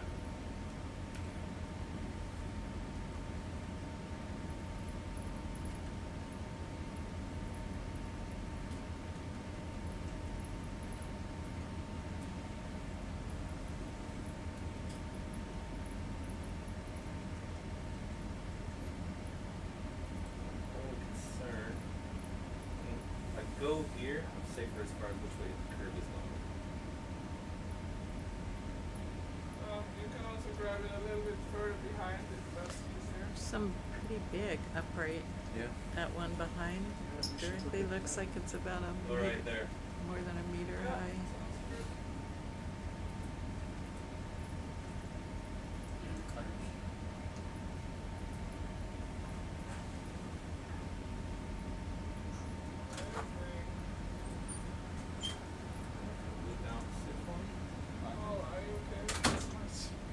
Grab lunch. Alright, so just in the box next to the box. Yeah. Alright.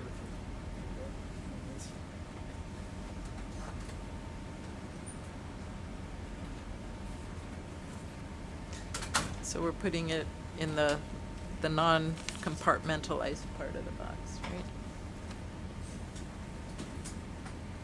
Yeah.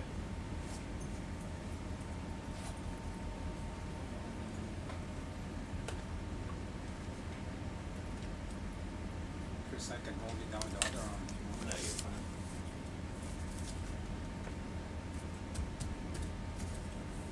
Watch the camera to see. So what sample is that? 114, SCB 114. 114.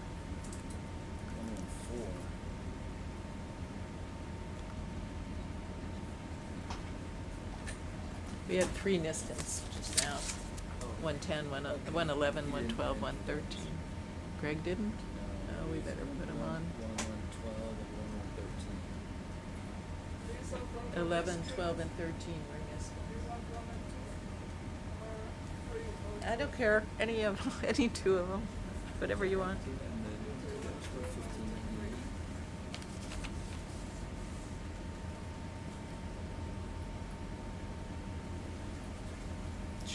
You can see them trying to squish your coral into the. Yeah. We've got a question, how long do we think that sea whip was roughly? Couple of meters? This one's No, I don't know that we put the lasers on it, but it's more than a meter, I'd say. Pretty long. We can measure this part when we get it back and double it and tell you, but.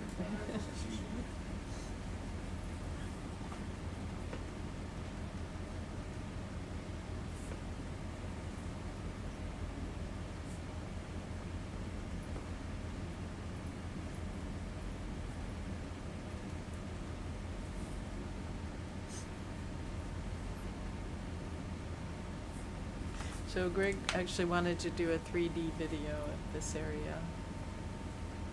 This is a really super, you can Yeah, see yeah, there's yeah. loads of life here. Yeah. And there's some. I mean, we gotta go check that guy out too, because that's another coral. There's some really big Yeah. corals. Yep, this is a great coral spot. We haven't been very successful with the rocks yet, so we'll hope we'll Which is be really able to get. unfortunate. But so you won't, because for me, I don't care if it breaks and crumbles, because we get to work with it. But you want like you want an intact rock, or it's not good for you. Good fish. Grenadier. Yeah, but we've, so, you know, you only have 3 quivers left here. Okay. We need to get some rocks. Been a good day for sponge and coral collections and. No.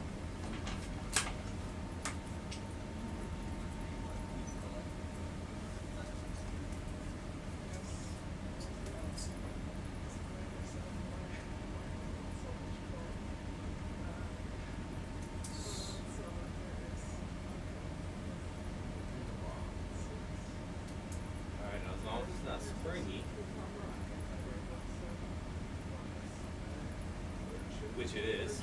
Alright, so Is that Well, okay, let me just ask them if it matters. They may not care. If we can close the box on it like this. yeah, I mean it was in there, but it just sprung out.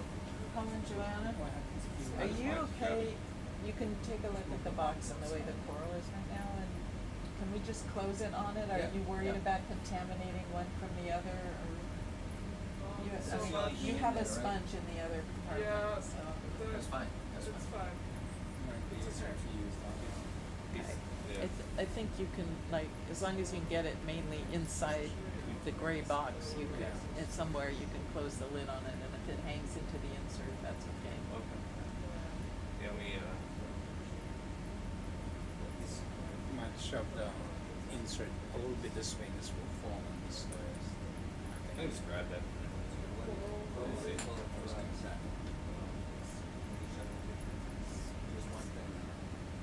Disappointing because it went in there so nicely until it sprung out.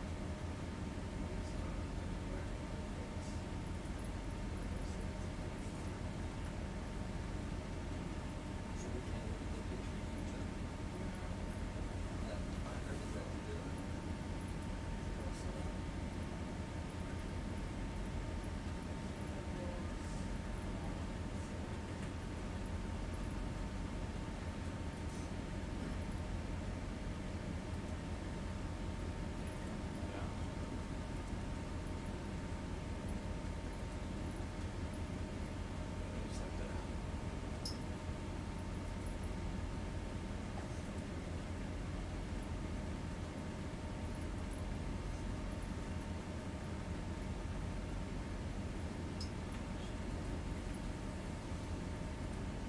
Oh, very tourist one. Okay. That's the worst. What do you mean? Well, it's Microbes it has. and that's it. That's pretty much it, yeah. Unless we want to have some other herbs, I don't know if you're looking up close to. There is this option called. I don't know if you're up close to Joss when you got it. Wouldn't mind getting the exit in the middle of this. So this spot that we're working right here looks quite different from the other places we've been on this dive. It looks like a somewhat flat ridge, but you can see the density of life has really picked up. The density of brittle stars is much higher. There's sea urchins. There's all different kinds of corals and sponges, and this is sort of what you get when there's an overabundance of food. So once we finish collecting this coral, we're hoping we can do some 3D imaging, create a mosaicked three-dimensional representation of this habitat. Oh, right, yeah, because we have to move that into the hangar, and that was sort of wiring from there to here. Okay. I can maybe, no, I don't want to. I have a list. So I'll find my arm. Yeah. It made it worse.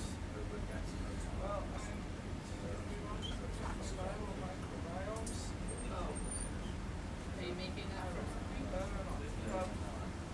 Yeah, but like we have quite some things, and maybe some other day we don't have to work. Microliters per micromoles per liter. Most of our dissolved oxygen is measured in micromoles per liter. Okay. Lisa, micromoles per liter. Yes, Yes.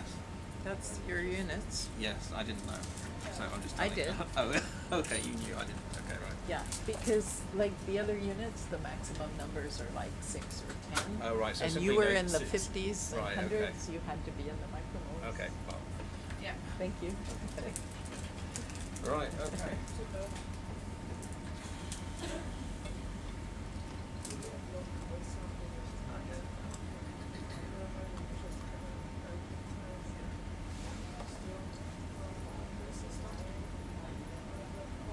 I'm guessing Kira's gonna come up, right, and do an hour next hour. We've done transits 1, 2,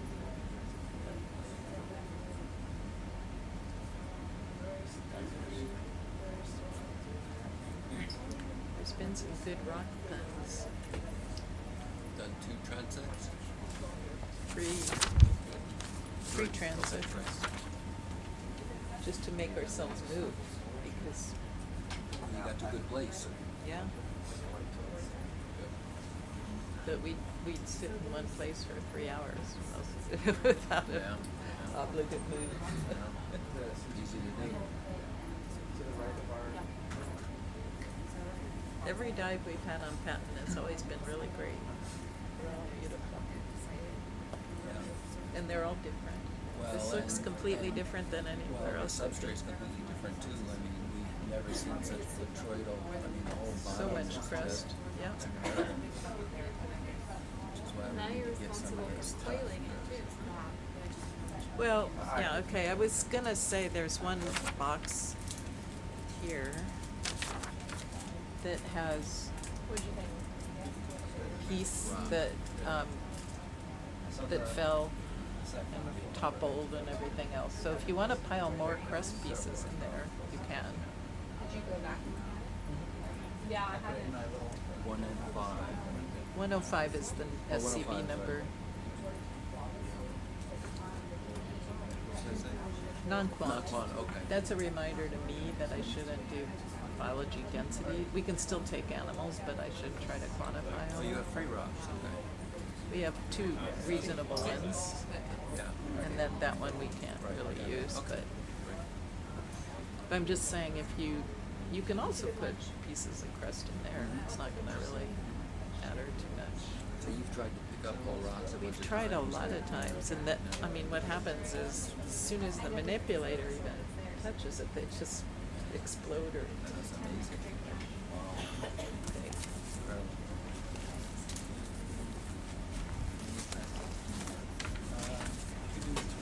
Two more. Well, maybe. Sure, that's a lot of work. You don't want to add a lot of that. No, I'm kidding. I'm undergrad this thing. Oh, okay. Two more. Do you want this, Lisa? Two more. You got it. Take your time.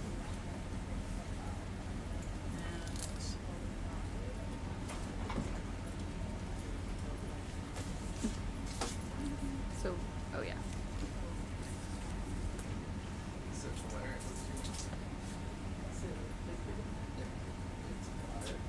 Sorry.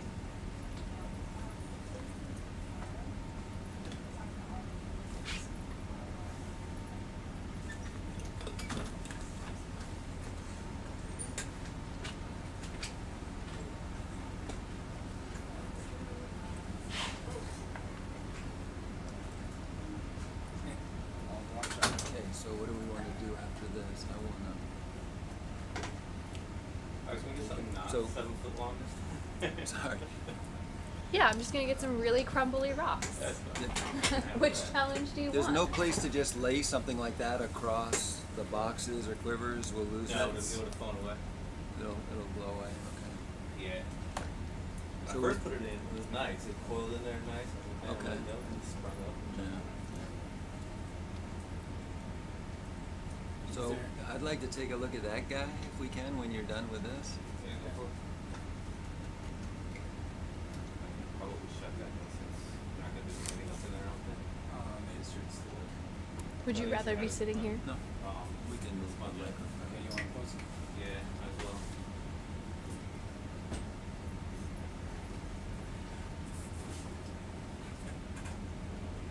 Then we can try for some rocks.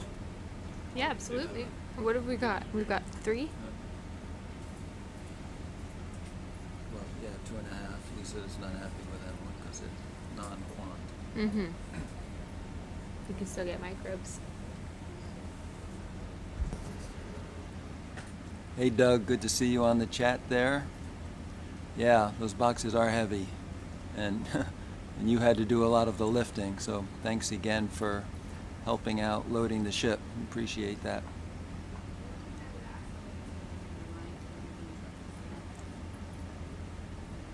So we're seeing some octocorals we haven't seen before out here. That sea whip was one we haven't collected, so we're very happy to get a sample of that. And once we get the box closed here, over to the left in the horizon, you can see another branching coral of some type. We're going to go over and take a look at that one and hopefully get a piece. Hopefully maybe a piece that's easier to get into the box than this last one, which proved a bit of a challenge, as you could see.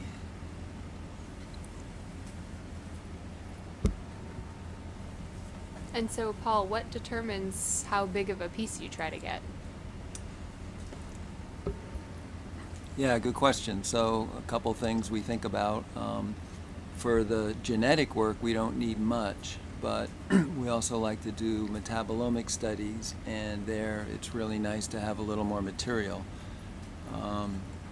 And so in many cases, if you can get up to a kilo of a sample, that's usually facilitating. Here we're not collecting samples that are so big, and so we're usually trying to get a couple 100 grams of every sample. Sometimes it's a little hard to judge how big some of these things are, and things like the whip that we just collected don't amount, they're long, but don't amount to much at the end of the day, and so it's frustrating. It's not so easy to get back out here to collect more, and so it's nice to have a facilitating sample while we're here. We're just going to test one rock while we're let's do seated. it. No, let's do it. It's a good idea. Which one are you going for? That This guy? one. It looks loose. Could be loose. A couple of or- these ones. Yeah, they're just. I'm curious. So I haven't. I like the big, huge lobe on that one. So we're pretty excited about the rocks here because these are some of the best crusts we've seen so far, and unfortunately they've been particularly difficult to collect. And so Doug, who's on the line here watching, is a microbiologist, and he's has some hypotheses about the types of bacteria that might be living on the surfaces of these rocks and taking advantage of Pick it up and see. one. Yeah. Oh yeah, or the one with Yeah. the brittle stuff. And so this is a little frustrating for us because Which one would you rather do? it kind of cement all the rocks together. And so it's been very difficult for us to, as you can see, these rocks are basically glued to the substrate, making it very difficult for we've got a loose one. Oh. You can pick it up and see, yeah.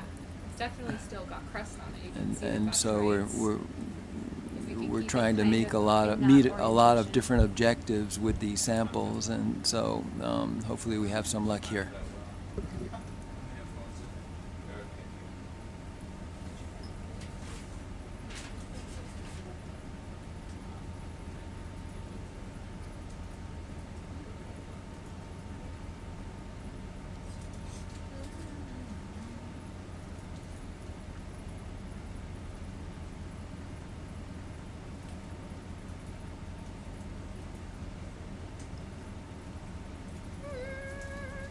Come on. Yeah. Just don't break. No, it's all crust. That's like pure crust. Could we just wonder? Lisa said we can just put pieces of crust in that box if we want to. Yeah, At some point, it I won't don't- have spatial context, but She won't we use can. it, but I guess. Is there anyone you want to try? Let's try again. This one's too big, huh? I mean, I'll have to pick it up and see for sure. No, we can move on. We can look at the coral for, or if you want to touch it. Yeah, I do.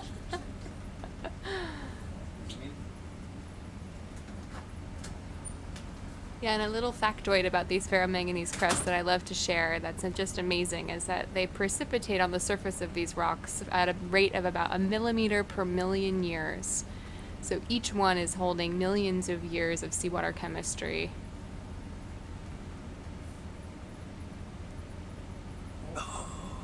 And it's got some good bio, is it too? How big is that? It's really long. Don't squeeze too hard. I got it.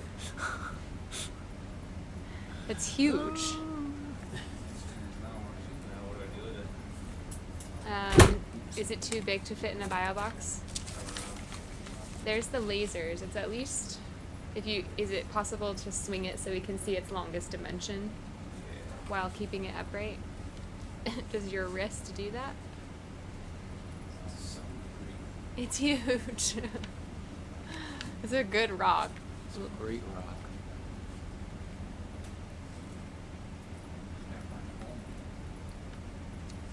Well, it would fit this way. It's just a matter of up and down if the Does box will BioBox close. G have an extra insert in it? It's a very precarious grip Yes, on it so does, make up but your mind. it already has something in it. There's one insert with something in it, and something in the other. Well, we can at least get a beauty shot. I think it's too big for our bio boxes, unfortunately. Lengthwise, Yeah. it won't close. Alright, Do you guys agree? It's longer than 20. it's, I'm gonna try to Yeah. see if I can get a better. What's the height of the bio box? 22 centimeters is the longest. Yeah. The height, Yeah. 22. Good. Okay. Well, we'll have to just set it down and say goodbye. They don't have a porch. They have no place to just lie things down. Do, you just want the rock, right? You can put it behind the firebox and Yes, it it's won't. gonna, all the animals gonna fly off. I'll take it. We can get another crust. If you just want a random piece. Well, we have it in the jaws. Just, if it's not for bio, we can just take it. Okay. Alright. Yeah, if you look at that sit right there, that's pretty long. So it definitely won't fit in the box. But we can put it behind it if you just want the rock. Yeah, as long as it's alright. You're pushing out. That won't prevent opening the top or collecting other things. Yeah. So. Everyone in the chat. Keep that rock. Yeah, let's keep the rock. I agree. Thank you.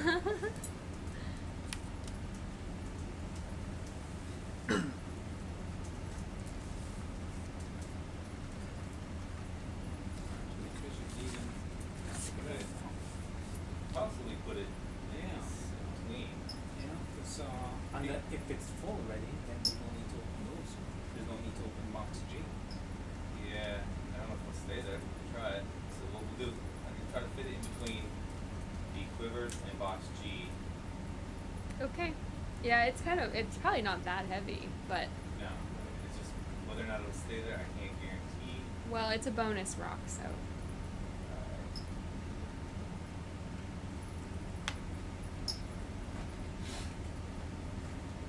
You can drop to the side of it. We always get one big bonus rock. Yeah. We got that giant, Oh yeah, that's right. like 40-pound phosphorite last year. That's just breaking Torch apart. out, you know? It won't fit. I follow up. What about here? Still over there? Over where? Oh, on this side? Yeah. Can we do that? Yeah, porch up. You're pushing out more. Be a great doorstop. Alright, let's watch the, alright, look to your left and watch that box. I'll do it with the same camera. Keep looking. It's following. Because you're leaning on the box right there. And then we porch out. Alright, well, we don't care about, I can pick this up the other room. That's right, Caitlin. We always need at least one porch rock. In, actually. Porch in. That gray box is shorter. Alright, I'll stop. Porch rock without a porch. Porch This in a is- little bit more. Sorry. It's still the porch. It's the side porch. We've Alright. I think I need the porch in a little bit more. Just swing to the side.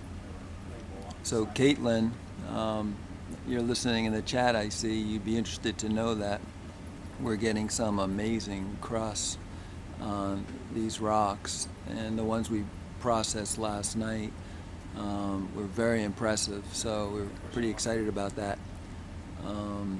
Caitlin was on the last cruise that we made out here, and she was got to see some of these rocks and help process them, and these are getting some really quality samples. So pretty excited about that.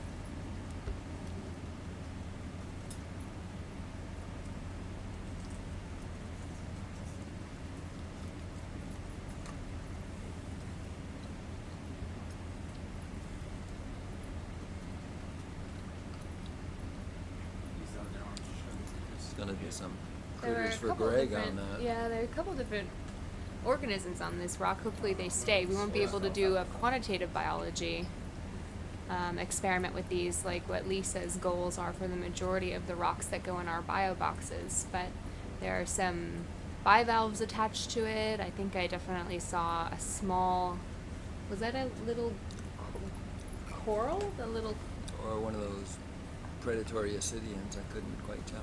yeah. And probably some worms hanging off. Oh no. That's okay. It's okay. It's fine.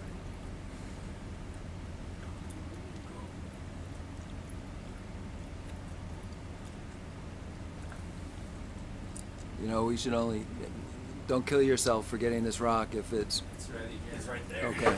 It's the easiest word, actually. We had it in our grasp, which is why I wanted to keep it.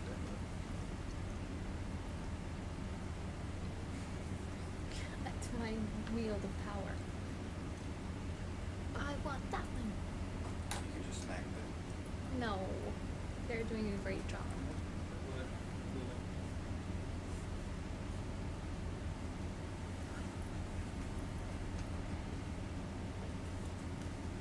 Yeah, and the other, in this view, while the ROV pilots are working diligently to pick up our favorite rock, we see lots of brittle stars covering these ferromanganese coated rocks. Any other things? A few small shrimps swimming around. What's this thing? Is that a crinoid? Looks like it, yeah. Crinoid near the top of the view.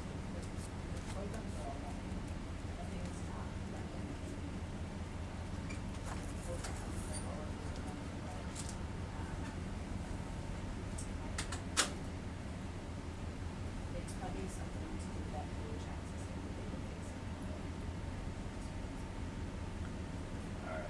Now, pork chocolates. Yeah. Like Like, what's that thing? Oh. We can leave it, Look it's like that. okay. No, now it's better part. Getting that rock, Takes us all day. Alright, go last try. The lights on or? Okay, come on.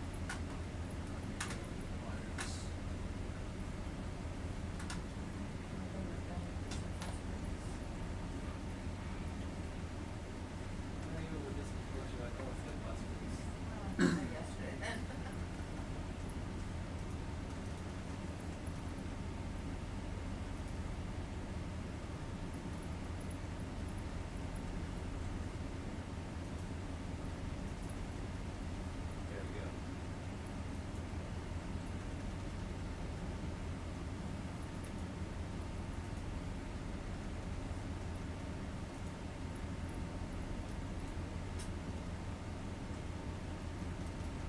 Just broke.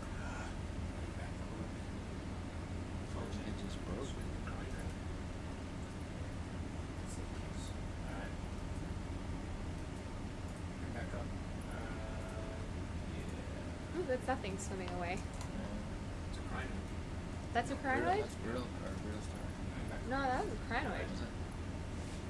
No. Okay.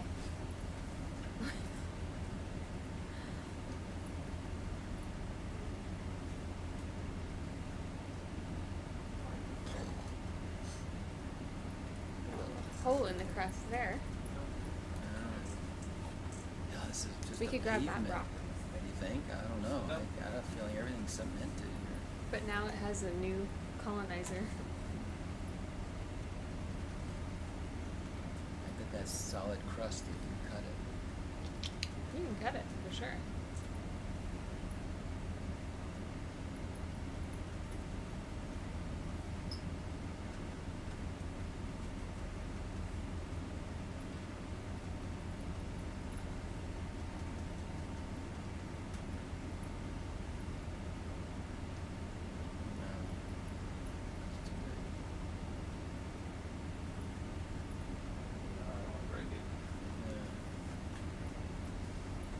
We're gonna have to swallow our pride at some point, guys. Alright.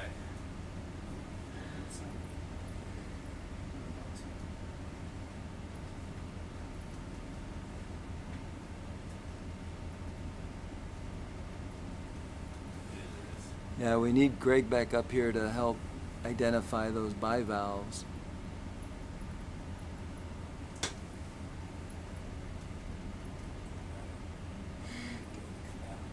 See? You want to turn it? Yeah. And then I can porch out? Yeah. It's got lots of holes in it. Same. So brittle. Now it would fit in the bivalve. Just chop down. Mississippi, see? Yeah. Porching out. Yeah. Okay. So if you're interested in the bivalves, Greg says they're all Acesta. That would be the genus. Inside. You have your rock. All right. Well done, guys. Thank you. I'm Woohoo! impressed. The YouTubers will be happy not to lose the cool rock. And we are too. Okay. We'll see if we can get another one near that coral patch in the upper left. We just having that. Okay. Here we go. It's interesting on a lot of these rocks that are outcropping, you'll notice the surface is a lot more smoothed. So as the sediment-rich waters flow over it, the upper parts of the crust start to abrade away and you get a smoother surface. And then on the parts that are sheltered from the current, you have that really bubbly botryoidal texture showing the fresh precipitation, where those are still actively forming today, likely. And here we come up on this. Is this the coral you wanted to check Yes. out? Just want to make sure it's not dead and encrusted with something else.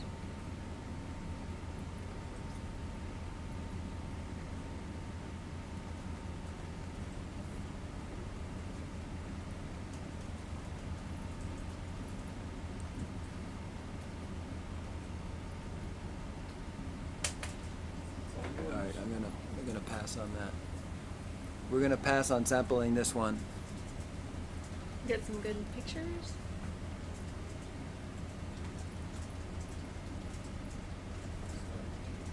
So carry on. Don't forget 3D Yes. flyover. Oh. Of here? Maybe Greg should come up, right? Yeah, I think that Greg wanted. Did they talk to you about maybe doing a 3D flyover around this? You mentioned something about 3D. Yeah, I think where we saw these really long You're gonna fly, John? corals. You here to fly? Next to the line. So Let's get in there, let's show them how it's done. Should have an assistant. We're just checking with Greg.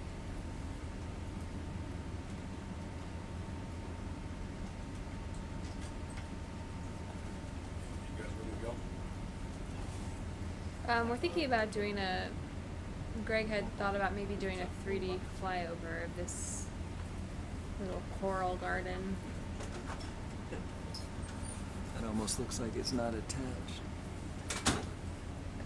So which you want to get these corals in there? How? No, we're not gonna. No, I'm talking to Greg. Oh, sorry. If you could make that the center and then fly in a circle around this. So we want to get the terrain as well as that.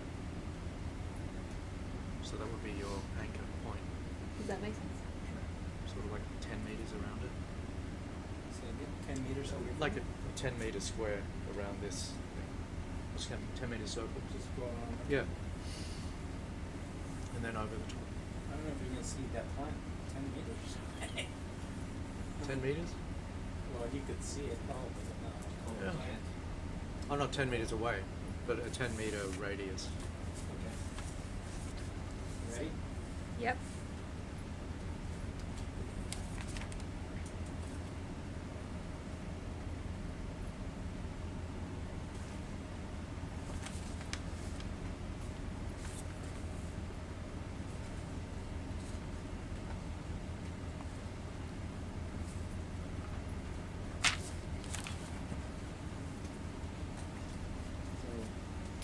So we've been doing some flyovers at a approximately 5-meter radius around some of the really lovely topography and biology features that we see, and Greg Rouse is going to work on doing 3D mosaics of these, where you'll be able to get a total 3D view of the rocks that we're seeing here and this interesting coral with all of the crinoids or stars, I can't tell. Crinoids living on it. Brittle stars all over. And brittle stars all over the rocks. And I think in these 3D mosaics you can even zoom in and get really great textures and almost create like a 3D model. So we're trying to do several of these throughout this expedition.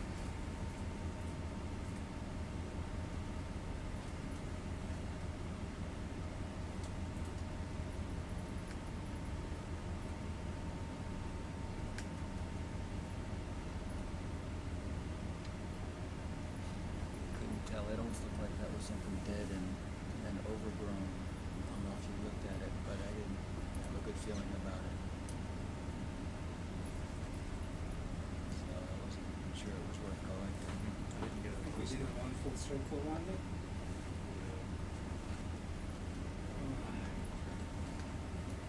Didn't look very healthy. So,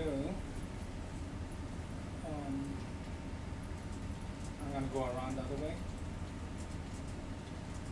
Okay.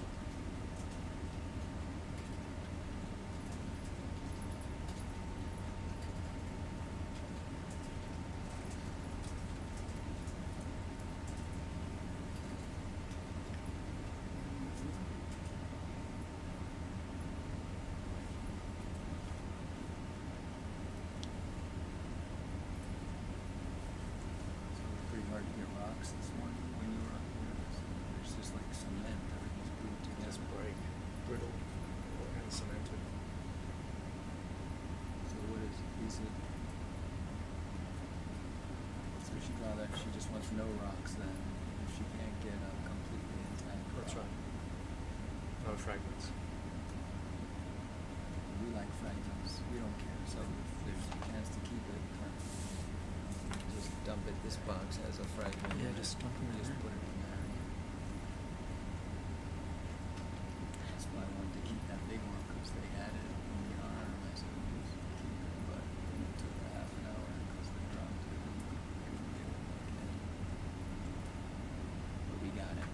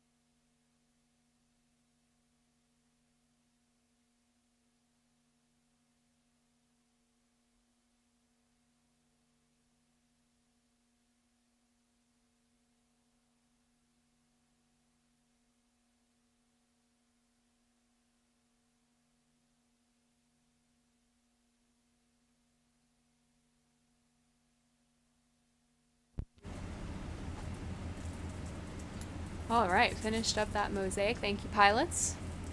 We're gonna continue on our dive track. Do we know how far we've made it? How many waypoints we've hit? Coming up on waypoint 2 right now. Sweet.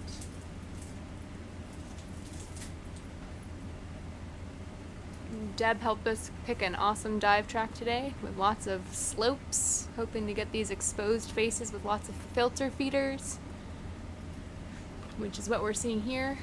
A really dense band of brittle stars. and crinoids, a couple of large corals. So we'll see what we see as we continue upslope.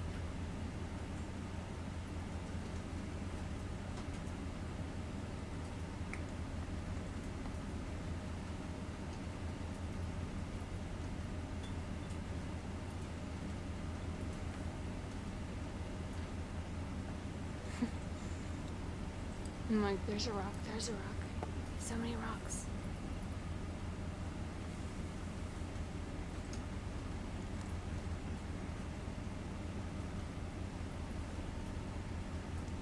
There's a little field of rocks.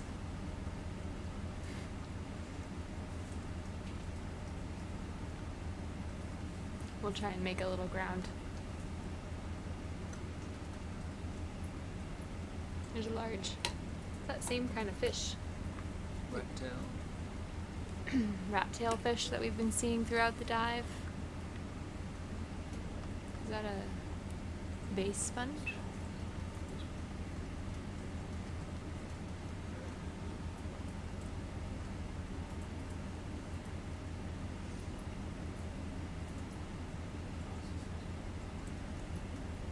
Where's the radar?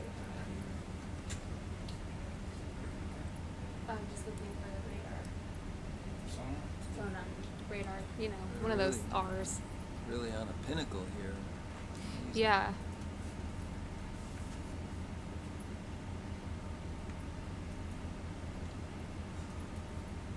Yeah, we're sort of climbing up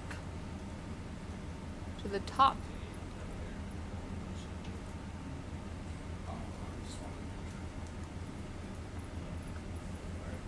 We're heading off into the abyss. So Franklin, I'm trying to get an answer to your question about availability of some of these 3D images, so keep you posted on that. I asked Hannah too, and she hasn't gotten back to me, so that's why I haven't answered. I know there's a website where you can post their stuff to it, but Is that a coral?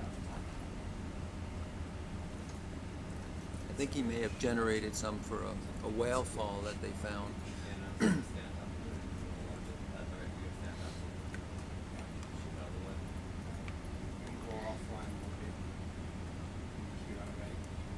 Okay. Because we're on top of a ridge. We'll just stay on top of the ridge, or we want to go down. Let's stay on top, please. Fish up here.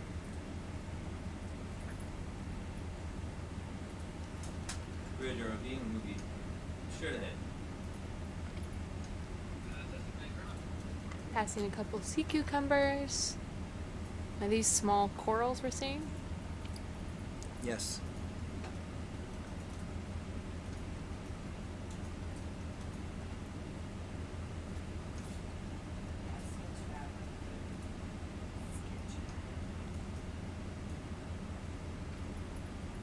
I'm like,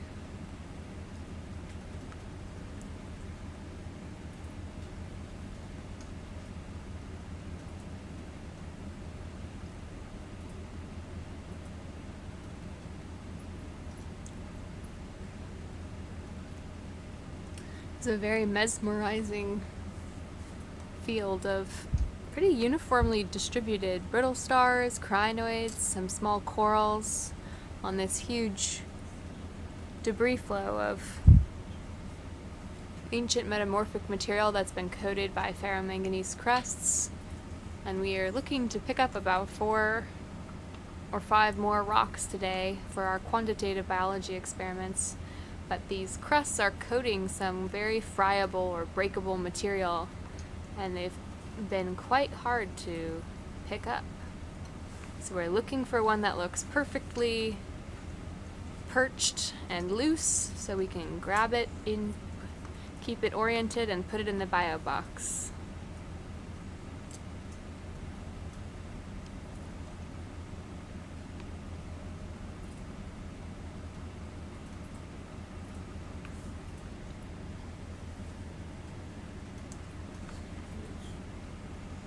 What about that one? Is it humongous? Looks connected. Hey, It's hey Deb, can you see our chat? Yeah. Greg put that link in. Oh, your If- chat. if- No. What is your chat on? I think it looks stuck. Ooh, Can there's we- just crinoids swimming. Can we have Deb She had somebody put Sketchfab in there. through our WhatsApp? No, You said somebody. what it was, but I'm just looking it up here that said like actual link of it. Is Sketchfab. it Rosebud? Sketchfab.com/3D models. Yeah, but which whale fall is it? Rosebud? or- Davidson. Octopus Gardens. Whale Fall at the Davidson Octopus Gardens.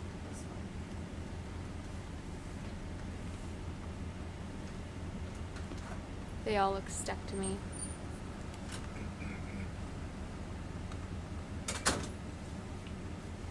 I forgot to tell you, but Al.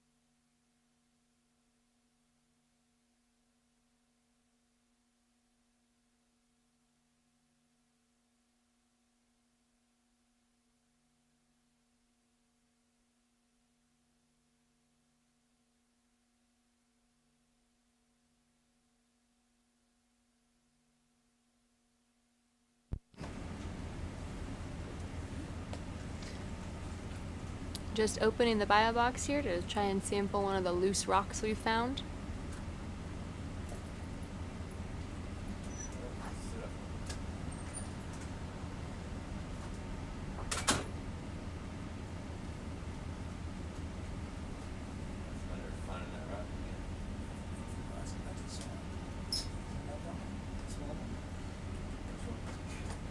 Yeah, it's that kind of angular one is the one you poked. Yeah.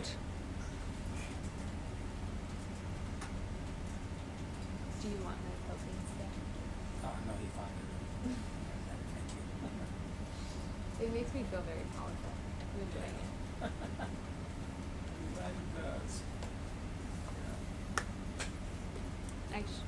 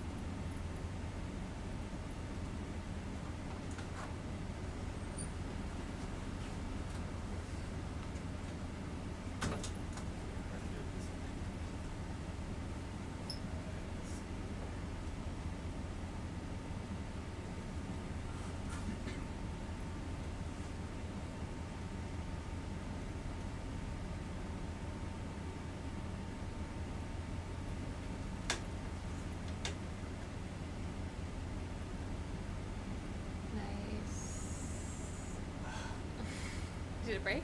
Yeah. No, it didn't. Just stop.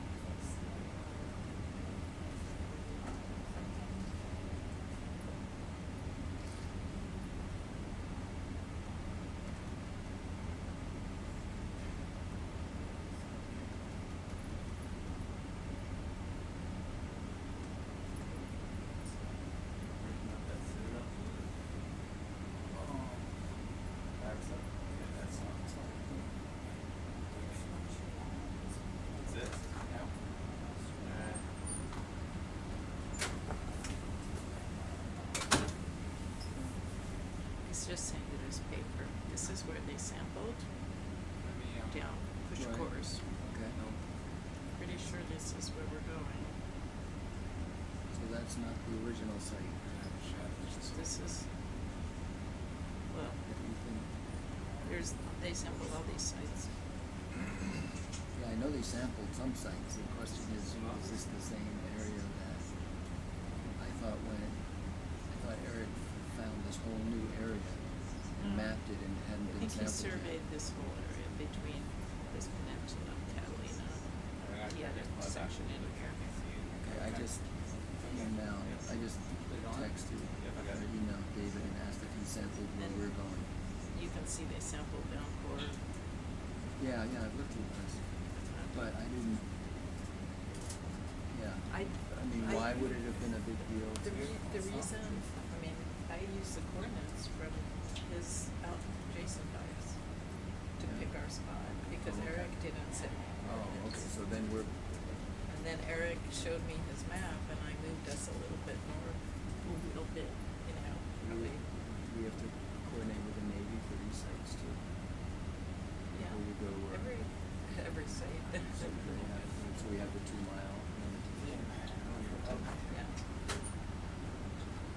Yeah. I mean, my understanding was the one site was known that David sampled and published on. And now this whole new field was found that Eric went out and mapped that it's really huge and extensive and no one sampled it, so no one knows what was dumped out there. So to sample where David's already sampled, I don't know if that accomplishes as much as going to the Well, new nobody area. told me where we wanted to go. I mean, Eric, my understanding was Eric just, I mean, so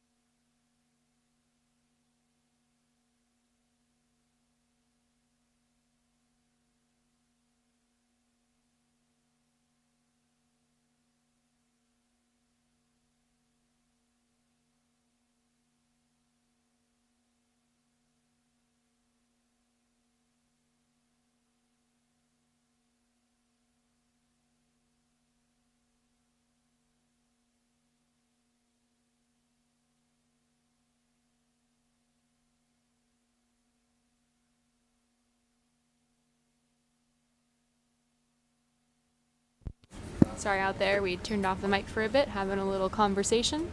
We successfully collected that thin ferromanganese crust. You can tell by the way that it crumbled that it's pretty much entirely composed of this ferromanganese oxide mineral accumulation that we've been trying to study. So we'll be able to do a quantitative biological assessment, and even though it looked like there weren't a lot of larger animals on that, there'll be plenty of small worms and tiny things, and we'll get some scrapes of it for microbiological analyses. So it's not always what meets the eye, is everything that we can see is not all that's on those rocks. So it was a great collection. Thanks very much, pilots. That looked a little tricky. And next we'll continue on our transect. We're along a ridge feature on Patton Escarpment, which is at the very outer edge of the Southern California Borderland. We call it the Borderland because it's this extended region of the border between the continental crust, which is the plate that California is sitting on, that's meeting the oceanic plates. And so it's the border between these two. And this is a special region of North America where this borderland region is about twice as wide as anywhere else in all of North America. So we're in a place that's very famous for the rugged topography due to a lot of different tectonic activities over the many millions of years that this region has been forming all of these escarpments and banks and ridges. And so it's just a really fun place to map and to dive, and collecting some rocks here today. Beautiful crinoids swimming through the view.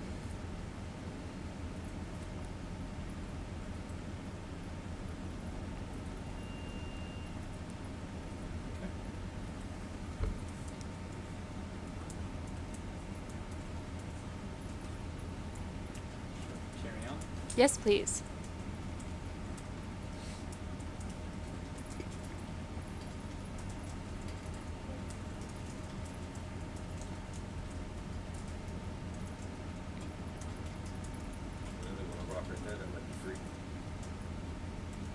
That one? What, sorry? Down. I missed it. What'd you say? There's another rock right. He's flying over it from can't see it anymore. I'm still there. Yeah. Some of the small rocks might be grabbable. Like just over here? Or here? Right there. Those two little tiny ones. Yeah, we could grab one of those. Maybe the front one with the brittle stars on it.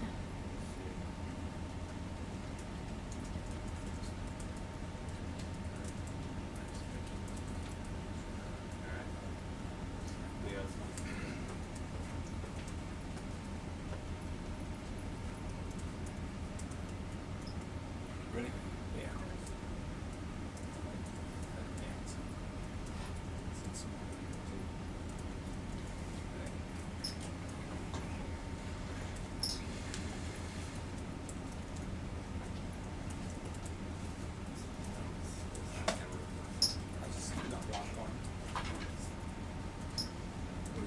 Put down the signs.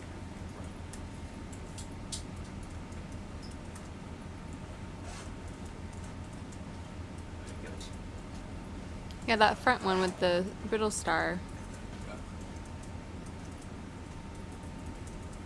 Good eye.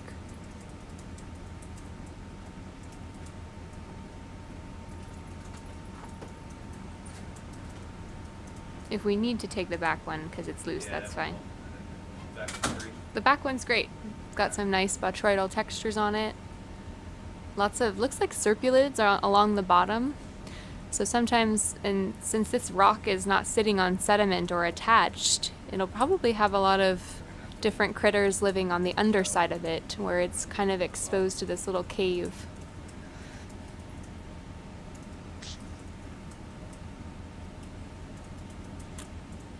Patton Escarpment has had a lot of tectonic activity, and it used to be part of an accretionary wedge, which is a fancy term I keep throwing out there, but it basically means when you have two plates colliding and one is sliding underneath the other, all of the sediments in that region will get smashed together and turned into metamorphosed sedimentary rocks.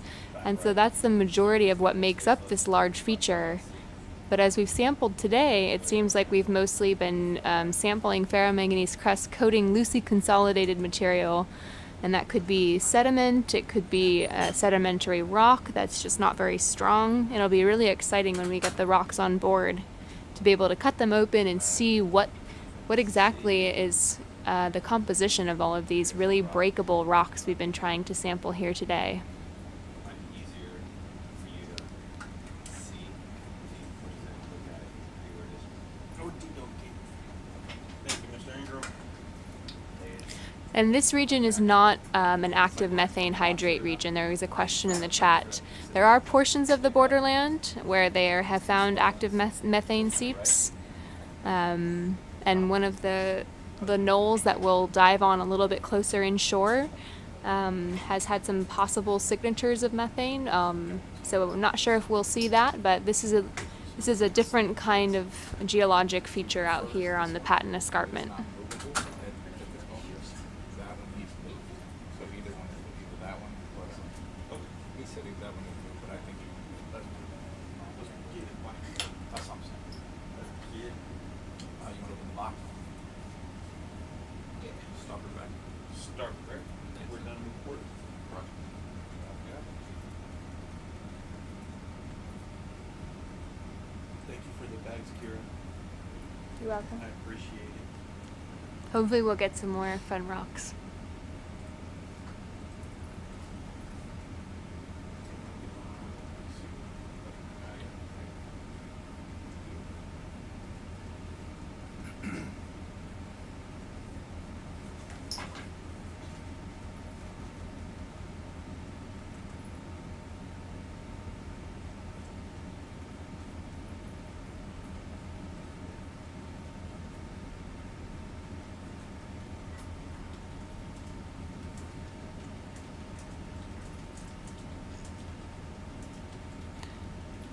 So what you're probably seeing in your view on YouTube, if you're tuning in from home, is our bio boxes. These are actually boxes that Lisa had made on shore, and they have a hinged door, so every time the pilots have to take time to carefully unhook the bungee cord that's keeping them closed so that they remain sealed from additional seawater filtering through. And we've got to open it up, and then inside are 4 what we call inserts, or plexiglass cubes without a top, and each one of those serves as a individual compartment for the rocks that we collect, so that we can get the rocks and all the sediment that comes with them, and every little animal that's living in and on them gets collected in its own individual compartment, so that we can do a quantitative analysis of how many living things are associated with that one rock. So we want to keep them cold and sealed off from one another so that the animals and the sediments from one don't fly into the other.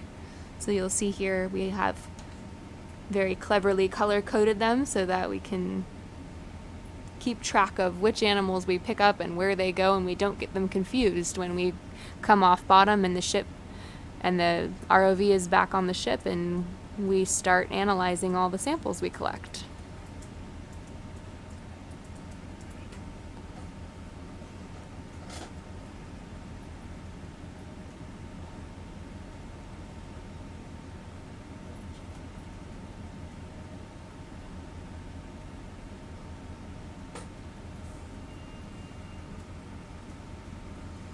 That's the one you like right there, right? Yes, please.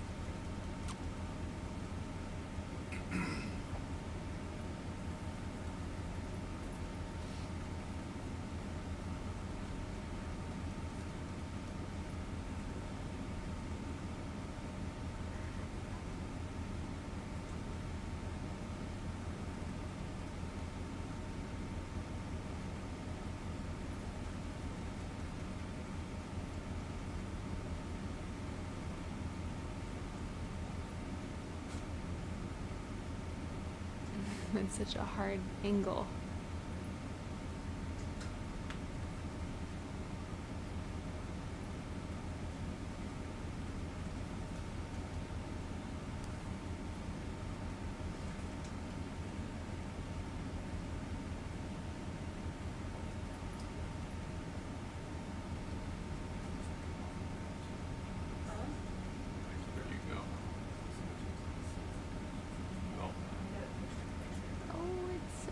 to hold.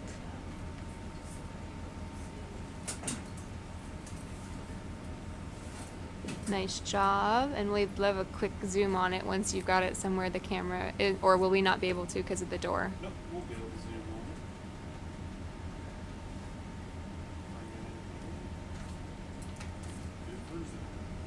on it. All right, one pre-sample photo, please. You can see where the manipulator has touched it. It's like exposing some kind of oxidized iron on the inside. But definitely on the right margin, you can see that signature botryoidal surface texture where we have ferromanganese more likely recently precipitating.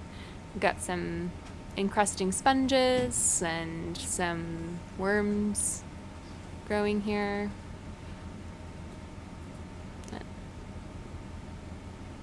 I don't know what the other things are called. Our Lisa and Greg are down in the lab working hard on the samples we pulled up last night. They're our main biologist IDing lots of these things. That's great. We're ready to throw it in a box. And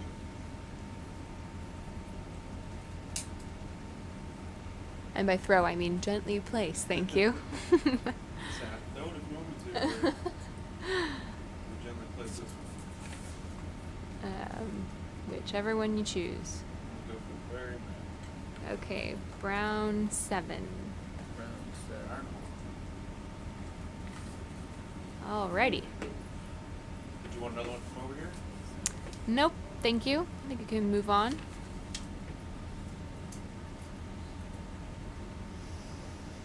We had an ROV pilot change. We've got Cody on the manipulator and Nick is flying for us right now. Doing a great job.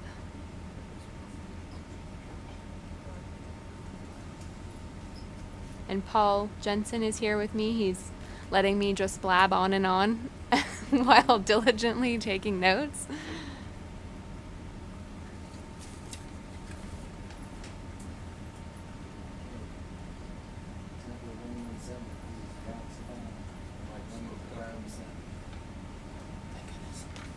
And we've got Nico and Michelle doing a great job doing data logging here with us. They have a difficult job of constantly taking photos and annotating those photos to try to capture the species that we're seeing, the substrates we're flying over.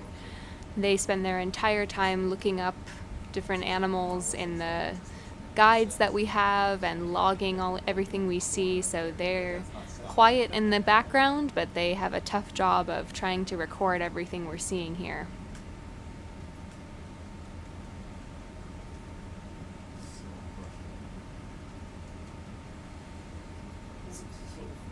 Because it's the same issue. It can't be the same. No, we can. Like, we make so many changes to it.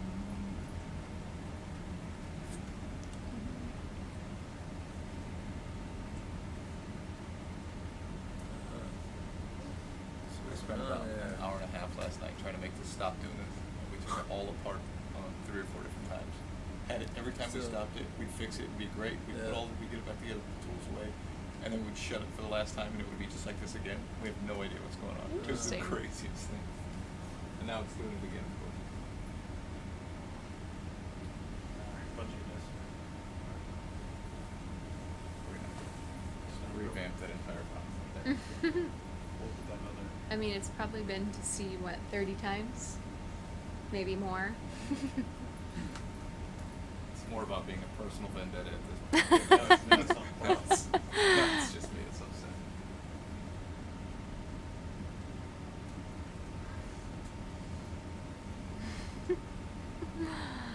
Yeah, our pilots were just explaining, in case you didn't hear, I can't tell how much you guys catch over the feed, but Nick was just explaining this hinge has been giving us lots of trouble on this bio box, and they've been trying every night when the ROV comes up. They do all the repairs that the ROV needs from that day and get it all ready for the next day. And they've been working on these hinges, and every time it seems like it's all fixed up and working great, we get it back in place and it's acting up. So these are boxes that Lisa's taken down to the seafloor many times before. They're well used. You can see the scratch marks on top. So that's just That's how it goes when we're down here. These are real life equipment, and sometimes they work and sometimes they don't, and it can be very frustrating.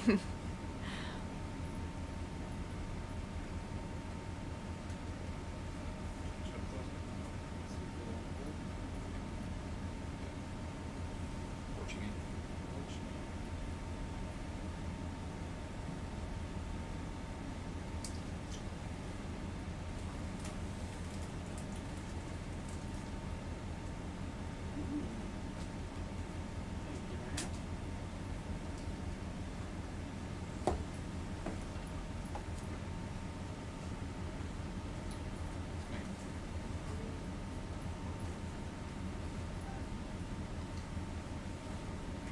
All right, what's the next plan of attack? Keep going. Do you guys want to do a video transect? I don't know. To make We need two more. 2 more rocks? We need two more. Video transects. transects. We could do a transect just to go a little distance. Yeah. Does that Do sound it. good to you guys? Yep. So 100-meter transect. What have we been doing? 1 meter off? I think. I think the best one Transect 4. is there we going to waypoint 3? That one? Yes, please. I guess before when we were really exactly on the waypoint, we started to veer off of this ridge, opted to sort of stay at the top. So, Okay. So you want to still stay on this ridge? yes, please.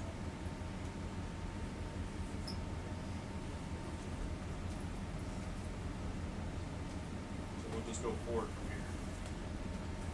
Yeah, Yes. just tell us when you Forward start. is great. Sorry. I think that's very technical. Please go forward. Thank you. Get off the ground. Take this thing sometime. No, that's not what I meant. I just don't know what better instructions to give. Say it again. Drive this stuff. You can see, is that a little worm floating through? Lots of marine snow in this region, so all the little particles that you see floating through the screen is what we call marine snow. It's a lot of organic material, which is basically a nice way of saying dead things and their poop, floating from the surface of the ocean and providing food for all of the life living down here, from the microbes up to the larger filter feeders. They're all chomping down on this marine snow. The California margin is a very, what we call productive region, which means that there's a lot of biological activity. So everywhere we go here, we see some sedimentation and marine snow falling. And that's why we get to see all these lovely animals while we explore the Patton Escarpment. Nico, I'm ready to begin transect. So now we're going to Ready? do... Now. Ready? Heading out. And now we're going to do a video transect. And so these are real pieces of data for us. We do about 100 meter transect at about 1 meter off the seafloor, and we try to fly at a constant speed.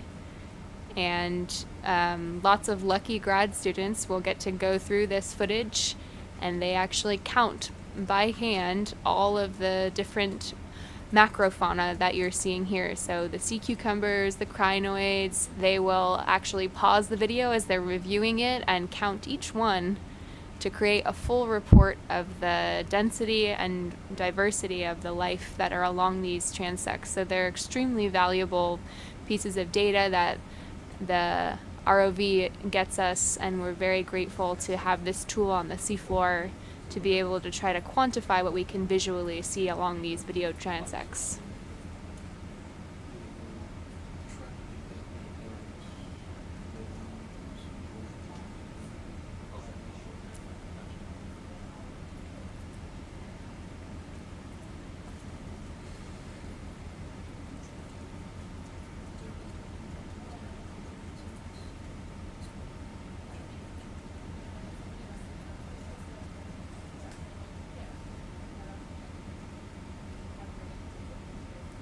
We've got a question in the chat about whether or not we often see plastic or other garbage at depths like this. It's not impossible. This is a bit deeper than we've been so far in the borderland, and we haven't seen a lot of trash today, but certainly in the borderland area this close to shore in the Channel Islands, we do see trash at times. We saw an entire full bag of trash actually in our first dive site on Hancock Bank. But surprisingly, even when we see trash, it's not our favorite thing to see, and it's not fun to see how humans have impacted the deep by putting our trash down there. An interesting thing is it doesn't always inhibit life. So, for example, on that trash bag that we saw, there were tens of brittle stars living inside, some other shrimps and they were actually inside of the layer of plastic, feeding on or enjoying the environment of that trash bag. So not saying that that's a preferable new habitat type that we should keep adding to the oceans, but luckily sometimes when we even do have those impacts, the life down here can be resilient and figure out ways to use it to their advantage. I think we've also seen a glass bottle since we've been out here. Sometimes we see old fishing gear, we've seen some netting. So humans have been traversing these parts of the ocean for hundreds of years, and so it's just a part of our living in this environment that we will sometimes see trash. Good question. Thank you.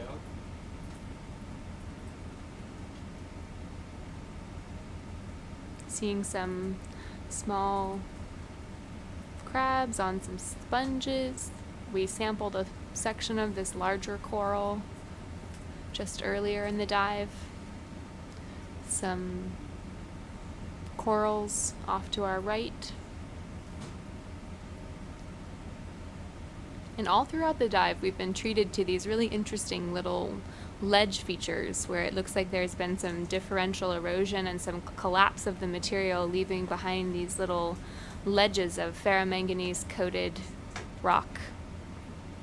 Probably lots of things living on the undersides of those. And a few sea stars. Lots of brittle stars. It's one of this region of the Pacific. Kind of rock fields. I'm sure that's a very technical geologic term.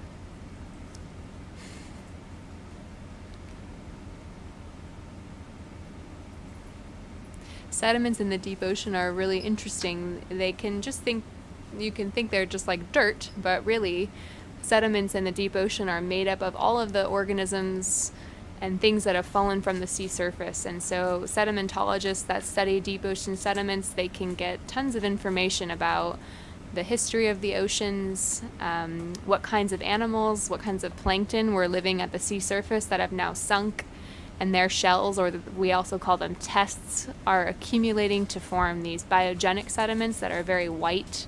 A lot of plankton make carbonate tests that once those organisms die at the sea surface, they fall and they can accumulate into meters thick of sediment.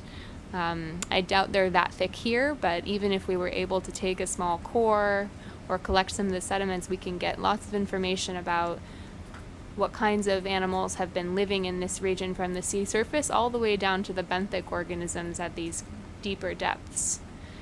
And there's lots of things, we can't see all of them, but they're called infauna that are living inside of the sediments, eating away at the organic matter that's trapped there and burrowing around. Sometimes when you see lighter patches, that can be evidence of disturbed sediments from bioturbation.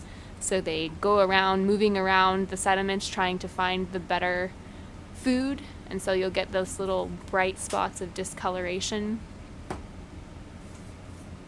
And then we can also see some small particles that look blackish. That can be manganese oxide microparticles. It can also be rock fragments. You can see as we go over these sediments, there's lots of brittle stars and smaller fauna living here too.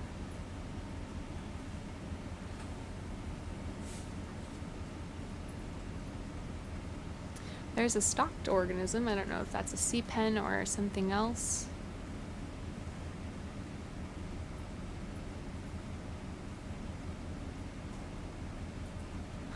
And it's interesting, this could either be that the slope is right for sediments to be accumulating here, or it could have been an ancient slope failure where we have kind of a slide deposit of sediment forming.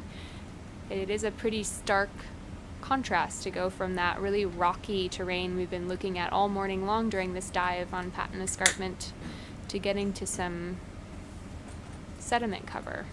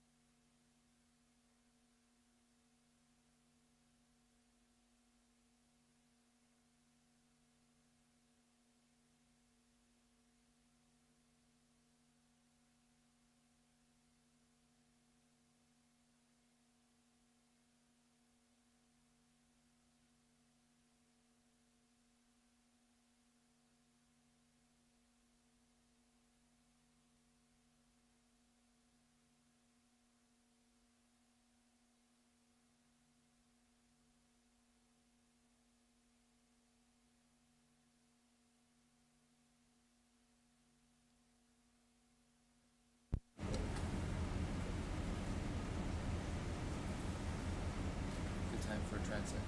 Yeah. Maybe do another one. Making up time. Looks like I'm gonna be hitting rocks here in a minute. Good time to have push cores. Yeah, I wonder how thick it is.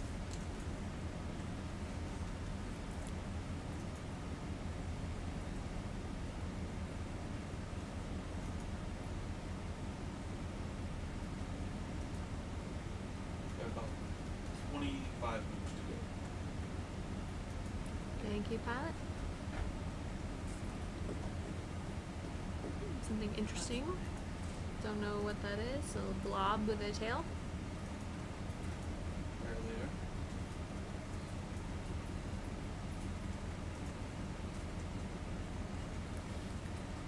are. Are those more urchins? Those soft-bodied urchins? Right. And we've come back to rocks. Ooh, look at those bright red stars. Like- Octopus. oh, there's an octopus Mm-hmm. on the transect. Unfortunately, we're on a transect. Big corn worm. Zoom kit. Maybe. Maybe another one of those sea mouse. Yeah. Ooh, that's an exciting little. There's a little cock area. Yeah. It's a party.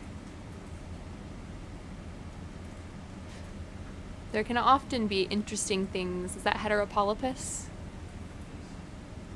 The little red guy? Greg ID'd the gelatinous thing earlier. Thing. Organism. The predatory ascidian. Ah. Some more bivalves. What is that thing? And if you're wondering why we're not stopping, sorry. We're on a video transect, so we're trying to continue collecting this piece of data that's a continuous 100-meter transect back into these nice crests. But now getting some larger rocks, which is nice. It's gonna be interesting to see if these rocks in this area hold together differently than the last set that we were just at. Yeah, it seems like some might be more stable. Corals completely covered in those, what are those called, snake stars? When they wrap all around like that? What are those things? How much more on the transect? These things. We have about.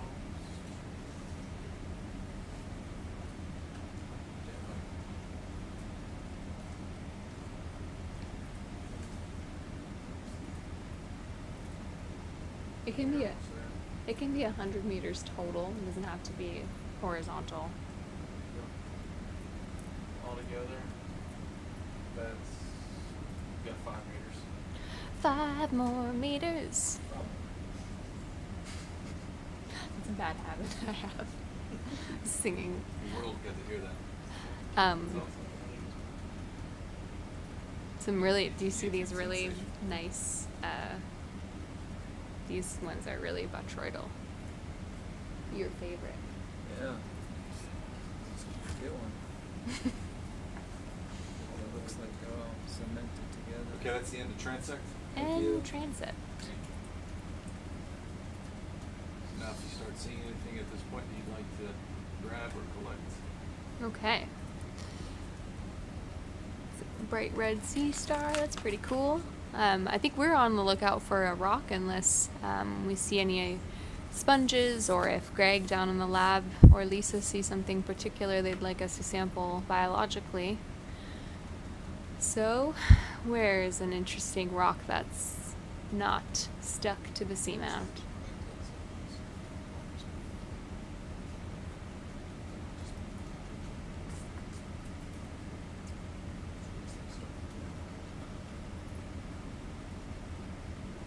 You're wanting more of a rounded rock, right? Yeah, most of these look pretty good. It needs to be low-B. What about that one right there in the center of that sand, kind of lower portion of that sediment? Below the lasers or above? See, that's where the lasers right on. Right where the lasers are now. It's small-ish. Which one? This one? That one right there. This one? Nope, up. This one? Up. This one? That one. Can't really see it. It just seemed kind of rounded. It seemed different than the ones, everything else around it.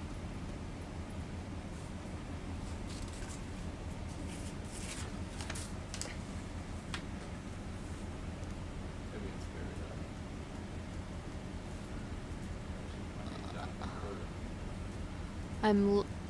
I don't know. It's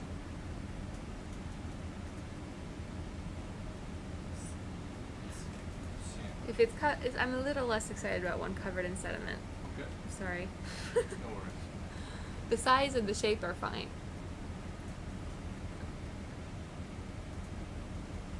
It just struck me that it looked different than the rest of the ones in the area. Yeah, absolutely.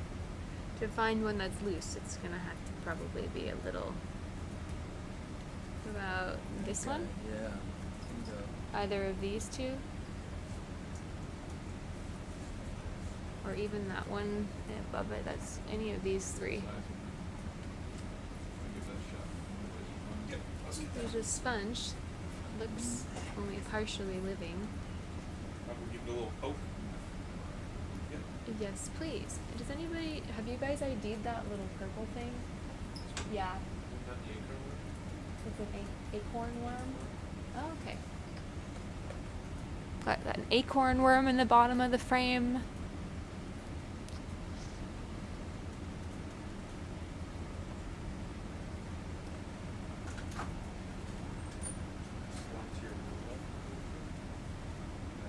Up against that Is it rock. time? Yeah.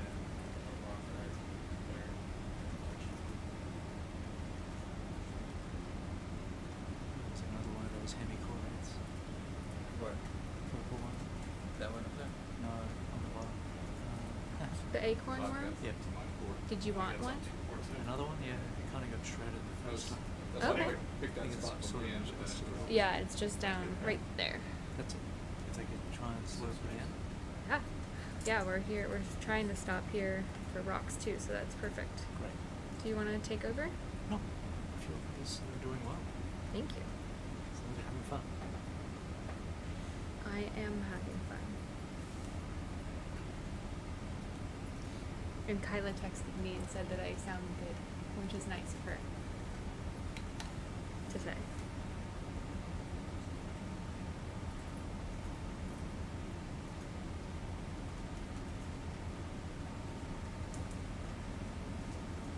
Want to go take a look at it first, or you want me to give it a little look back?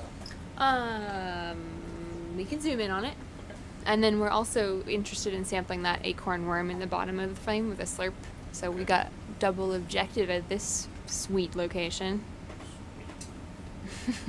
What about the cucumber too? I don't know if we need that. Ooh, look at that little thingy.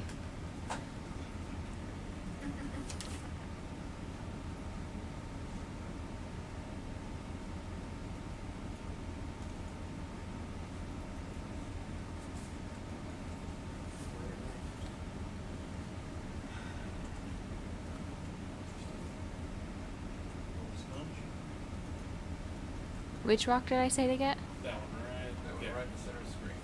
It's a bit too big. Is it? Oh, too big? Bigger than 22? That's what happens. Doesn't fit, make it fit. Oh, don't let. Can't break the bio boxes. Well, okay, we won't break the bottom.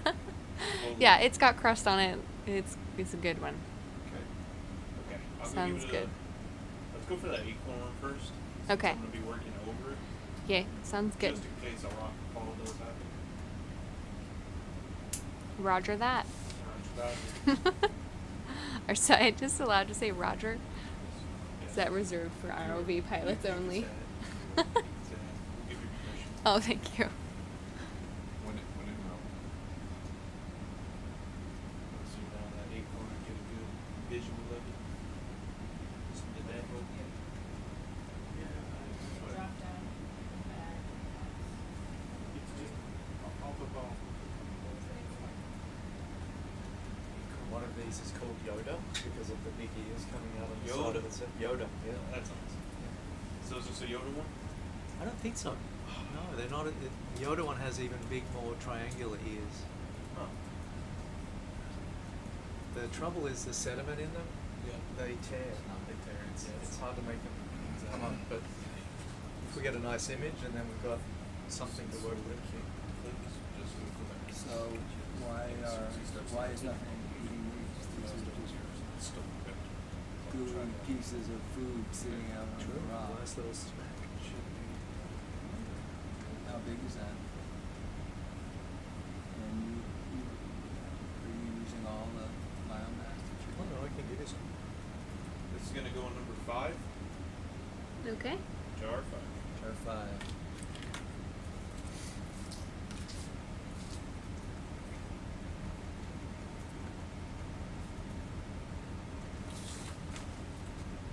Sample 118. Is that how you say the?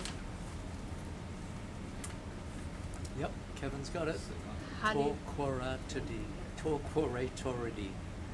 Torquatoridae. Oh my gosh.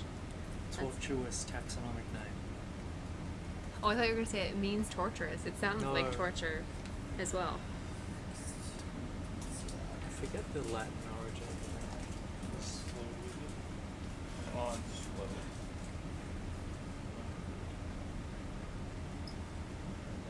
Stop time.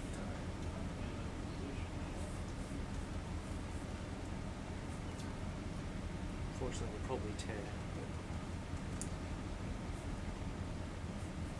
But it's full of sediment. So. Oh, actually, the rock that it's on is moving. I don't want to lose the acorn worm, so let's still slurp it. But Would we it might fall pick off up if that you grab rock. the rock I and think put so. it in the bio box?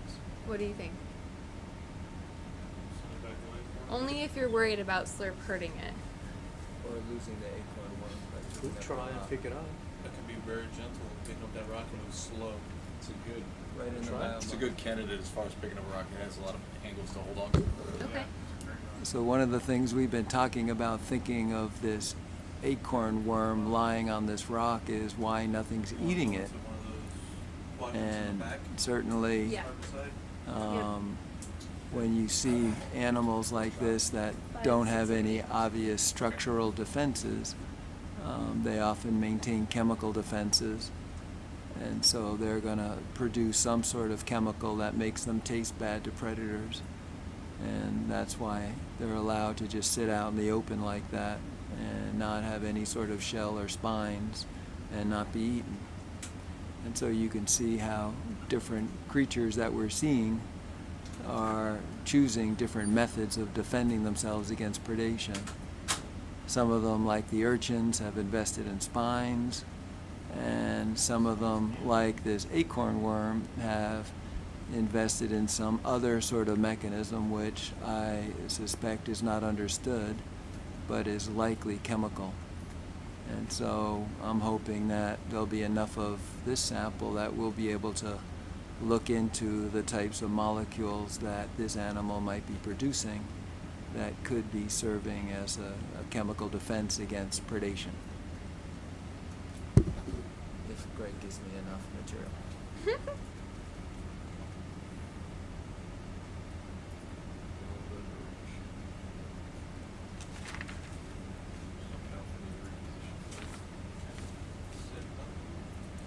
Okay, so now it's not a slurp any longer. Now it's gonna be a box. See, that's what happens when you enter. You're right too soon. Well, we'll see. Hopefully it doesn't just float right off.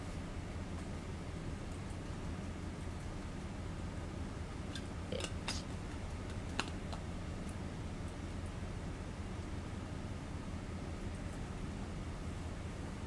Look at the botroids on the rock above it. Big old grapes. Yeah, that's what we want. Is that a hydroid on the rock? I don't know all the small things. Oh yeah, it's loose.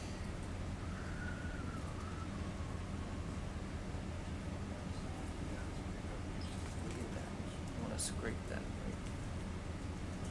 You want to scrape what? I want to scrape that rock with my scalpel. You're addicted now. You know, we actually do a lot of isotope analyses by just scraping the upper millimeter of the rock because it's the most recently precipitated and the most easy to correlate to the current seawater conditions. So we can sort of calibrate how well the crusts record seawater chemistry in that upper millimeter by because we actually know what the chemistry of seawater is right now, right? So we can't. It will give us a clue as to if we can go back in time and use that certain isotope as a proxy for things happening in the past. So we'll sort of scrape the uppermost surface, determine the isotope value that we'd like, and compare it with current seawater conditions, and then we can calibrate how well we can use that as a proxy What for the isotopes past. are you looking at? Well, ferromanganese crusts, because they accumulate so many different metals from seawater over millions of years, you can use a lot of different isotopes. So people have done neodymium isotopes, lead isotopes, all kind. I can't even name them all. It's kind of a pet project for a lot of people. They go to crusts to be the next thing they try. Suction it is. Okie dokes. I think you're really soft. Yeah, saw that. That's the modus operandum of the day. You need to put some little pillows around your claws there.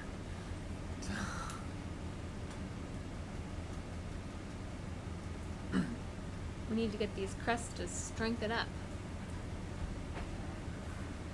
Sometimes crusts they have more tensile strength. It depends where they formed and what they're like. If they're sitting on a basalt, they're plenty strong.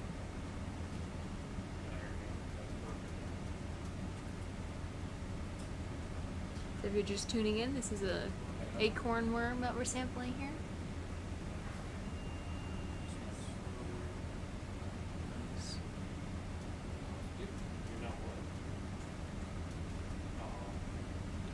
Is he stuck on there? Or is it attached? Nope. Oh, perfect. Well done. Do you think? Oh, I guess it'll mess it up. I was gonna say we could suck up the rock and then drop it in the biobox. Did we make it in? I don't know. They. Test it. See if it comes in as a whole. Yeah, Rob's too convoluted. They have a camera on the jars. That's it, huh? Oh, boy. Still on slow, right?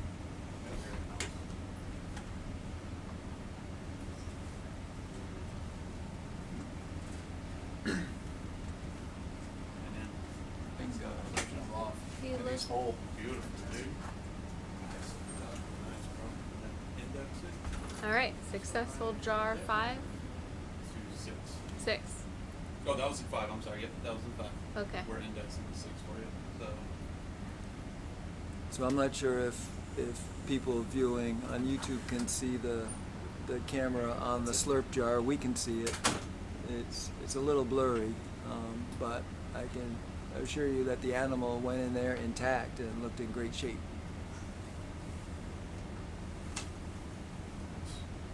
The rock, on the other hand, Alright, let's go get that bigger up. We're at. I'm just, I think I can get it.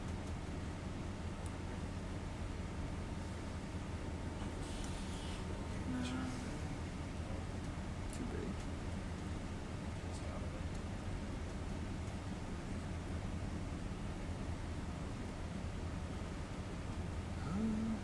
Just out of my reach. well, darn.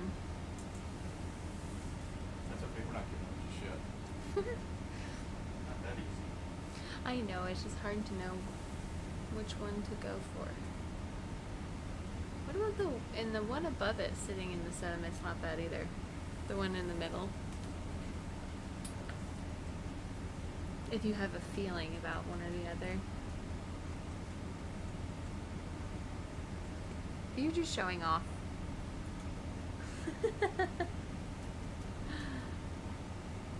That's an exercise. That's a necessary exercise for the claw. It's a good luck charm. Wonder about that guy. It's too big, or who knows? Yeah, I love all of these. I like this one. I like this one. I like this one. Get it in the candy store. We need to get a bigger box for her. Okay. What's your favorite out of those three? This one up here? Yeah. That's your favorite? The That one there? Oh, yes. Actually, I mean this one's my favorite, but I don't think it's loose. That one? Well, let's make it loose and see what we get. Is it too big? I think it's the right size.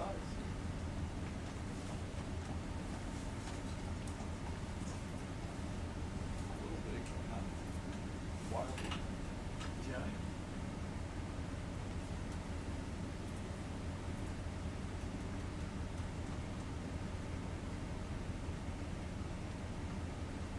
Okay, stuck. Next, I choose sediment rock.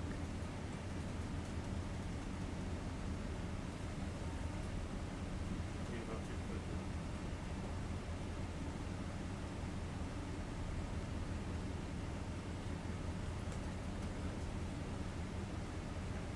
So the next set is 7 Naval Island. I am a rock.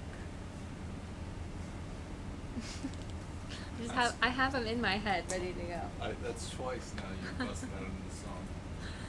I can't help it. I like to sing when I'm doing science. Just a little more flips. Okay, then you can go for that one, the original one. We're going for that 7 one. So I'm just get it closer.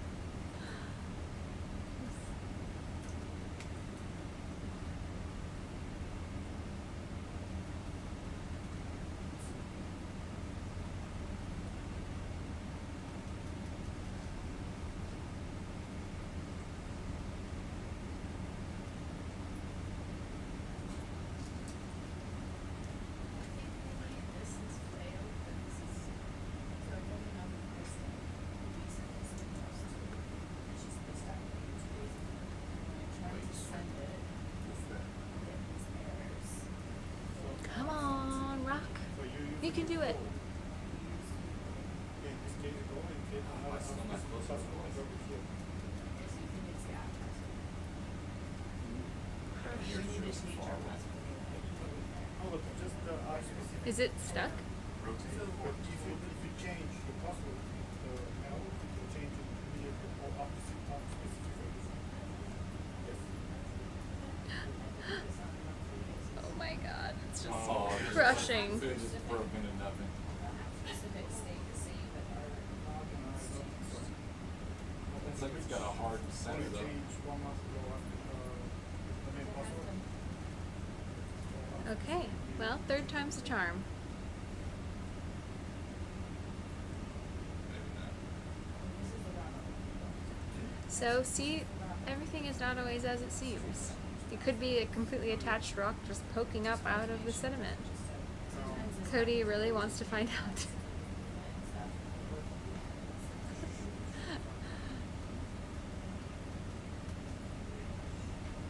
I don't know if we can use it. That's pretty big. Yeah, thanks. Won't fit in the bio box? No, and we've just totally knocked everything off of it. But thank you very much for showing us that interesting underlying rock texture so we can see what these crusts are growing on. It's probably some sedimentary rocks. Put it back so it can grow. With that guy. I think we'll have to move because now all the biology's all mixed up. Kind of ruined this. Yeah, we kind of ruined that. Well, now we know what that was. Yeah, great grab. We'll just put him back where he was, so he can live a fruitful rock life. Come back in another couple million years and see what's doing. Yeah. See if we can grow any bigger. That ate. Moving out.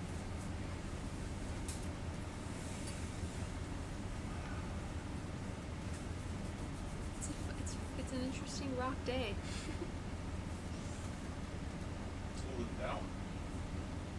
It's perfect. I see what you see. Boulder circle. Little bubbles on it. Where? Right. In the middle, this Center smaller one? section. Yep. Sure. You like that? Yeah. Maybe. Let's see. It doesn't sound too fancy. Let's give it a shot. At this point, if we I can feel get like- an intact rock, it's great. I feel like the more we think we know what you want, the less accurate we become. Well, you're looking for things that we can grab, so that's great. I mean, these giant things with crust all over them are amazing, but we'll never sample those. Put it on top of Porsche. Hold it. That wasn't a challenge. It's You want fine. to zoom in on it? Yeah, let's do a quick zoom. I don't like the way she put this never. It does feel very challenging. I don't know, it might be attached in the back, but Yeah. it looks great. Those are some botryoidal textures in the front, some friends living in and on it that we can study. Lots of great textures for Paul to scrape. Mm-hmm. Now fingers crossed it's loose and going for it.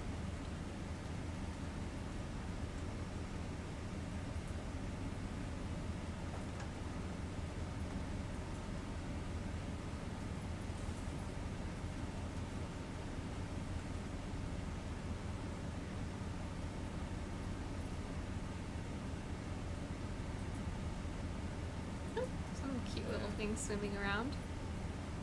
Is that a scallop? Did you see it? I did not see it. Did you see that, Nico? I think Did you that's see that little scallop swimming Good grab. away? No, I saw it before. Oh. Oh. It's still doable. Oh my goodness gracious. It's the whole dang seamount. Escarpment, excuse me.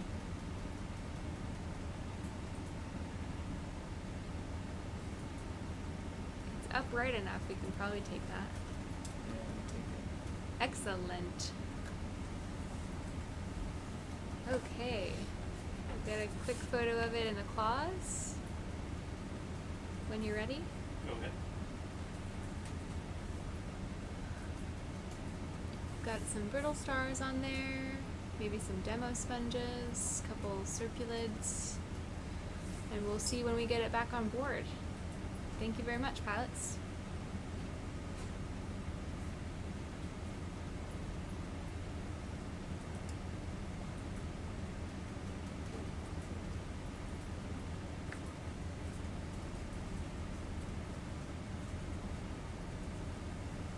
Alright, where are we headed now? Orange 5. Is that Rock 5? It's rock 6. Rock 6. Woohoo! We try to get 8 rocks per dive. Bye.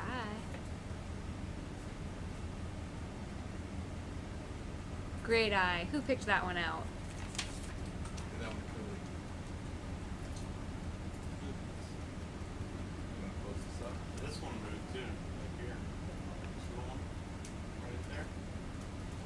But that's flat, you don't want flat, right? No, that one's fine. I like it. Is it sitting on top? Sitting on top. Black line behind it.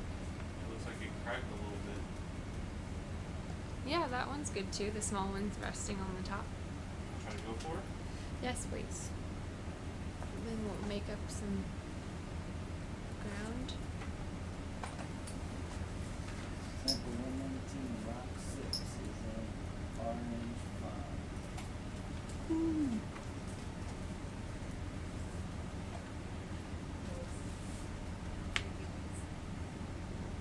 I'm gonna have to put on my full. What the heck? Oh, it's half the boulder. Oh. That's okay, you can take that. Crazy.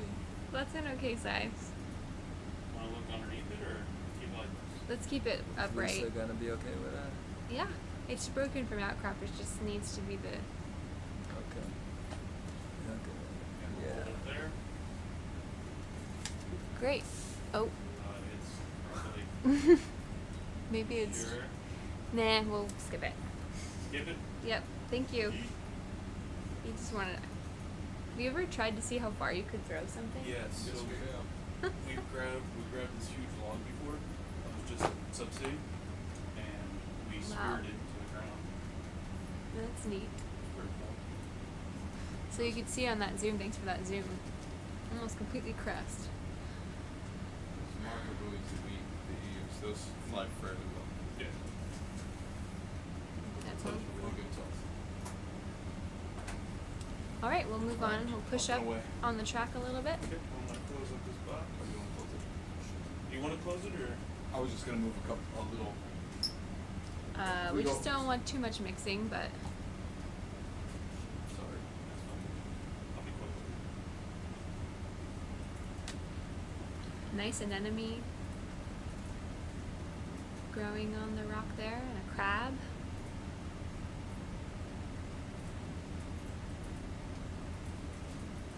Signs in there.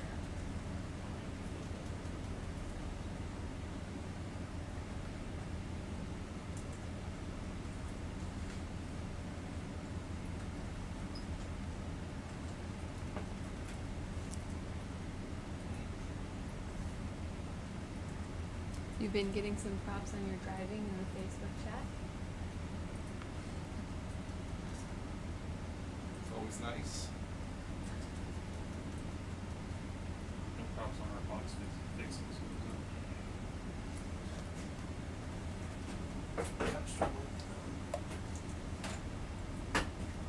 Did your family ever tune in? We did on the Nautilus.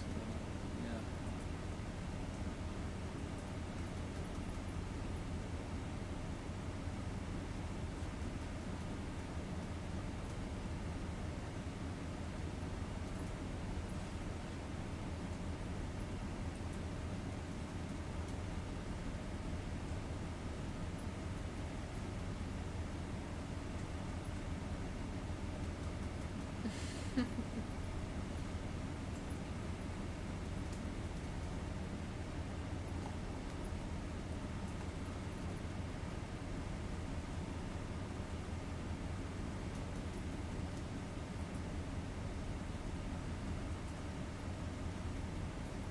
Another group type chip.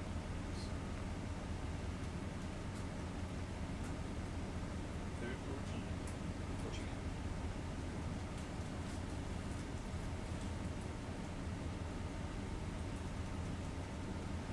What it was like outside today. No clue.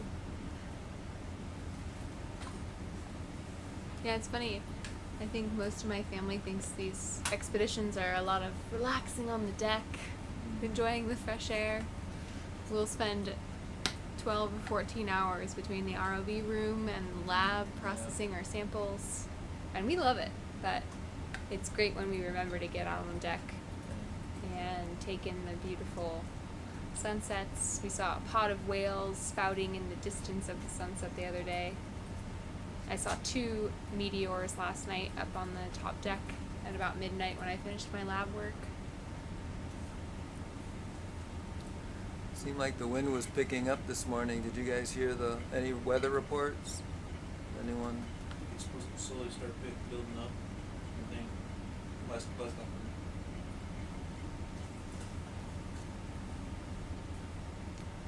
And it seems like we're going to be lucky enough with good good weather. We've got one more dive on the western edge of our sampling region tomorrow on Little Joe Seamount. Seeing some sea stars in this view, more of these yellow crinoids.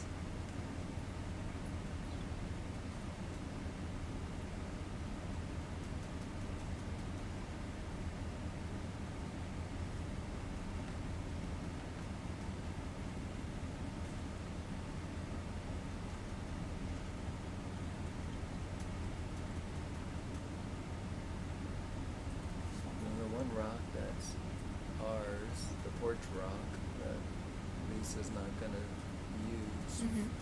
I think I wouldn't mind taking some bigger pieces of that. Okay. I don't know. We could probably just chisel it. It's so fragile, right? Just I can hammer cut and it too. chisel. Because then we actually have a lot of material that we can extract if we need to. Yeah, absolutely. Yeah, I guess And maybe so this. I didn't. Last trip I brought a hammer and chisel because I thought we would need it, but we didn't. This trip I didn't bring it. Lisa brought She some. brought a hammer and chisel. Wait, Maybe. is that an urchin down there? Can we stop? Where? Yeah, we Go can. back a little bit? Yeah, sorry, can we stop? We Stop? saw Can we yeah. go back a little bit? I think I saw an urchin. Okay. Yeah. Thank you, Nico, No problem. for pointing out the other animals we're looking for. Look at that perfect little line of stars.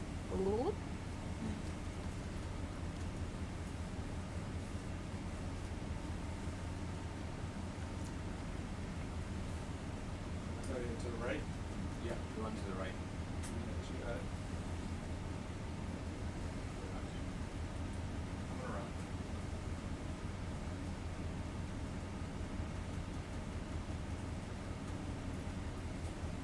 The one in the ground or the one on the rock? The one on the rock. There's one on the ground as well, and which I might sit on. So That's okay. All right. I think we have collected that one in the morning.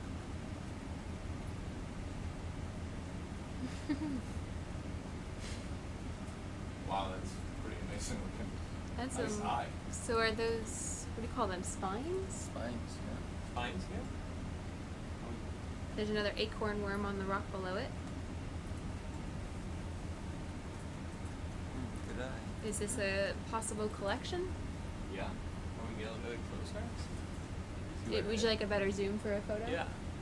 Sure, I think they're settling down and then we'll get a zoom. That thing is so cool. I'm impressed that you spotted that on the fly. That's Yeah. what, Those curved spines Yeah. are very unique. Awesome. any Some ID some of kind? tours it up. Yeah, so that's probably an Aspidodiadema or a Plesiodiadema. They're closely related forms. They have those characteristic spines that curve. They're exclusively found in the deep sea. It's been suggested that they might use those spines in sort of muddy, unstable sediments to be able to sort of hold their position better. But no one really knows. They're very difficult to find. They're very small. You can see the overall size of the test is really tiny. So it'd be great if we can get one of those. Will we try to put it in a quiver or? If you want the spines, you're gonna have to put it in a box. Yeah, Biologic G would be the best option. It means you have to give up rock space. Well, I'll let you decide that. No, well. Well, can you break there's the a rock spines? in here that's non-quant. Could we Yeah, put it in there? Sure. Yeah. Does that work? Yeah. One of the bio boxes? So R2, or sorry, red 4. Red 4? Yeah. Which I know is not your favorite one to open, but red 4 has a rock in there, but we can add a urchin to it if that's possible. Okay. Go for it. I like it. G already It has looks like other it's stuff in it. and There's you'll also, see one well, that's fine, but there's also a quiver with an urchin in it, I thought already. But that might be hard to get in the quiver. Yeah, I think they said they can't get it in a quiver. spine's gonna be difficult to push down to the quarter. So Biobox D, say difficult, I say possible. Probably when I'm trying to get into that Biobox. They're not gonna, I wouldn't assume they're super flexible. Some of them Are the spines hard, Nico? No. Probably very brittle. Oh, brittle. But not flexible. Like I they'll don't just know. they'll just break. They're probably gonna break it. Like if you were to try to stuff it in the tube, they would just shatter off. Yeah.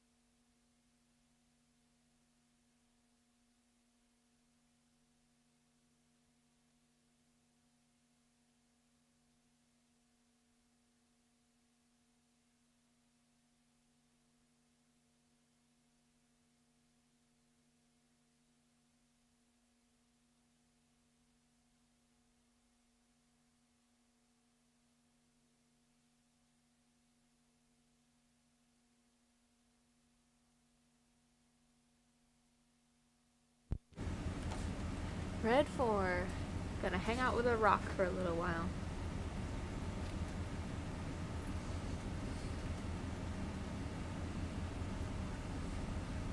You can see all the goo attached to it.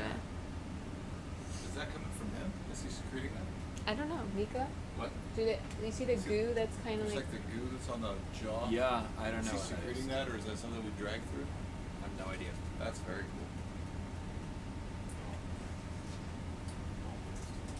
Is he stuck? Don't do this.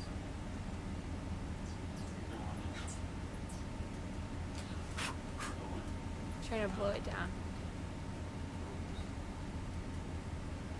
I'll hold it for you.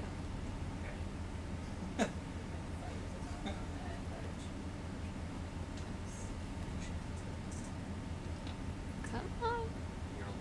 Push down. So even the spines that he's broken off, he's still walking with those as if they're not even broken. Oh yeah. That's super. Very resilient creatures. Cut them in half and Red. they were gonna keep walking. No. Sometimes they keep on living after they've been broken completely.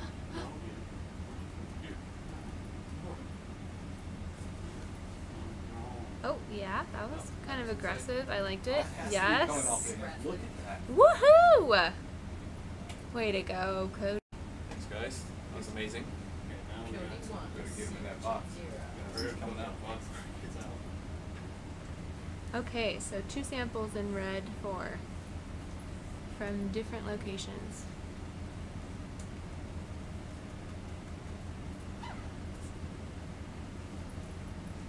Shiny out there now, buddy.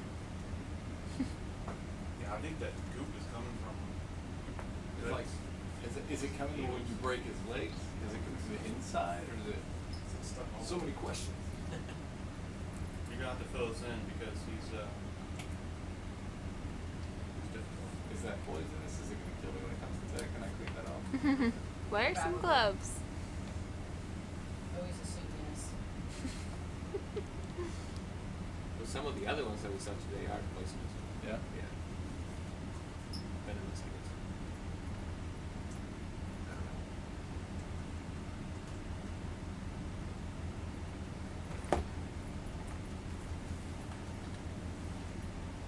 You can go ahead and close that. All right. Excellent little urchin collection there. It's the last thing you should do. Some stuff here.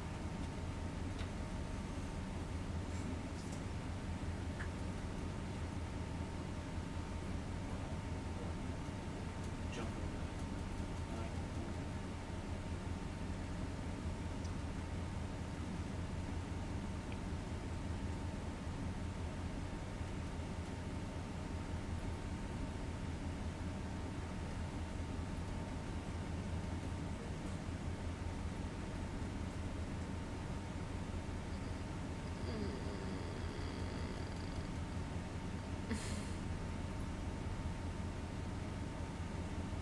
I just want to reach and grab it. Yeah. Come on.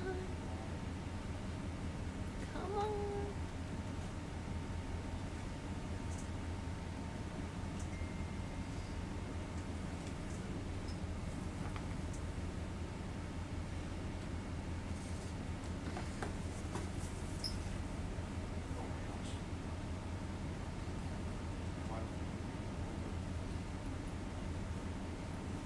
Watch those foul hands.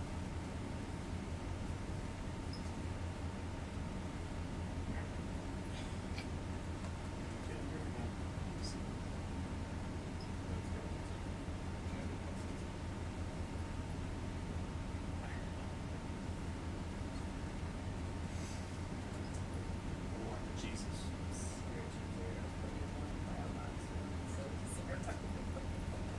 There we go. Now we're cooking with diesel. Alright. Way to go.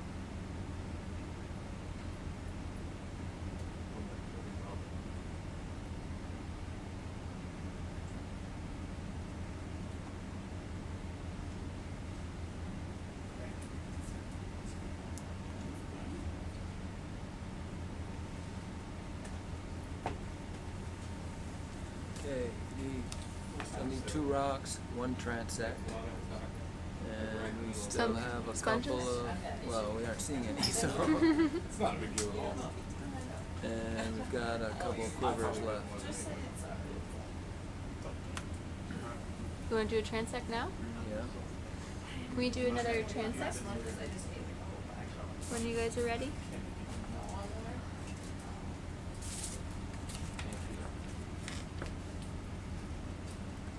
You ready to set up transit? Yes, please. Transection. Turn a little bit more to the port. Is that the Tina Molodtsova from Russia is in the chat? She's very good at IDing seafloor species. She asked if that was an Aspidodiadema. Yeah, possibly. It's either Aspidodiadema or Plesiodiadema, but they're close related. So yeah, it's an Aspidodiadematoid for sure. When you give it that nice accent, it sounds really good. I can't make it sound that good. You ready to start transect? We're ready. Updated waypoint bridge. Granada.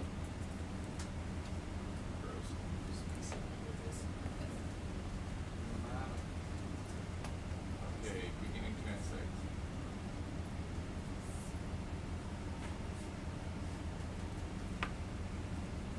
And Tina, thank you for joining us. Happy for any species ID on our next 100-meter transect.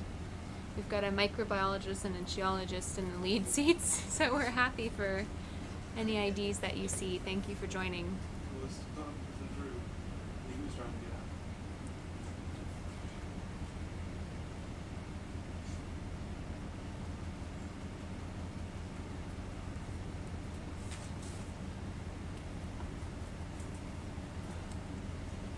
So what's the difference between a ridge, a seamound, and an escarpment?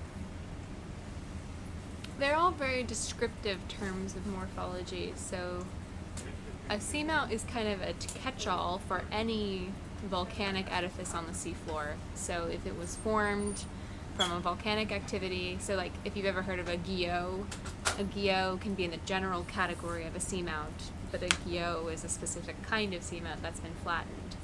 And an escarpment is basically to explain a really steep drop-off from an upper plateau. So it's the escarpment is the feature itself having a broad upper surface and then a steep drop-off.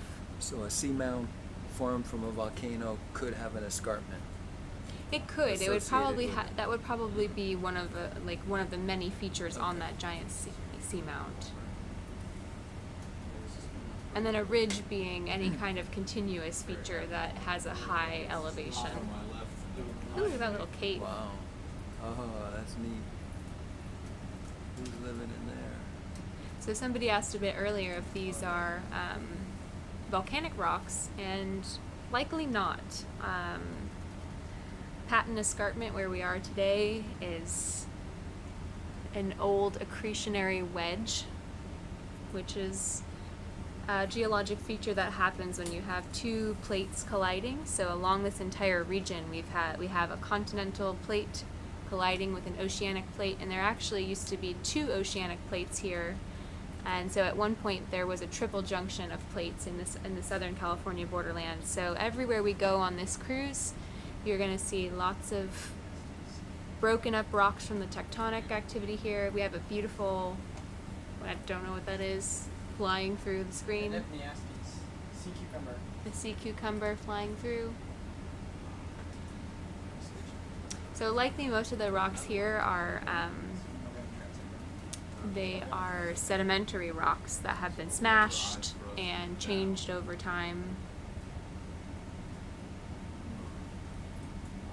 Lateral to the start. It basically negates my cruise. So I'm cruising ahead. Just the word that they said here. Okay, set my cruise. And it's going forward. So everybody's happy. So when I go to bird now, it stops going. Yeah, so And then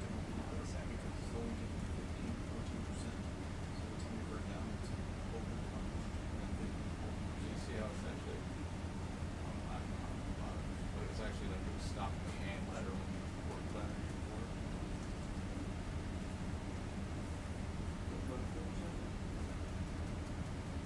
See them there. You want some? Did we see this much crust on the last cruise? No? At any sites? No, I don't remember seeing this. No, because we never got to dive this deep on San Juan. And San Juan has some more recent volcanism, so a lot of the rock there hasn't been sitting there quite as long. San Juan also used to be subaerial. Actually, Lisa mentioned that yesterday and I had forgotten. When it was first formed, it was much higher, and so some of the rocks could have been broken up as it subsided and eroded over time, and that so we were kind of traversing over those big debris fields of more freshly broken rock, which means it won't have had as much time to accumulate a thick crust. So here at the base of Patton Escarpment, we're seeing rocks that have been here long enough to get these nice thick crusts on them. 1,000,000 years a millimeter. 1 millimeter per million years, and that's an average rate. Sometimes they accumulate faster, but in a region like this that's very, I call it quiescent just because I like that word, but it means it's pretty still conditions with not a ton of current, not a ton of sedimentation, then we can get this nice environment for crust formation.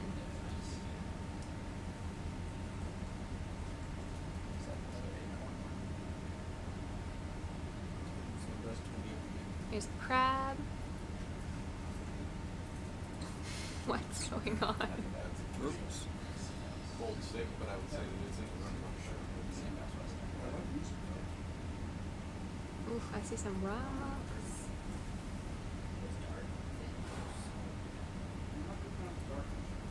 So for folks at home, if you're wondering why we're not stopping to zoom or sample anything right now, it's because we're doing a video transect, which is a kind of data point that we gather on this cruise to get the counts on megafauna over these 100-meter transects.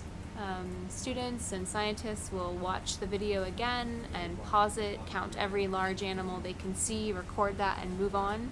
So it's an important way to catalog diversity and density of macrofauna along these 100-meter transects. So we try to keep a constant speed and elevation, and we don't do stops or zooms so that we can have these really uniform data sets.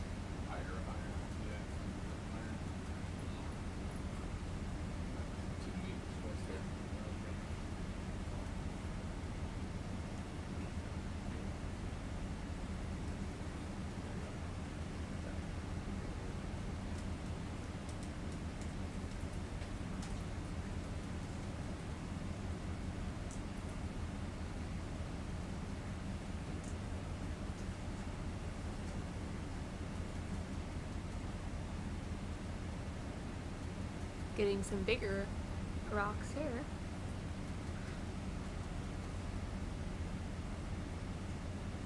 And for folks tuning in, if you see in the center of the screen, there's 2 green dots. Those are harmless lasers that are being projected into the seawater from the vehicle.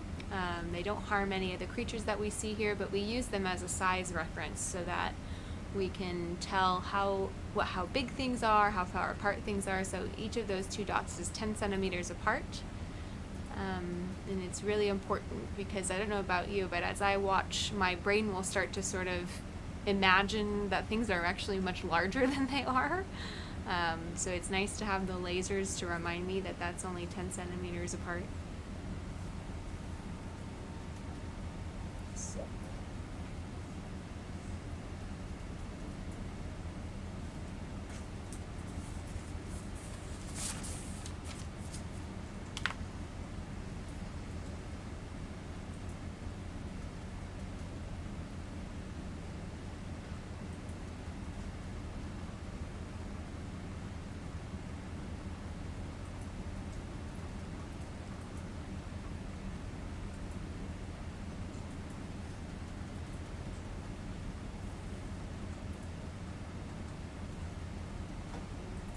It's been interesting, the lack of bigger sponges we've seen today. I mean, I've definitely seen them at deeper depths, but we've really only seen those smaller white sponge. We saw those at the beginning of the dive.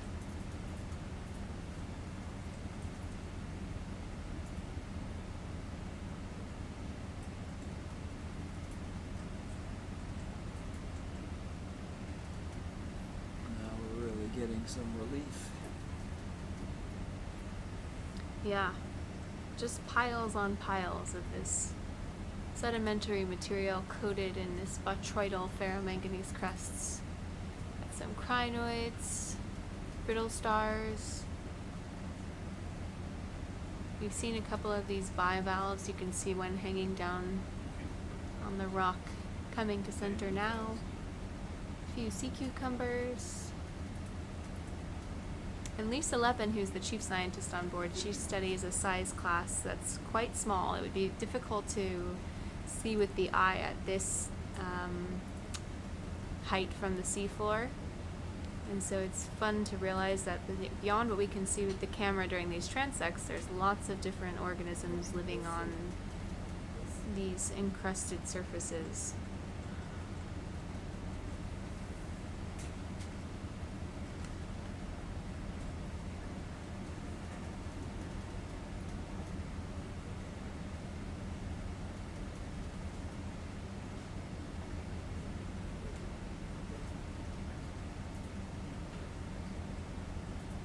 Thought I saw maybe a scale worm.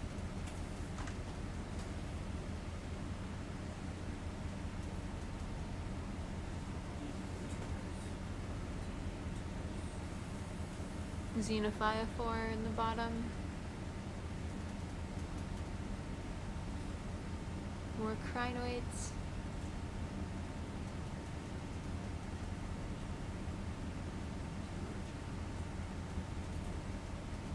Is that a worm in the center there? Another one of those sea mouse maybe? Urchin.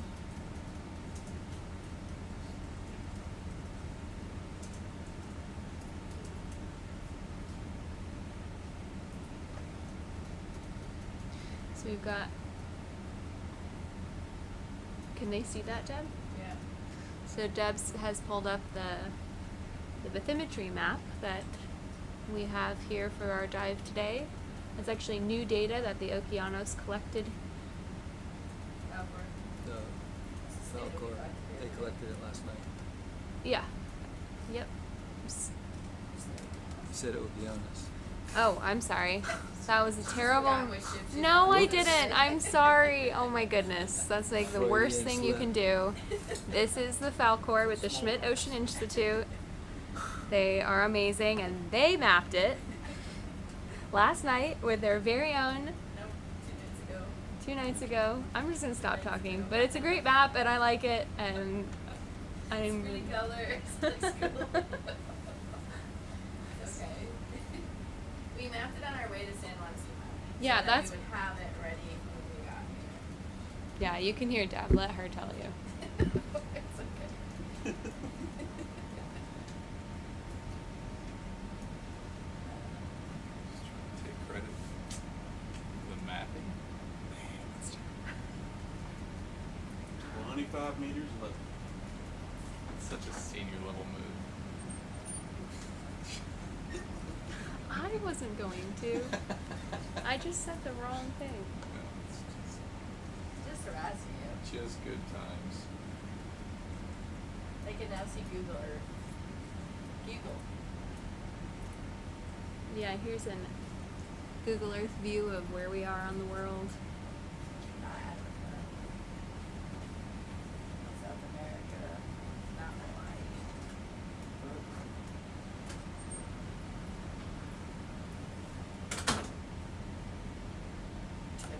Shut up now.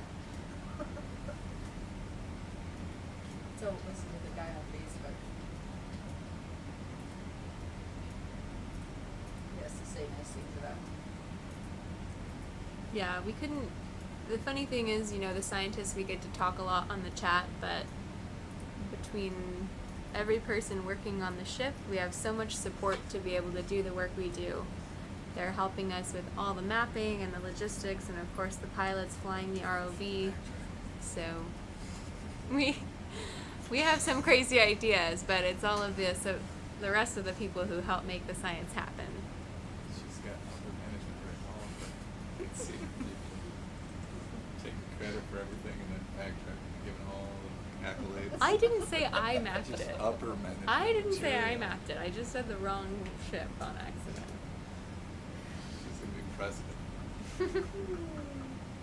That's right, and I'll banish you.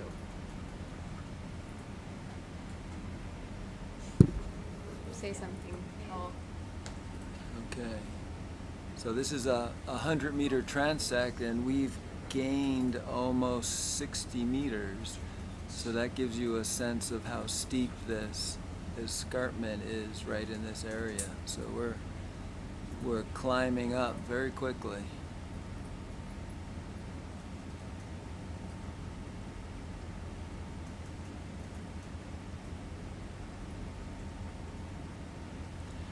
Somebody's gonna have a lot of fun counting all these brittle stars, because that's not automated in any way as of yet for the students working on these projects. And if you zoom in, there's even smaller ones. Yeah, fortunately for them, they can't zoom in once the filming's done.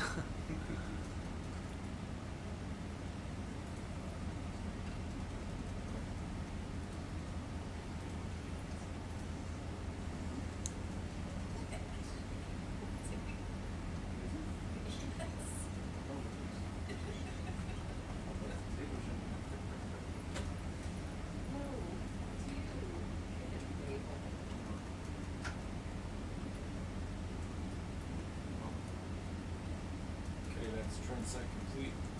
Thank you. Alright, we still got more rocks. 2 boxes ready. You got 2 rocks. Find us a rock, Kira.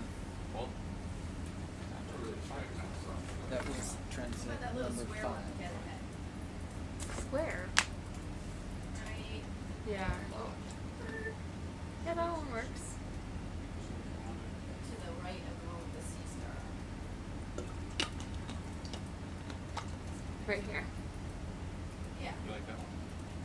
Yeah, it looks loose. The rounded ones are just too stuck. So we'll have have something a little bit more recently broken.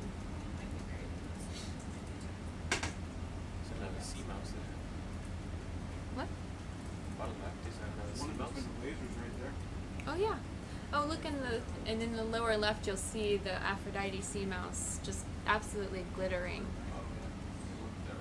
So my understanding We should is get a for, video of it, 'cause the for other these one wasn't quantitative transects that, yes, they're counting every single brittle star. And Devin, who's on the cruise and has done some of these, was mentioning that in some cases, he counts hundreds within basically a single frame. So pretty tedious stuff. I just love when the light is The glittering, on it. It's polychaetes. Come on, float a little. Oh, there we go. The light has to hit it just right. Cool.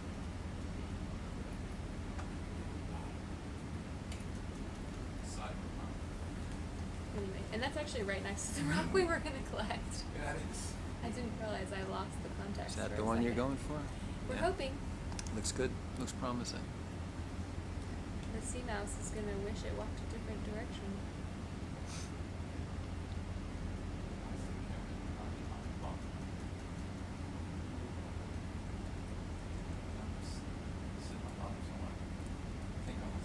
That dark one almost looks like it looks a little different, but almost Yeah, looks I like it might wonder come up, why might not it's be more attached. sediment free, but we could consider that. Is it not a good spot?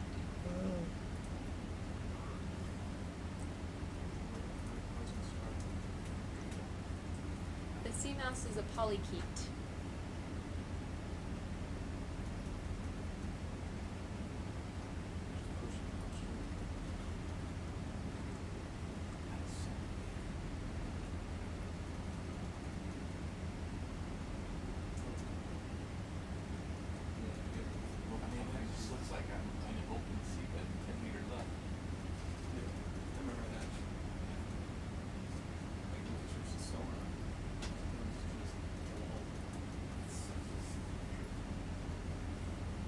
So are those reminders to us to say something when that comes up?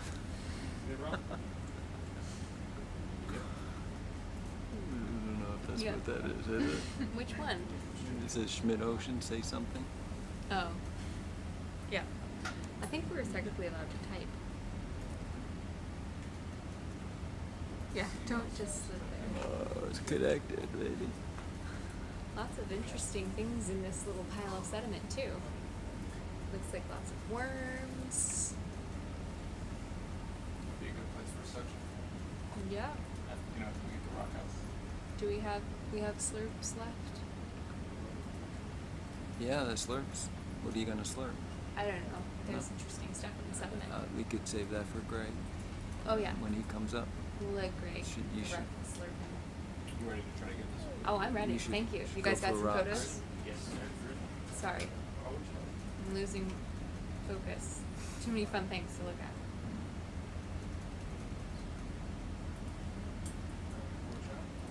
We did some outreach with some middle school students early this afternoon.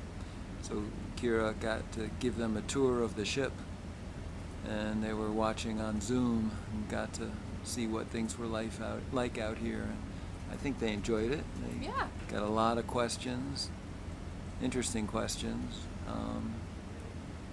But hopefully we helped inspire some young, enthusiastic students to think about careers in marine science.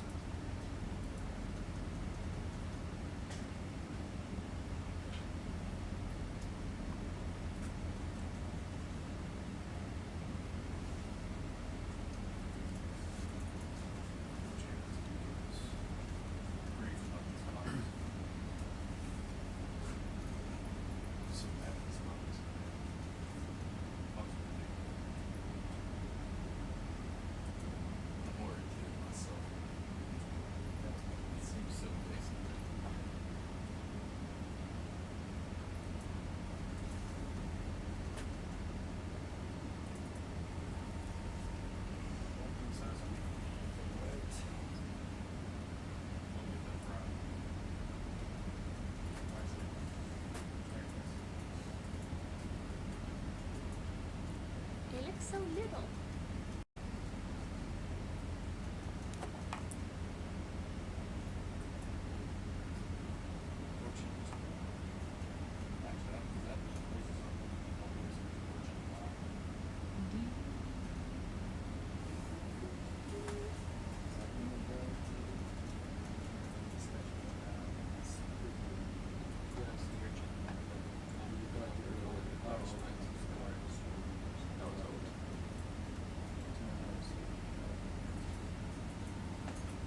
Come on, rock.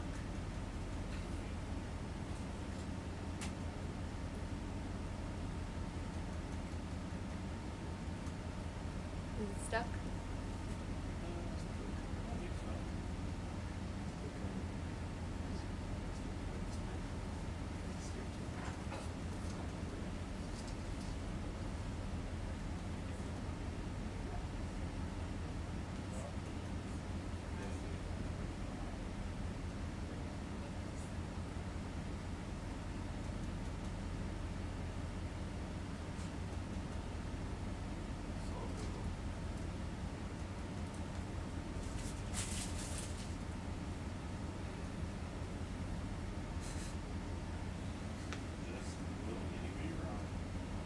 Is part of a mountain. Okay, how about that flat slab? You want to test it? Right here. Look underneath the claw. Right. It's like the one sticking out. That's kind of a little bit different. Oh, yeah. No, higher. Yeah. This. Yeah. It's kind of giving you a perfect little loaf. Well, I'm guessing maybe You're it's. friendly with this lady. What is it? It's shining into my eye. This one right here. Right. Whoa. Oh, no.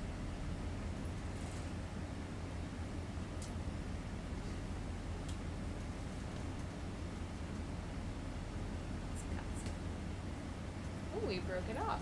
That's great.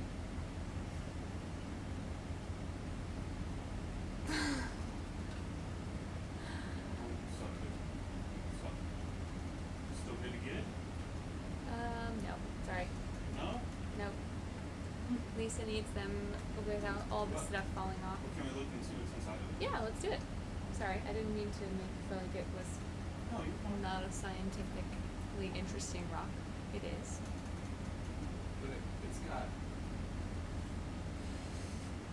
Yeah, so it looks like it's got a mollusk living inside it. yeah, some of these have had these amazing boreholes and all kinds of interesting things on the inside. So it's this sedimentary material that's got all kinds of things burrowing inside, and they could be ancient burrows that have been filled in and some of the minerals replaced. That's got the burrow, but then it's also got the material. And you can see, yeah, so it's got this like sedimented rock inside and then the black crust on the outside. And it's even got. So Kira, Greg wants a slurp when there's a chance. And that was like basically inside. Yeah.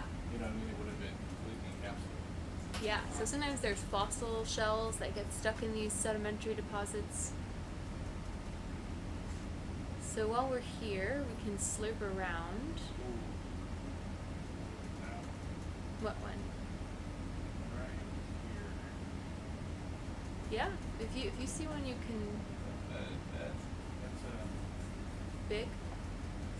big, but not giant. It'll fit the box. You can grab it.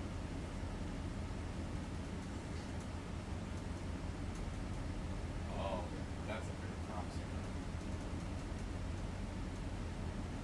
As the crust Oh. crumbles. That whole little pile though, if that one doesn't work.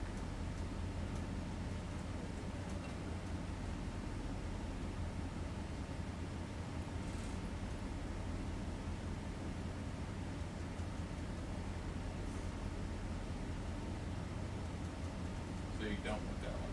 I think it's good. I think we've kept it fairly undisturbed. And the bio box is open. Looks like we've got a little worm on top You want to who's zoom living in on there. it? We'll do a quick capture, but then I'll let you get into the box before it crumbles. Quick photo. Is that a little lobster? I have no idea. That's good. Great zoom. Thank you, pilots.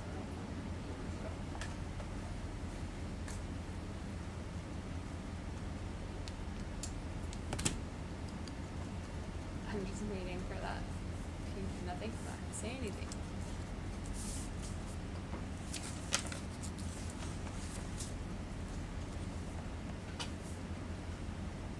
And so the bright orange colors you're seeing is probably oxidized iron, just like rust that we see on land. Iron will start to get oxidized and make that pretty orange color. Most of the black color on ferromanganese crust come from the manganese. Not to be confused with magnesium. Two different things. That's your nerd factoid of the day. Alright, going into 8. Bucks. Purple. Purple E. And this is rock 7. Correct.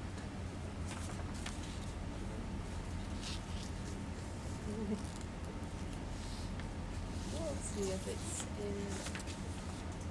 Got some big. Great work, pilots, and if we can.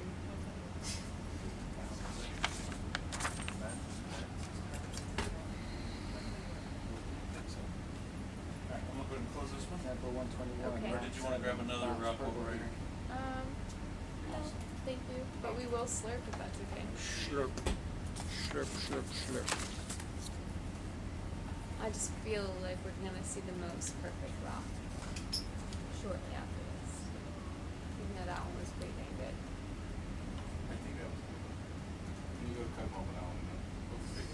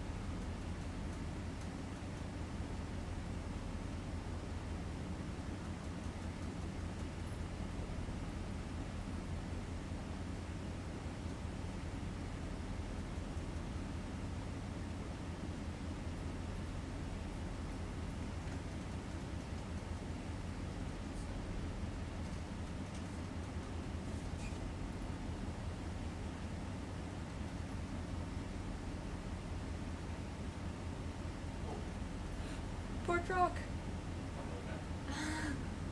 Put that rock there. Set it back down. Ben and Chris helped us get that. Oh, you set it back down. Like, what is that doing in there? We took it on purpose. You gotta push it back. Okay, push it back. Thank you. There's some rock. Yeah. Well, actually, Paul's the one who was very in love with that rock, but I like it too. We can make souvenirs for the crew on that rocks. Hmm? We can make souvenirs for all the crew. Yeah, you know, we don't. So I'm thinking about it. The only material we have is like a big swab on the rock. Oh, right. I mean, I Yeah. wanna So I chisel think pieces anywhere and around where we everything. picked up We're the gonna have rock, it in the bag. where we see lots And of we're not getting Going into DNA. jar 6. Jar We 6 have some for the slurp? samples where Yes. we have some material.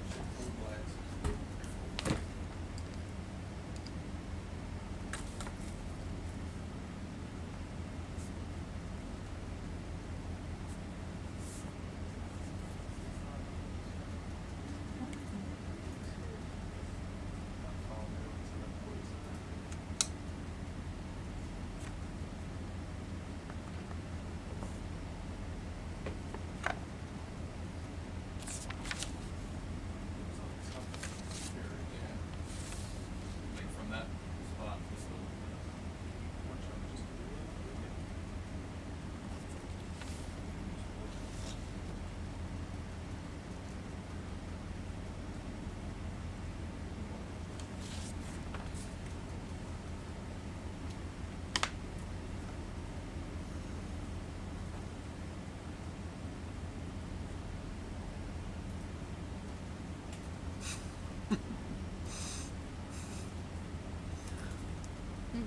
Making fun of the biomass. Whatever works. Gosh, those rocks are cool. I'm So- like, can I have those too? So the difference between the ROV Sebastian and the bio boxes held together with a bungee cords is that the Sebastian is developed by the Schmidt Ocean Institute by a lot of very, very high level engineers, whereas the bio boxes are built by biologists working on a shoestring budget with duct tape and rubber bands and bungee cords are standard tools of the trade.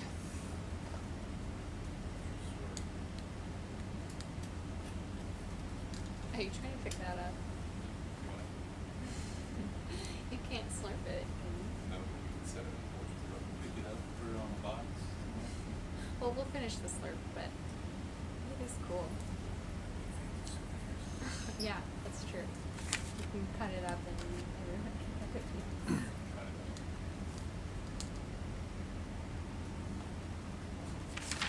I'm sure you and your high-end residential office with a big wall behind you for your rods that were specialty units. Yeah. Sample 121 is slurp 6. Oh, 2. That was test. That was a test. Sample 122. Yes.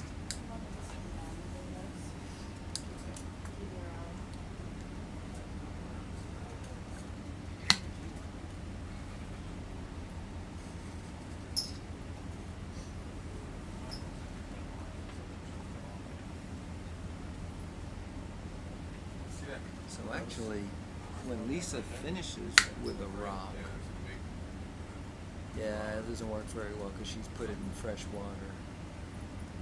So I can't. Yes, if there's I'm just thinking there's real value in us having more biomass of the crust, not biomass, more mass of the crust. The only thing we're taking home when we swab off the surface is not very much. So we're gonna take that porch rock and chisel off the crust and fill it in the bag and freeze it. There, if we can't get enough DNA from our swab, at least we can have something to go around. Okay.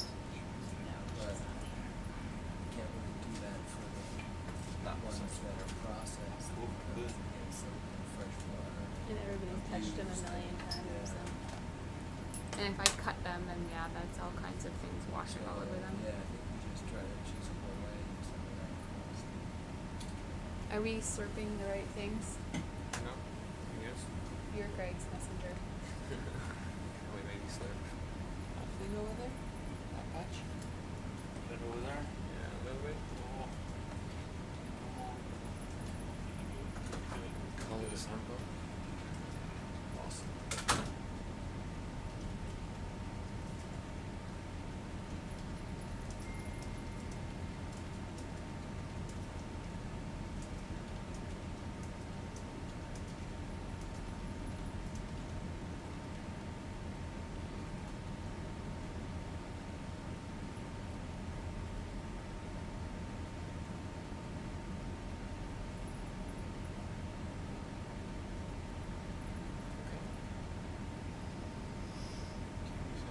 Nice.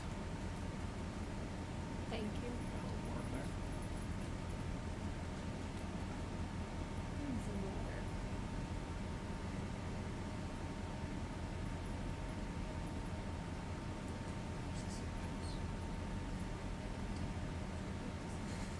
Cody's got something in mind. What are you trying to get?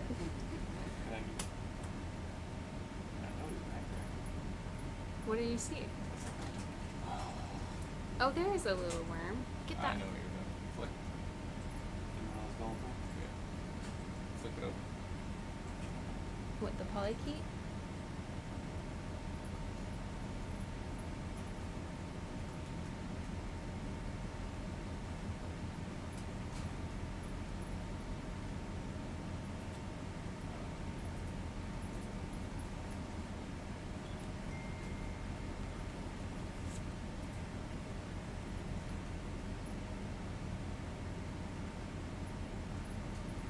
Oh, when was the last time you got a mix in? Oh yeah, you're asking. You're in here. Yeah. I think that one is pretty low, isn't it? So, Yep. Monkey's back there anymore. They have escaped.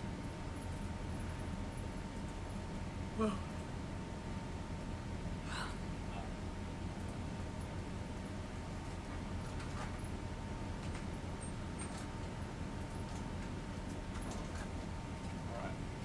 Right there. And I guess if you want to pick up one of those and throw it on the porch, That creek so they don't fall out on the cover.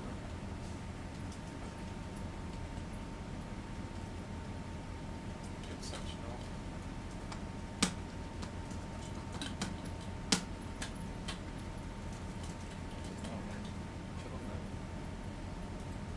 Okay, yeah. Good.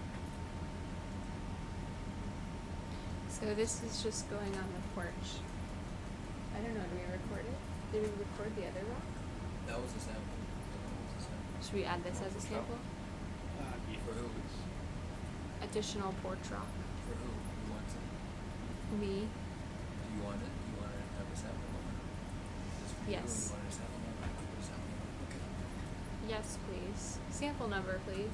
1, 2, 3.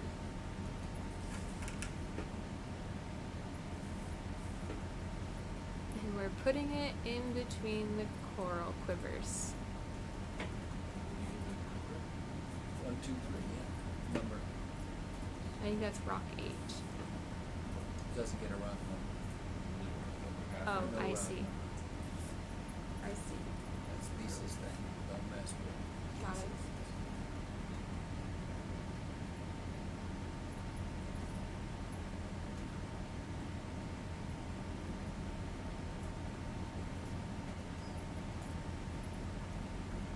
The phosphorites can have really cool inclusions as well. Yeah.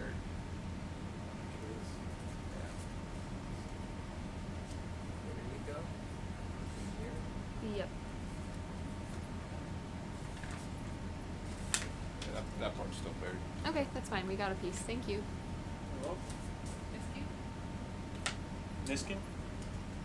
Yeah. Do you think the water is pretty clear? Have we been stirring things up? It's decently clear, yeah. Yeah. Because my exhaust for that suction's on the starboard side, pushed out behind us. So if What do you wanna think? Niskin. Clear enough for a Niskin? I don't need a Niskin, so these So will be would for you Lisa. take a Niskin if you did? For me? Sure. Yes, please. Okay. 2 Niskins, please.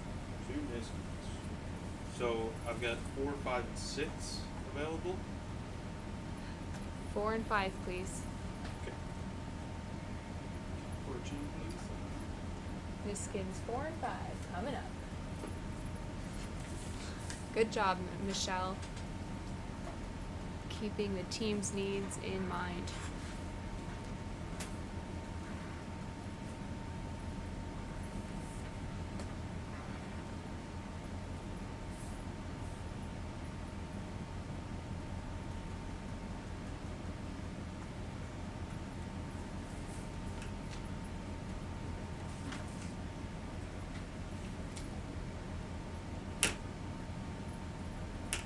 And for those at home, probably everybody here who's paying attention knows, but these are called Niskins, and that's the name of the water sample that we take.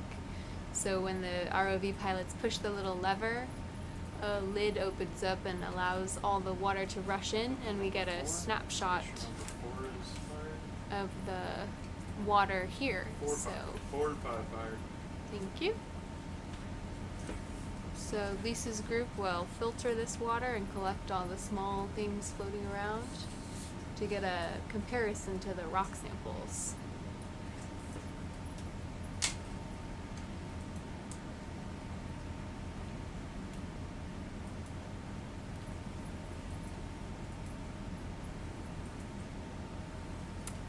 Excellent. Who's the next? Did you index number 6? I have not.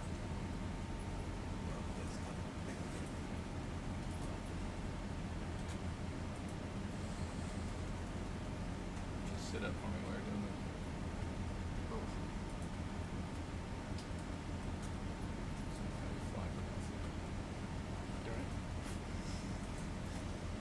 Let's sit all the way up.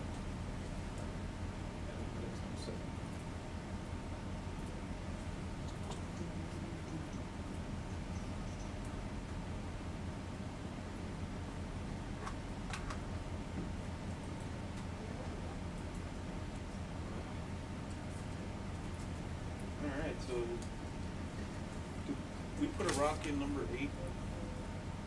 No. Who's that guy?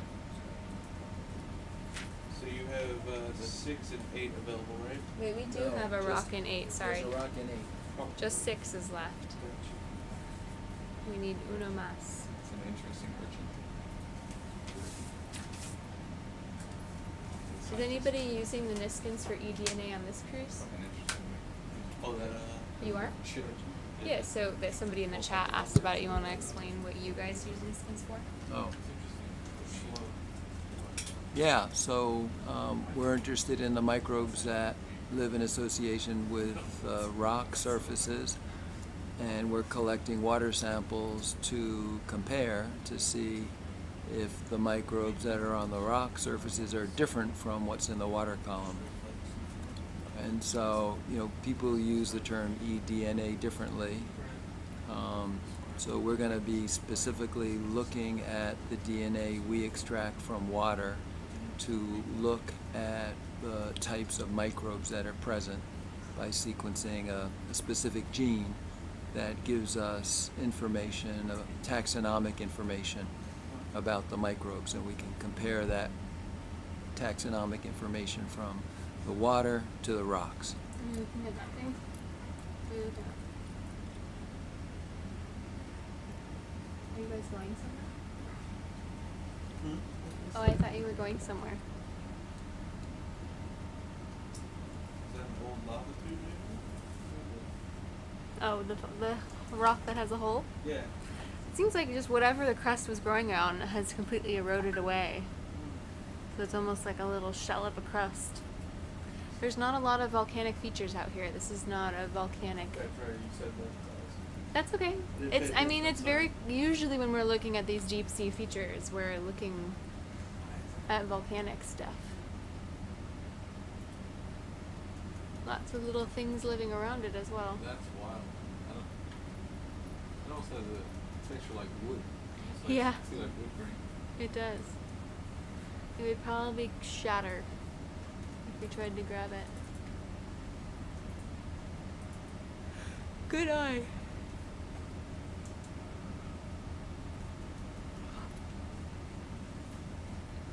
Yeah, it's just to keep moving up. Yes, please. How far have we made along our dive track? Like half? Waypoint, you just passed technically waypoint 3. Out of 5? What's that? Out of 5? Number 6. Oh, nice. And A large anemone there on the left. Na, na, na, na, na. velvet.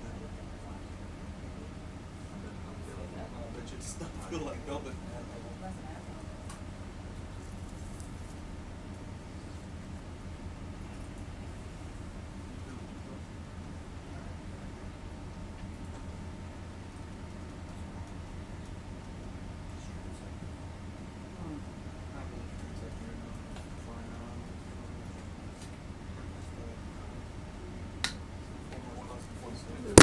Oh, sorry.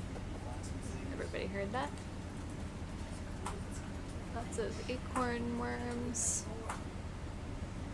Definitely seeing a pretty uniform array of species over the last couple of hours. Lots of brittle stars. We haven't hit any bands where it was like suddenly we're seeing some really new thing.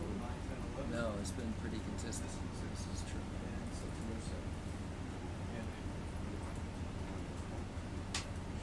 Although that urchin that we collected was unique. When I first came in, there was that band of sea whips, Oh yeah. and that was those were some of the few corals that we've seen, and they were just in that one location. But I think that was when we were sort of we were at a high current, kind of a peak, and maybe that's why they were there. Little shrimp in the front. Little shrimpy shrimp. Thank you, Cody.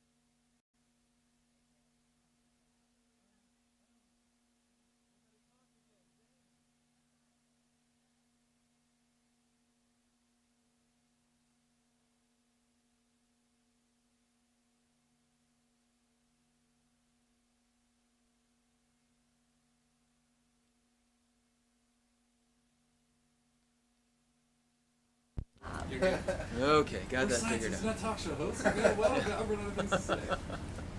Although this Man, is dead strip. She keeps wanting us to talk. Man, I cracked the whip. Let's keep talking. No stopping. Is that a dead sponge? Maybe that's a forecast that will come into. Are those rocks? It's weird. They're like they actually seem like rocks. Or Is that interesting to you at all on the side? yeah, let's take a quick zoom. I mean, we've been in an extremely uniform field of this sedimentary rock just coated with ferromanganese, and now we've got these two things that I can't tell what they are.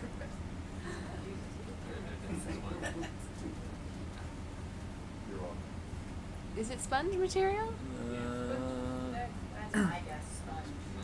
But we haven't seen hardly if any it is, sponges. we want it. Spicule is on the second one on the right towards the bottom. Is it bone? Can we touch it?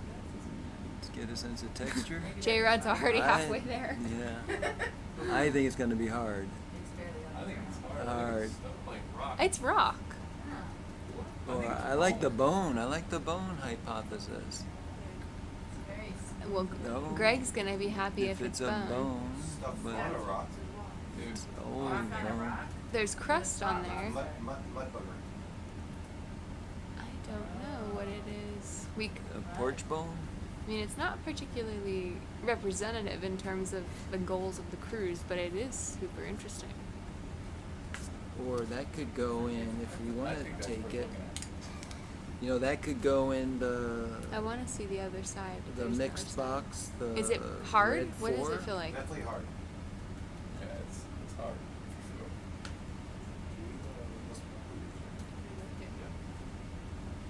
So from, if it were rock, It could be wood. I mean, I don't know. It's recently, well, it has a crust on one side, which means it's been here for a long time. shifting forward.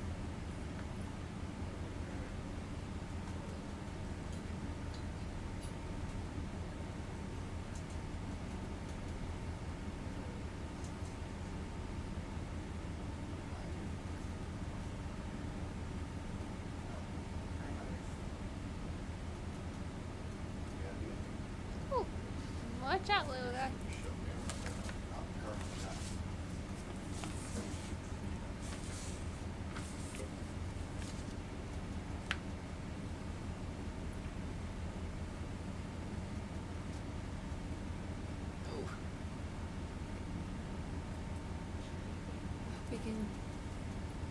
We might collect the other piece. Strange. I think it's just sedimentary rock that's been moved. So wait. In or out.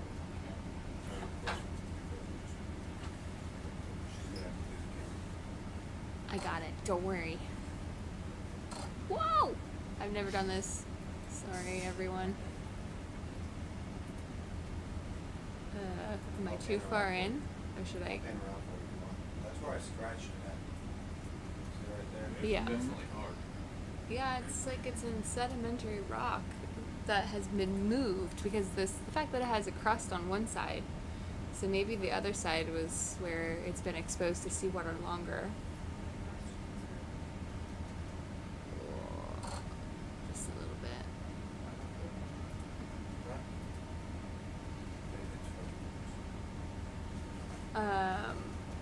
I don't know if we should collect it or not. You wanna look at the. Can you turn it? Can you rotate it?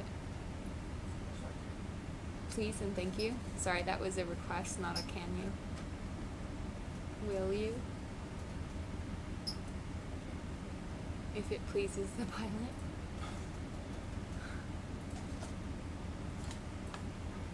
You want me to run to the lab and ask them? Ask them Well, what. it's a rock. The geologist should make the call. Yeah.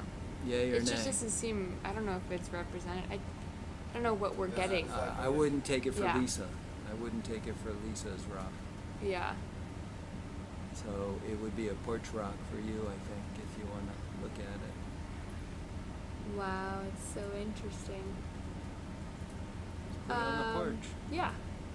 You can put it on the porch. Sure. Put Yes, it please. On the porch, put it in the box. Put it on the porch, please. Next to its brethren. We've been porching today. Do you like the other one more than this one? No. We've got that one. I'm ready for it. Thank you, though. So just right next to the. Okay, so another sample, please, but no rock number.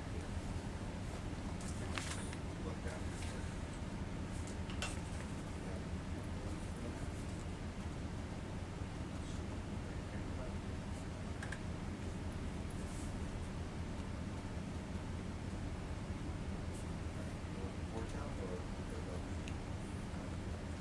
You can tell a geologist has been hanging out a lot today. We have 3 extra rocks.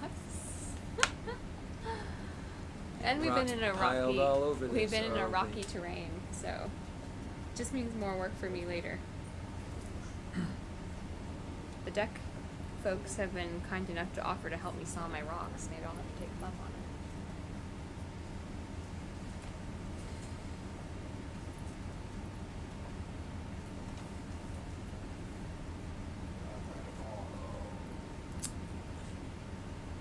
This is what happened on the last pork rock. They don't want to go there. It's just 'cause I had to rotate around. Someone asks you to keep rotating.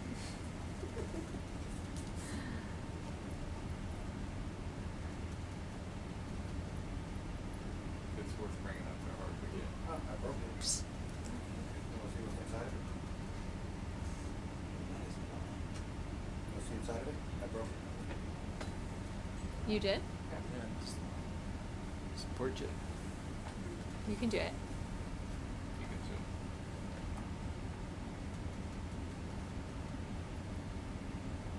Oh gosh.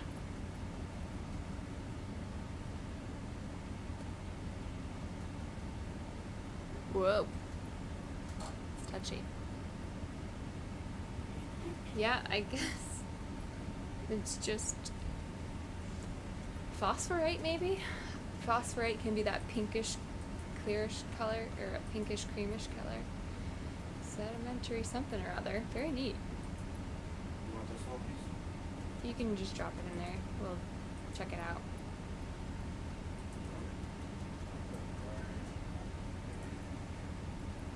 In with the other one. And then I'll get that bigger piece and put it in there. You don't have to. Don't want it? What's our off the bottom time? Not till, 1400? Yeah, just before. 4. So we've got a little less than an hour. Got one rock we need, and hopefully we will see some inverts to collect. I think he wants to grab it, so I guess Well, it's I want grabbing y'all to it. decide on the side of it. We decided we don't need it. Yeah, if you decide you don't need it, then I'll just throw it away. Oh, you already have it. Right in my hand. What do you think it is? We think it's some kind of carbonated rock. I briefly thought it was bone, but are you ready? Unless you're happy to stay. I am having fun, Okay. but I can just stay in here and you can drive for I a while. can stay here. Okay. You drive.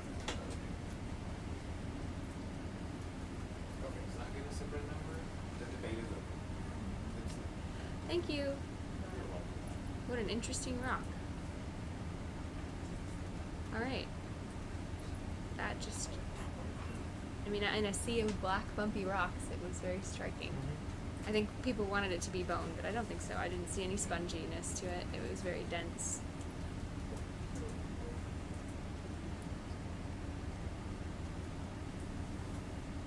Really sticks out. It's being out of place. Actually, I'll let you take over.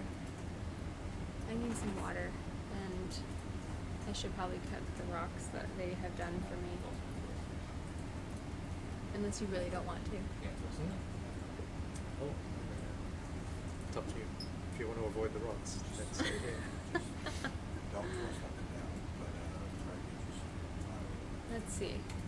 I like helping with the rock collections. We have one more. Yeah. Choose the next one. Where are we going? We are, just see, try to pan the camera on. I'll come back in a little. Thank you, Greg. You want me to get you a drink?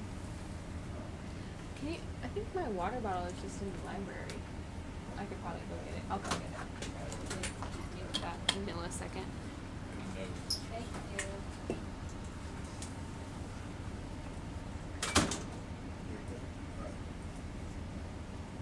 Go now. Okay, that's getting me. You should be able to fly. So what happened? When it locked up with the pan and tilt thing, it also reset all your trims to nothing for some reason. Did you keep? I don't know if it's a good number. Yeah. She wanted the number for 126. I did.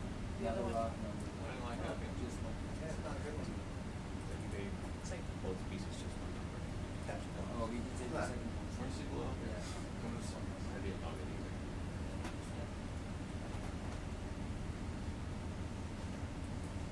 You'll be able to put them together. Super glue. Alright guys. Pick a rock. Any rock? Pick one that one that you think's gonna work? When would that end? One last rock. They didn't break it. Is it working? No, it's not. Did you touch it last? No. No control. 6 transect? No. Oh. Mhm.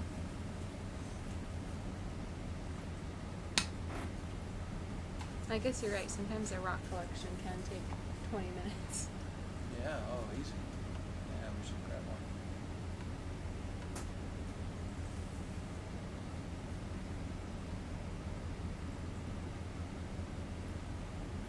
Is that rock there, the white? The sponge on it?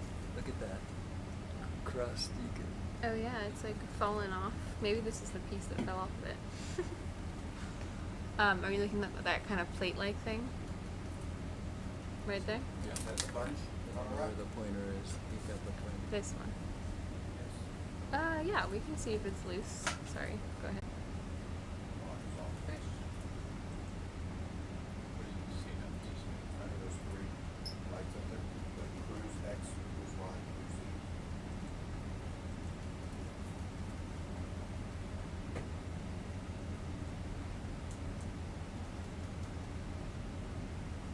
Lock is on.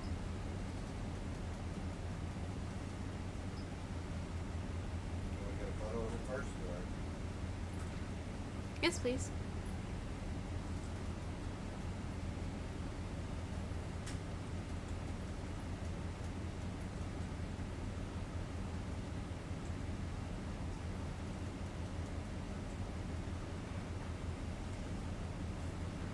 Quick pre-sample photo. Kinda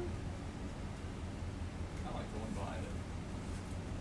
Yeah, it's stuck though. The bubbly one? But I mean, these are covered in botrytes, all of them.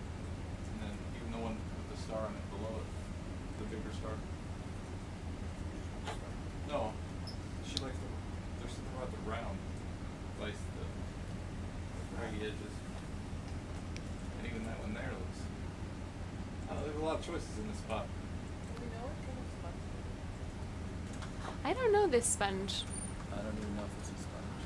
Yeah, it might not be a Looks like sponge. it. Let's go for the one with the big blob on it that we can't identify. Anybody in the chat know what it is? It's the bungee or what do you call it? Yes, the bunch is on. So I can pick it up and then open up the box for the photo. Just turn it apart.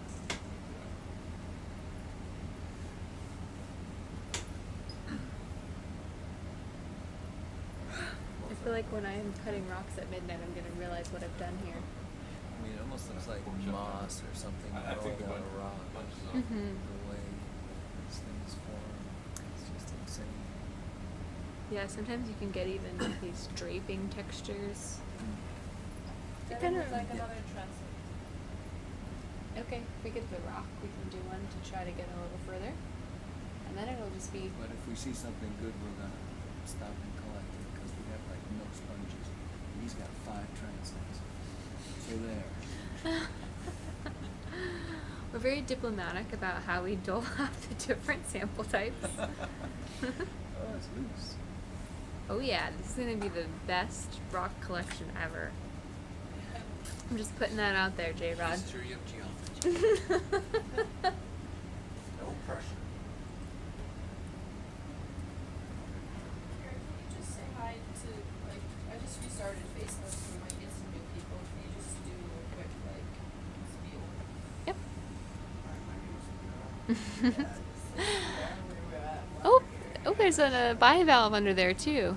If you guys are just joining us, I know that the Facebook got restarted. This is the Biodiverse Borderlands cruise. We're out here on Patton Escarpment today, which is a big geologic feature. We've been climbing a slope all day. We're looking for mineral deposits of ferromanganese here and collecting these rock samples to get a hint about what are the different biological communities from the microbes all the way up to the macrofauna that are associated with these mineral deposits. So the pilots have just picked up a lovely piece of ferromanganese crust. You can see the botryoidal textures, and here we've got this really It's a interesting sponge. sponge attached to it. Folks are wondering if it could be a flat tunicate. Yeah, that's what I was I'm thinking not at first, sure. But now I think it's a sponge. We saw a bivalve on the other side, a couple of other sponges. Do you want to see the broken side or keep it Nope, flat? let's keep it as That's flat it. as If you see possible. Right there, that's the broken piece. That's what that is happening. Oh, yep. See, it's like almost completely black inside. This is a lot of ferromanganese crust here. So it could have been that it fell from a ledge somewhere else, and it's just sitting here ready for us to collect. Amazing. Thank you. And so we're going to take this rock and put it in one of our bio boxes. These are plexiglass inserts that we've created to be able to keep the rock and all of its associated fauna in one compartment that's completely sealed off from the others so that we don't mix up the sediments and the biology from our different rock samples, and we'll be able to get the surface area of the rock and then quantify all of the animals associated with it. So Lisa Levin has developed this experiment, and it's a really neat and unique way to look at the fauna associated with these mineral deposits on top of the rocks here. We'll also be getting scrape samples for Paul Jensen's lab for them to do biological analyses. He can tell you a little bit about that. Yeah, so we're going to look at the microbes that live on the surfaces of these rocks. And Kira told you about the metals and other minerals that are associated with them, and we think that may affect what microbes live there. In fact, it's possible that the microbes actually participate in this process. And so we're going to collect DNA from the surface of the rocks and use culture-independent techniques to assess what microbes are there, in particular bacteria, or what we're looking at. Yeah, and we're going to see if there's any correlations between the presence of these minerals and certain groups of bacteria that might be involved in helping to precipitate these minerals.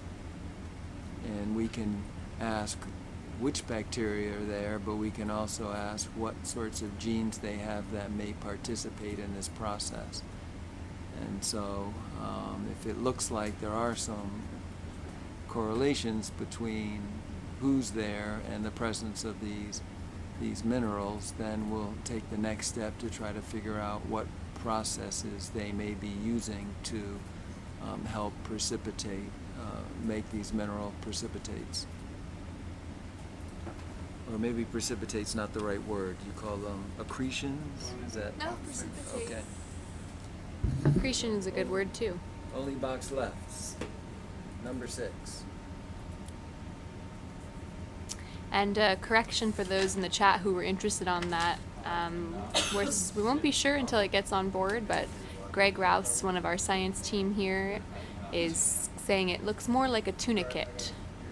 So if you're taking screen grabs, you might want to change it to possibly a tunicate, or go for it and say it's a tunicate. Yeah, for the most part, we think that ferromanganese crusts are precipitating abiotically, but there's not a lot of ways to tell since they grow over millions of years. So the research that Paul and Johanna want to do to try to think about how microbes might be contributing to that precipitation process is a very important, interesting question. There's only been a little bit of research on that, and it's barely just beginning. So we'll hopefully get a lot of good data out of these rock samples.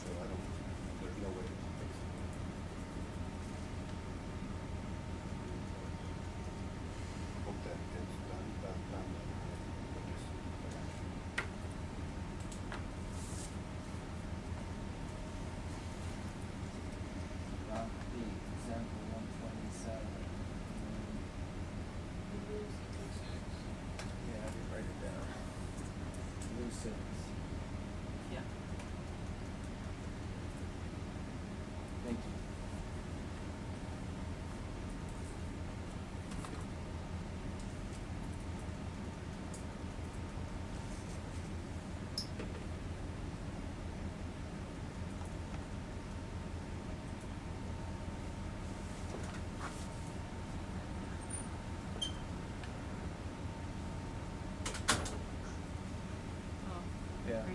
you take push cars tomorrow?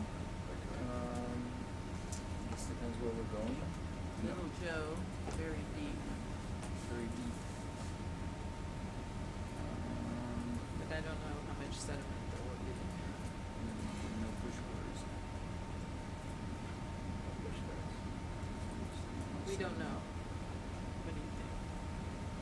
I don't think much. We need to look at the bathymetry. I mean, the deal is that if we go to a place with sediments, we might not get much else. Yeah, I don't think we should intentionally go to Hey, places with let's look at it. sediments. We've got to turn these guys back. Okay. Not to focus on that like last cruise. So we'll just tell them the same basket. These are Are you happy with this basket and the way Do all it's? that first. configured. Yeah, this is great. Yeah, very much. So. Yeah.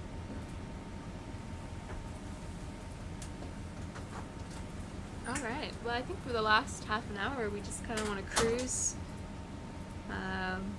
We want to be able to stop and sample since we haven't put too many things in the coral quivers today, so we probably won't do a full-on transect, but kind of a similar style, if that makes sense. We could start a transect, and we don't have to stop that unless we see something. And if we get the next transect, then we're good. That's true. And What do you- Devon's happy. Do you guys like stopping transects? Is that okay with you if we see something amazing? Okay, then we'll do an official start of a transect. But if we see something awesome, we're okay to abandon this one since we've gotten our requisite 5 transects per dive.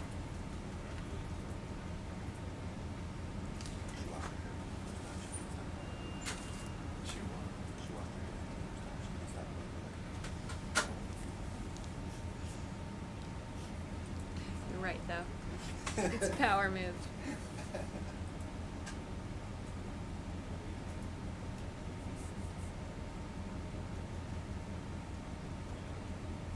Alright, so what do I gotta do for my lateral gain? I gotta turn it.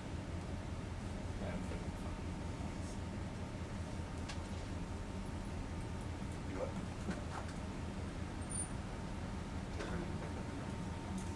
More than that, about 3 lights.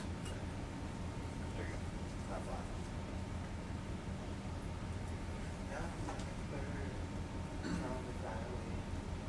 See, I'm not the only one who sings. You what? I'm not the only one who sings. I say I agree.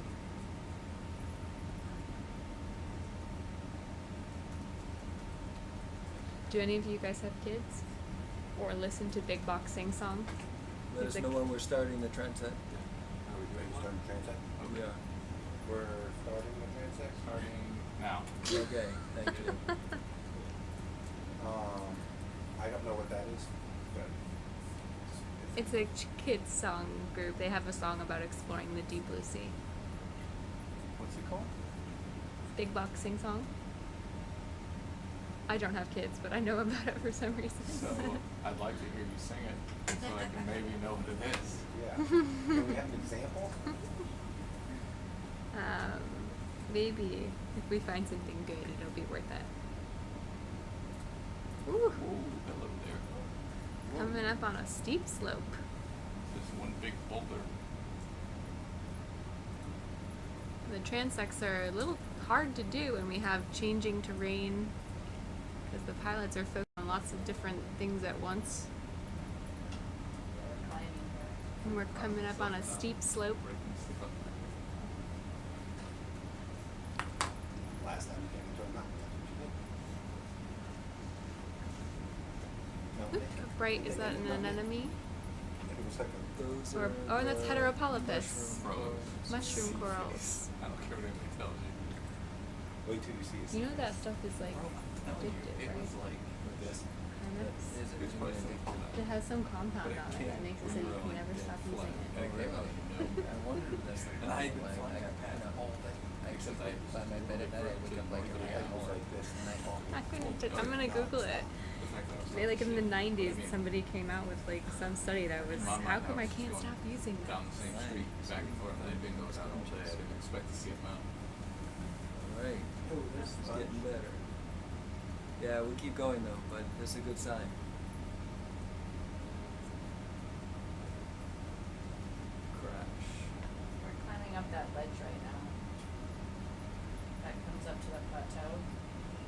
then it's gonna be this incredible sponge garden, and you guys are gonna say, "Oh, you gotta go." Here you go, top hit on Google. Got another big one.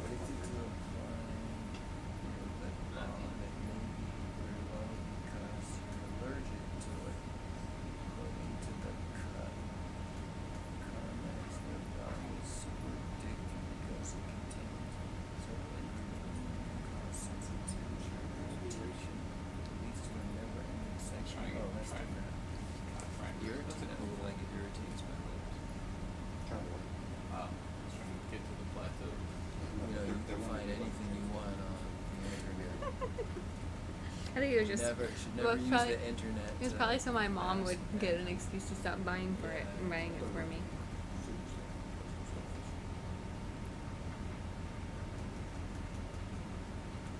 Never use the internet to confirm your suspicions. What's that?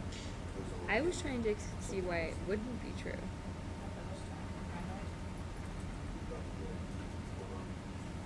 Oh, steep. Ooh, look at that.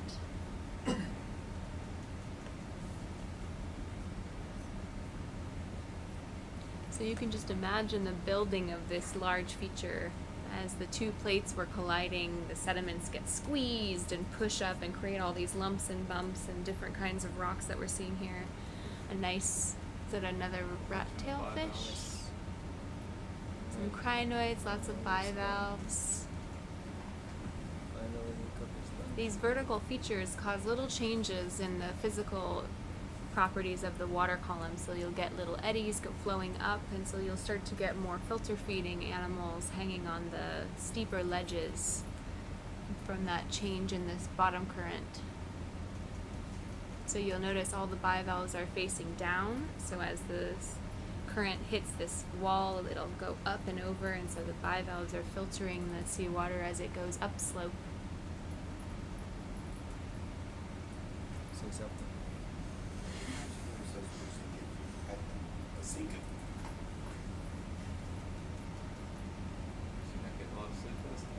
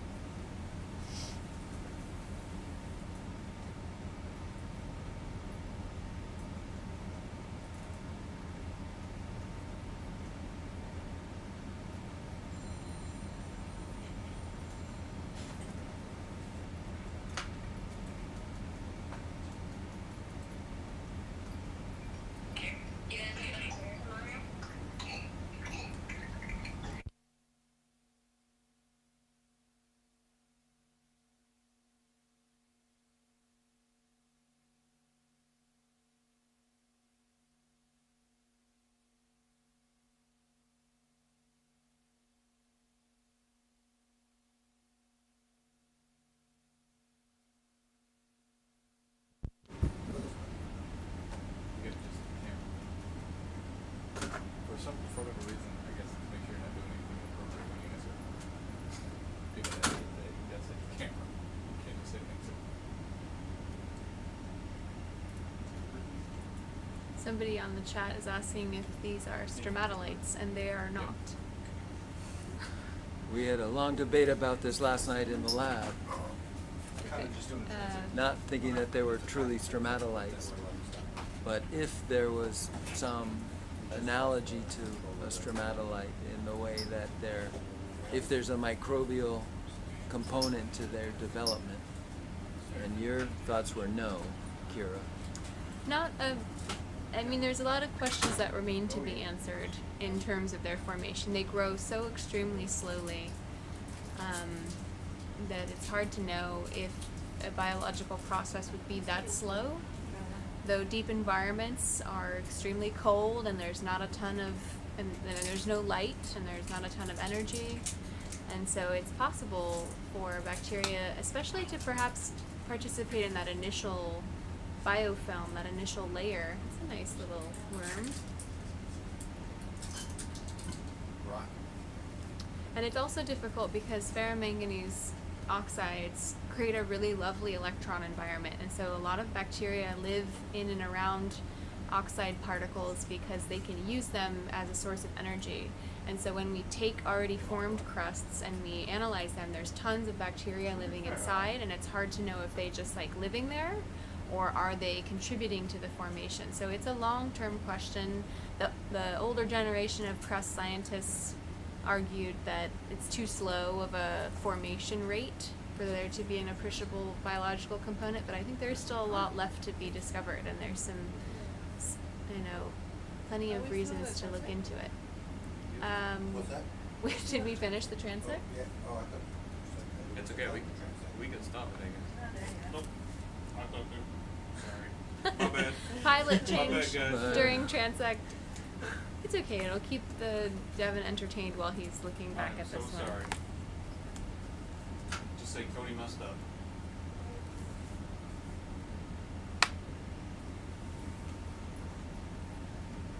I just saw something pretty floating. But they do grow layer by layer, so it's still a great question for Ruth, who asked about the stromatolites. And there are some some ironstones that form that have also been in the deep ocean when bacterial mats are stacked on top of each other and then eventually lithified into a rock. And those have also been sometimes considered a deep sea analog to stromatolites. So I think that those are great questions, and there's evidence to think either way. So we can keep working together to try and answer those kinds of questions. Seeing some corals. We haven't seen these white corals much yet today.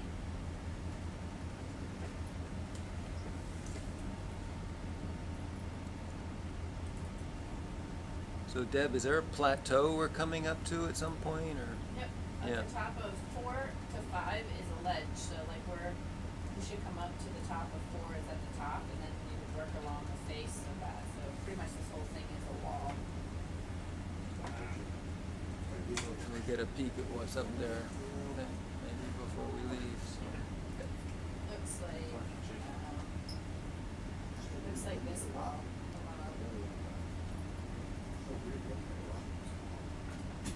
There we go. So we're almost up here. Ah, very and nice. then the top of this will be fairly flat.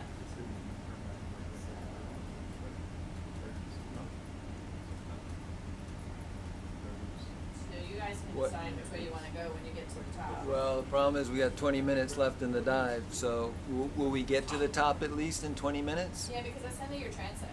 Okay, perfect. Okay, at least want to The see what's up marker's there. Just before, if you look at the co-pilot screen here, Yeah? the marker's just before waypoint 4, and waypoint 4 should be somewhat at the top. So if you want to go up on top and see around a little bit. Yeah, I just like to see what's up there at least, you even go if we forward at even top if 4. even if we can't Instead sample. of going right. Okay.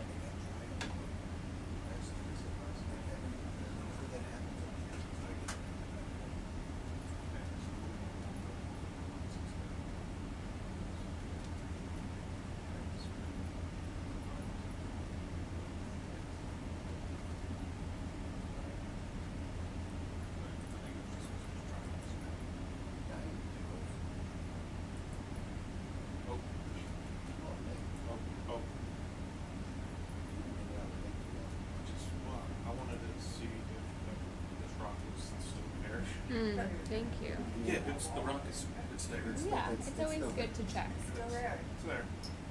Ooh, a fun bright orange anemone in the bottom. He's fine. Some corals. I don't like this wall right here. Lord have mercy.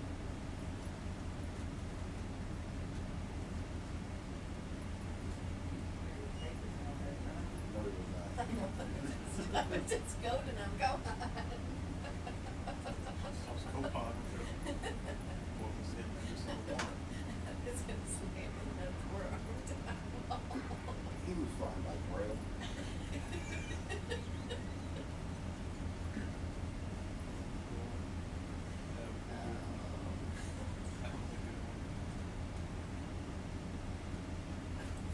You have to know those fish, like, when you first get them, you can't see them, they start running with everything.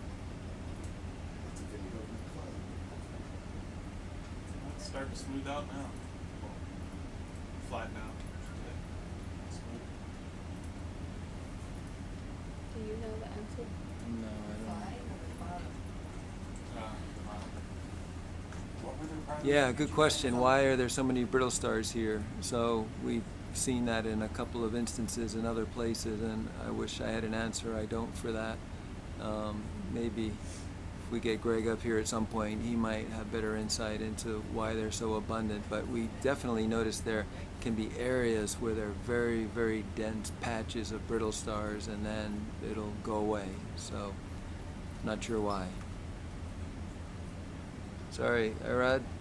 Or Tyrod? Jay. J-Rod. What's that? Sorry, did you have a question? Oh, no. Okay, sorry. Oh, actually, I haven't, but off subject. Well, we finished the subject. Hmm? We finished the subject if you still have a question. I was just wondering, what were the requirements to sing the song? There's a song you sing? Yeah. Oh. We have to turn the You have microphone kids. on. Did you ever hear of You think it's that right? Big Block Sing Song? Big Hot Sing Song. It's a group that makes kid songs. End of train set. Awesome. They Thank have a you. deep sea exploration song. Oh, I'm do they? surprised you guys haven't heard it.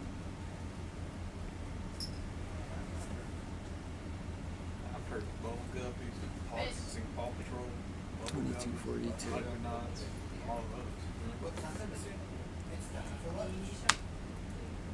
So, all right. Little baby fish. I tell you what, can we take a look at this? Can we take a look at this sponge here? Since we have 20 minutes and we're at best going to get one more sample.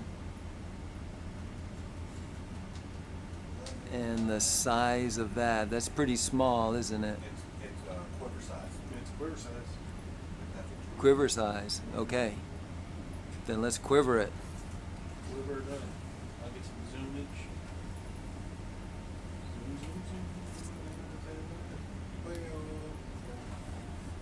Zoom. Photos. Might get a good focus for I was it. gonna say that's a little out of focus too. Go ahead and support us. It's great. Beautiful. Little isopod on it.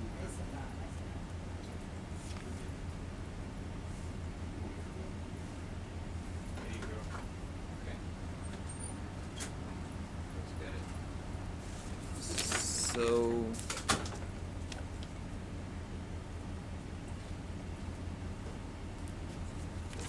confirm that quivers 9, 10, and 11 are empty. And I don't know what numbers, if the numbers are correct, but these three, 9, 10, 11. So it looks like the 3 starboard quivers are still empty. I already opened number 10. Perfect.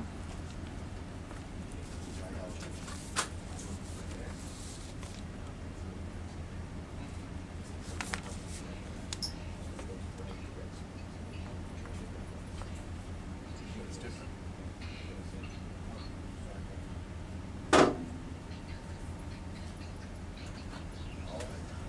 Yes.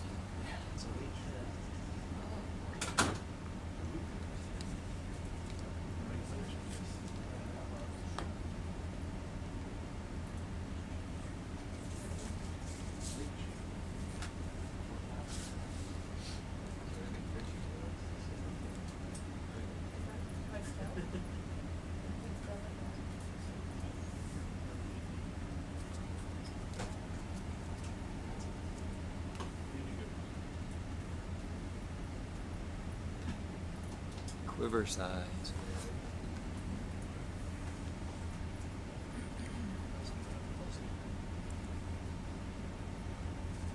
It's like dipping an ice cream cone.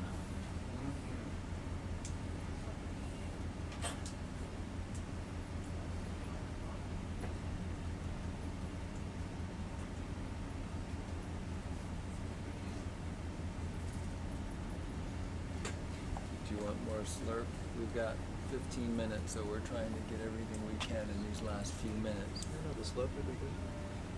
Could you do a zoom on the sea urchin right in front of the basket as well, just to see if it's different? There's a little hard urchin in the front. I don't see it. It's in front of the basket. Oh, so we're blocked. Okay.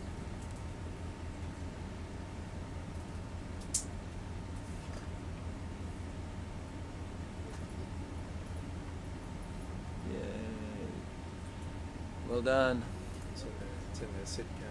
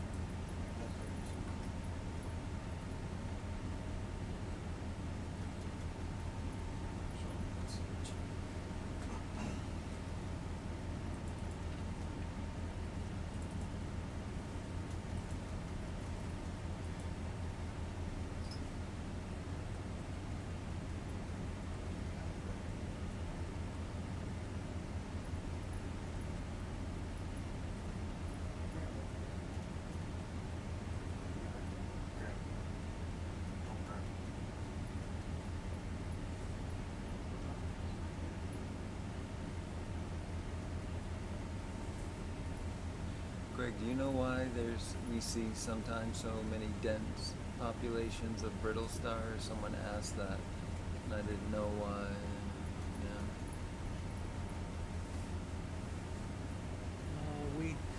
We see bands of brittle stars at different depths. We often see them on either side of the oxygen minimum zone. They're detritivores, so they're living on the marine snow that's falling down. These particular kinds of brittle stars. So there must be enough food to support them, and there's no other detritivores out competing them. And they're tolerating this level of oxygen. So as we've come up, the oxygen level's been dropping. But this isn't a dense band. We've seen much, much denser bands of brittle stars. If we came up another few hundred meters, they're able to be carpeting the rocks. We won't see that today, but we might on another dive. And then Devon would, or whoever's counting the brittle stars, would not be happy on a transect.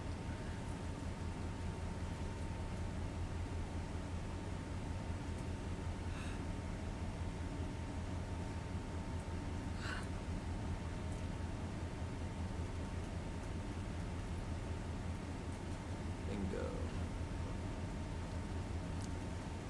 Well done.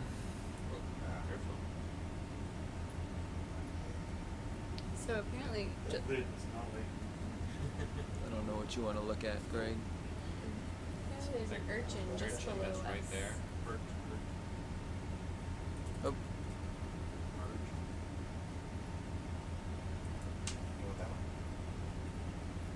Checking it out.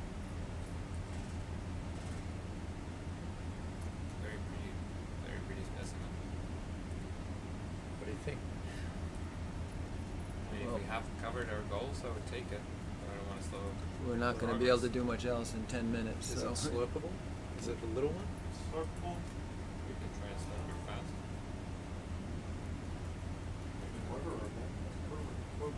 Do we have a quiver left? Yes. Okay.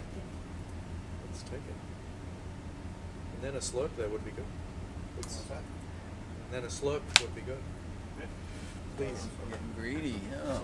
See what it's eating. I'll look in the sediment.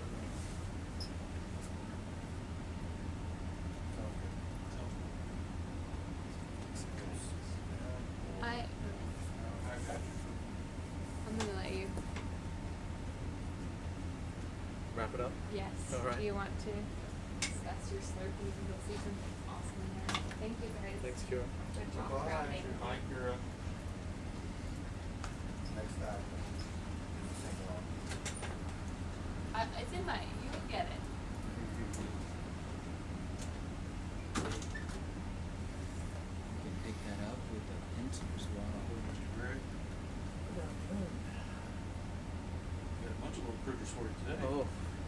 late night. Slope that. Hopefully he stays intact. Looks like he did. Okay. Another one. See, Very.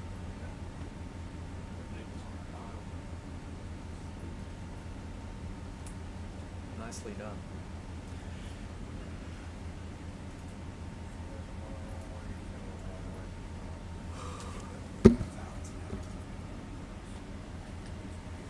Oh, it's got a scale worm associated with it. We often see these purple scale worms associated with bigger creatures such as sea cucumbers or sea urchins. We collected a sea urchin a few hundred meters deeper. Might be the same. We'll see when it comes up this evening.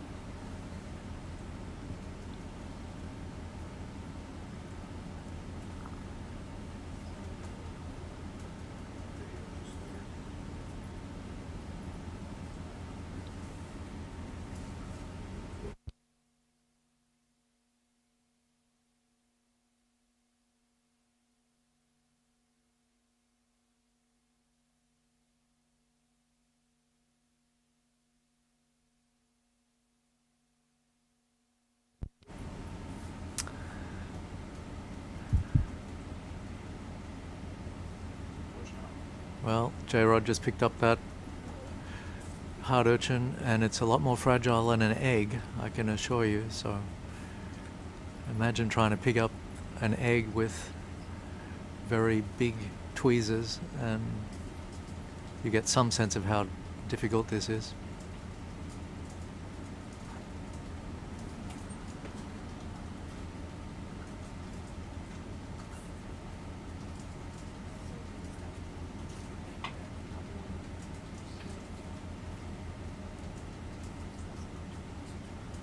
At number 11? You said yes, huh? Yes. Quiver 11. So Nico, who's a postdoc in my lab, is planning over the next couple of years to do an evolutionary tree of all of the sea urchins, as many as we can get, and integrate that with the fossil record of sea urchins, which is extraordinary. So we're trying to get as many different kinds of sea urchins as we can. But we'll also subsample this for stable isotopes and put it into the context of the ecology of this slope. Done, sir? Thank you, Jaron.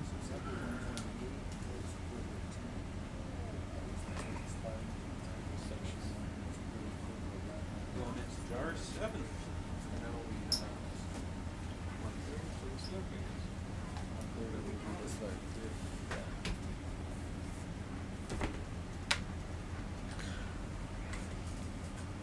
And then we're done. Slurping, we're done. Okay. Got 3 samples in the last 5 minutes. Pretty good. That's probably. Oh, Sections on. there's a shrimp challenge.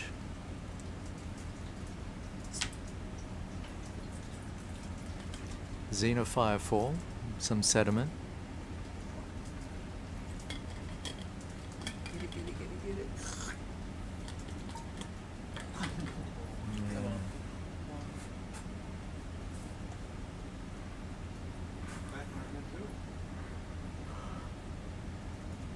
Slurp.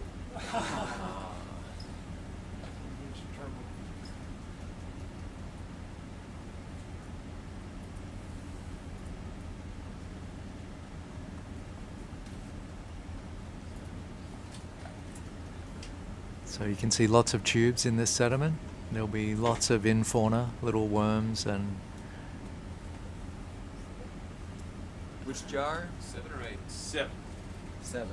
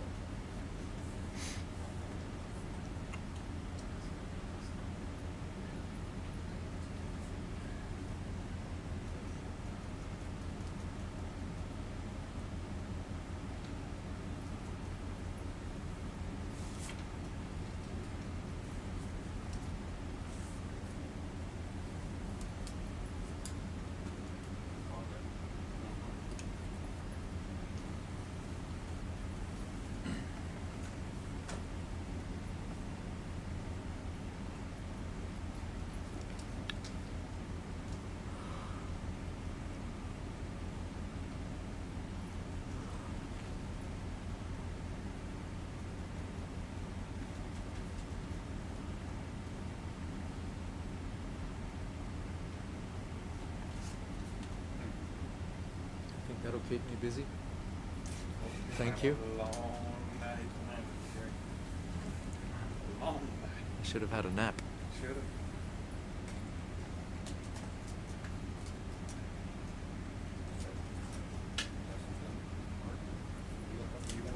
What?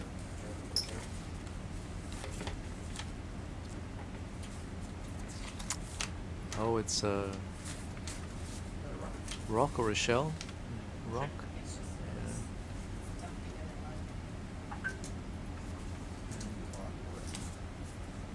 Okay, I'm gonna go to number 8. Potion. Okay.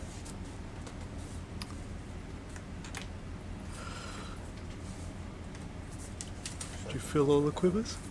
Yep. 11 is still in. Okay. Were you gonna go over something else? No, just hoping you got enough sponges and corals. No, we didn't.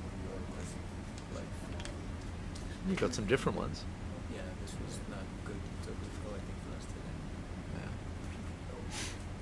But whatever. We want that guy.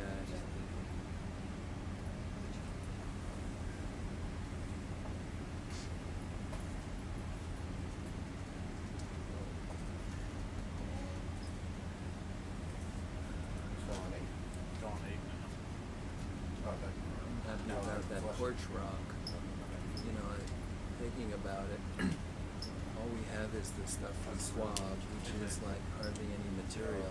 We can chisel away a lot of that, so we have some bulk material where we can, you know, extract and look for molecules and get more DNA if we need bulk. You know, if she's struggling from the other samples, it's all we have are these swabs. It's like, let's just get a lot. Yeah. Why not? He's in there. That went into 8? Yeah. Okay. The shrimp that, Okay. He had something in his little pinchers. yeah, whatever was on that sponge that fell off, the shrimp had it. Okay. We'll look for it. Was that just a separate slurp sample? Yeah, call it a bonus. So Number 8. Yeah, the flush. Oh, that was the. Were It's we in the giving that a sample number? We could link it. Just note that 7 and 8 are combined. Yeah, see, there's a lot of stuff in 8 from.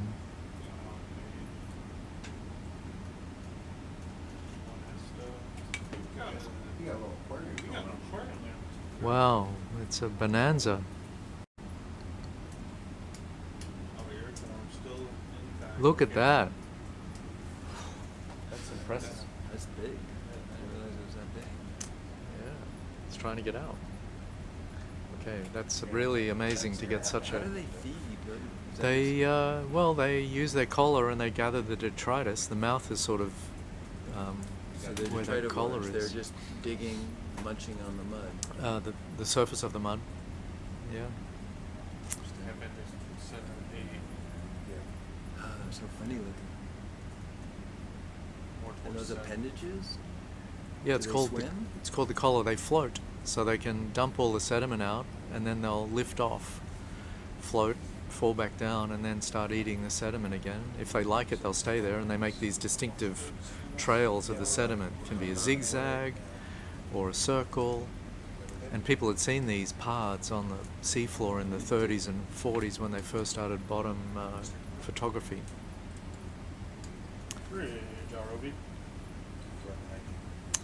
almost looks like there's two flaps, like pseudopodia or something. Yeah. Is Yeah. that for swimming? No, it doesn't swim. It just floats. Just floating. Yeah, they're helping gather the food, the detritus, to bring to the mouth. They use mucus feeding. And what phylum? Hemichordata. So it's, Yeah, it's these a are pretty hemichorda. advanced, like, Yeah. Yeah. yeah. Yeah. Not your average worm. Not your average worm. Not that my worms are Average. primitive or average, but this group is special. Nick Holland, who's at Scripps, has done a lot of work on this group, so he'll be excited to see this. Yeah. A few of the California worms have been named. I don't recognize that one, but I'll send a picture to Nick. And I don't know anyone who's studied the natural products of acorn worms. Well, we'll give you a Because they're sample. probably not so easy to collect. Yeah, and no. that's a large sample. Yeah. So we could actually, that could be interesting. All right, everybody, we have wrapped up for today and we're on our ascent. Please join us tomorrow. We'll be a little bit south of here on the Little Joe Seamount. And that's all from the Falkor and Sebastian crew.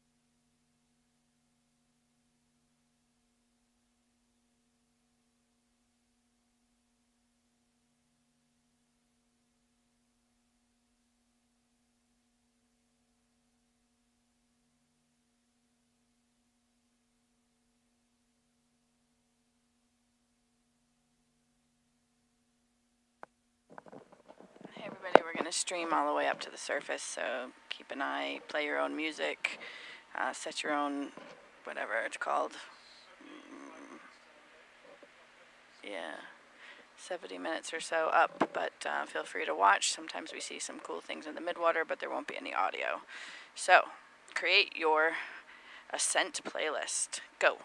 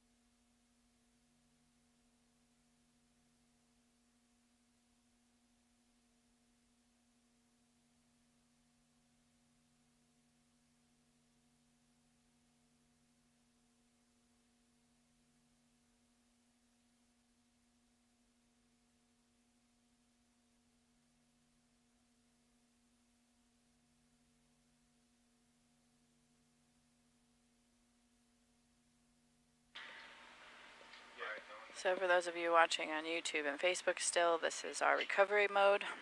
So the pilot, who is Cody today, is flying the vehicle backwards towards the vessel. And for those of you watching, this is a pyrosome bloom area. So these are pyrosomes. So they are individual organisms all connected with some gelatinous material to form a tube. Cody's trying to focus the science camera and fly at the same time. So we've been seeing these on a number of our dive sites on our descents and recoveries.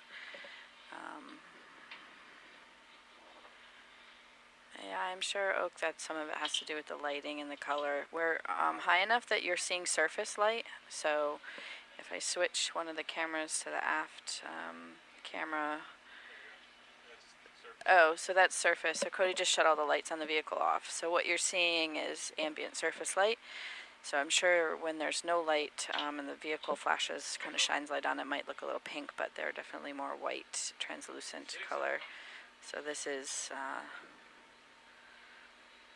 we are at 64 meters, so there's obviously surface light penetrating down.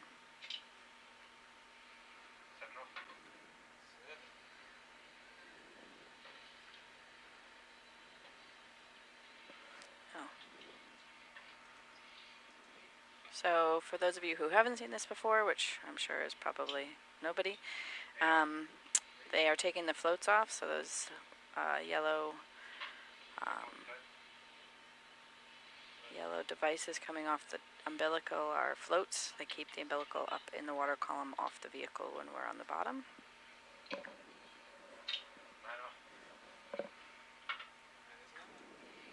I think I've captured like 4.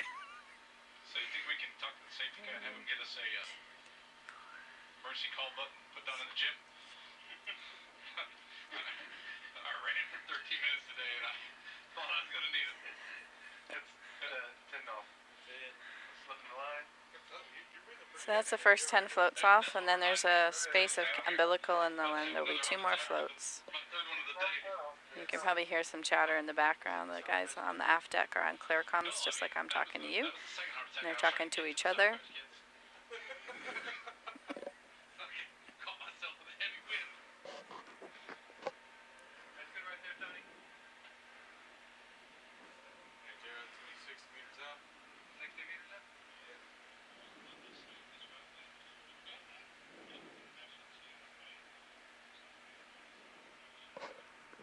I'm just changing that top view. So there's a view aft of the vehicle with the umbilical as it comes in towards the ship.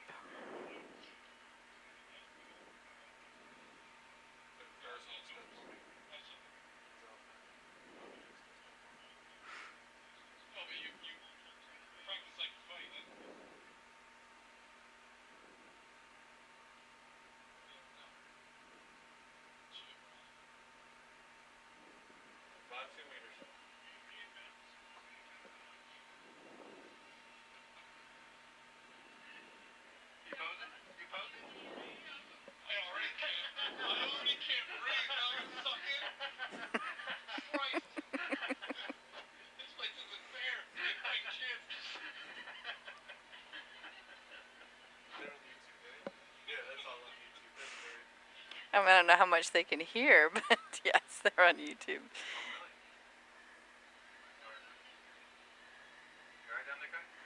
So they've switched roles around today, as they do. The ROV team changes every day on who does what. So if you were watching the last couple of days, J-Rod flew up, but Cody's here in the control room with me, and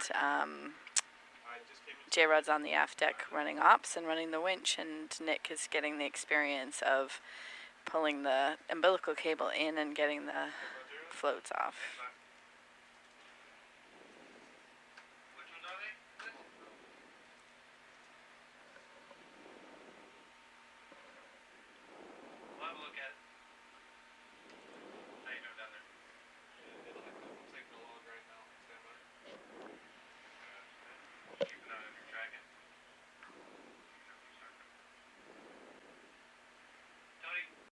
Can we apron him out a little bit more?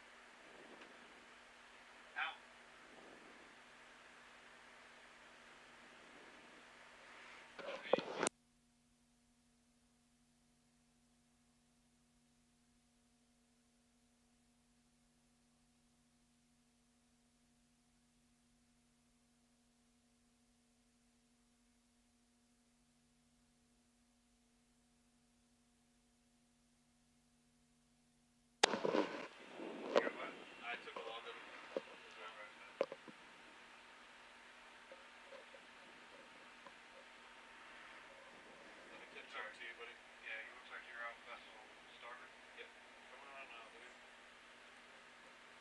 So the pilot and the person running the deck on the aft deck are always in constant communication. And this is so that if there's an issue, they can talk through it, and so that they both know what's going on. So the eyes on the back deck. We have cameras in the control room that show us the aft deck, just like you're seeing them at home, but nothing's like standing there. So.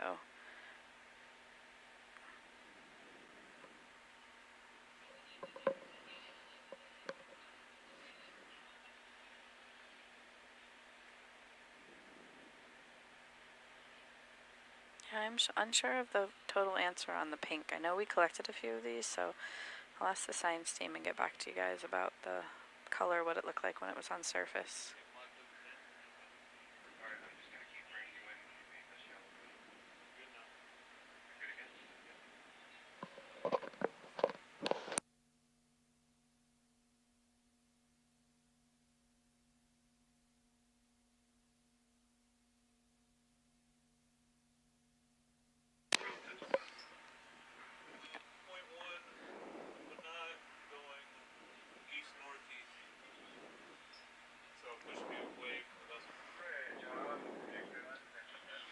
So they're A-framing in.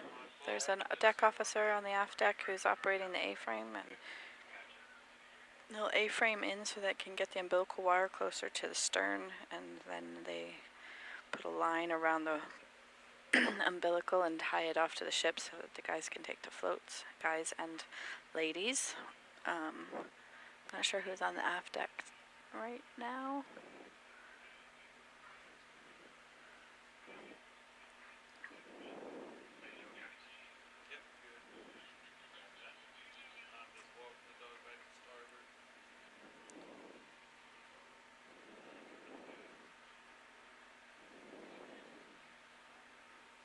I'm happy to answer any questions if there's anything specific to the vehicle or the ship, since we're on and chatting. So shout out on YouTube or Facebook and I'll try to answer best I can. My name's Deborah Smith. I'm a marine tech here on Falkor. Been here for about 6 years. I did hydrographic survey work for 15 years prior to that.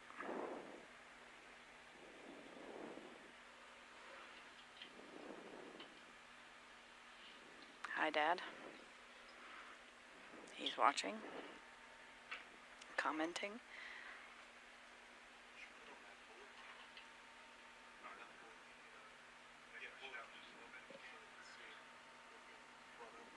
Okay.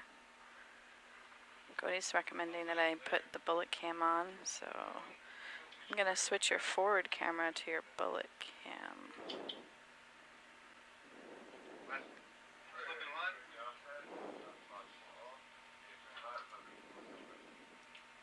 So that's the last float off, and they're A-framing out, and the next will be the vehicle recovery out of the water.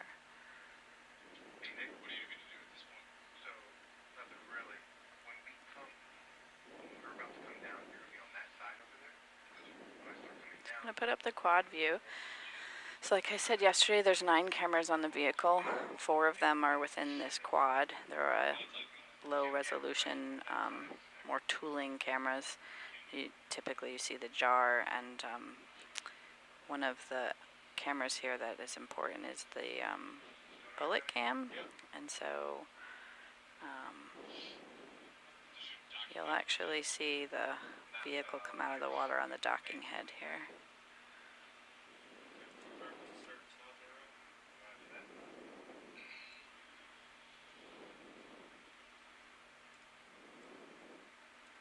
Make that a little bit bigger.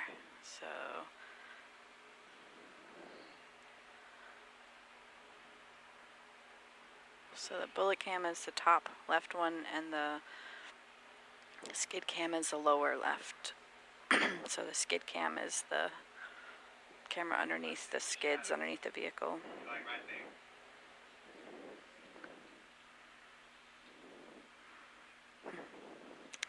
There's a question on Facebook, is the ship stationary or moving? We are stationary. We work in a dynamic positioning mode, so DP mode. So the bridge officer on the bridge is constantly keeping the ship in a position. Now, if the vehicle's moving along the seafloor, as many of you have seen through dives, the ship moves in tandem with the vehicle. But during a recovery, the ship stays in one position. And we, at some point, turn off the props and engines and tend to drift if there's issues with current and stuff. So we're just sort of backing up to the vessel now. So if you can see in that aft deck A-frame picture, the yellow square is Sebastian, and you can see out of the bullet. So Sebastian's just on the surface. You can peek out of the bullet cam. That's the Falkor behind us.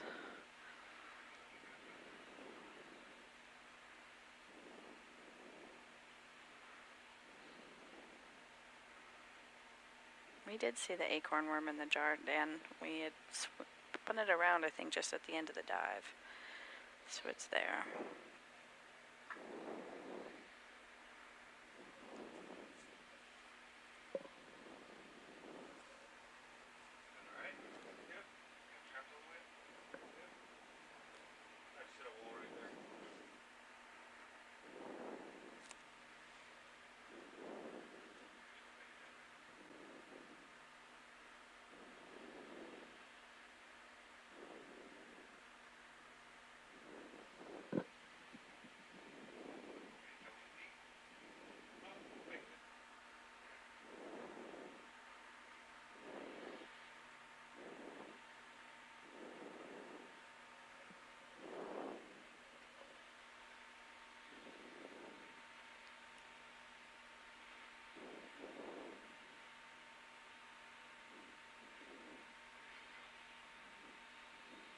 So sometimes, depending on the current, it can take a little bit of time to fly the vehicle in reverse. You have to use quite a bit of thrusters, and it's always a bit of something you want to do delicately as you're backing up to a ship.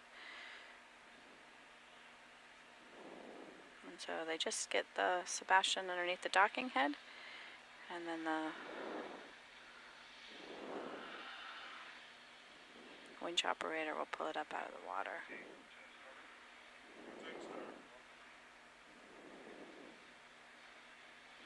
And here it comes out of the water.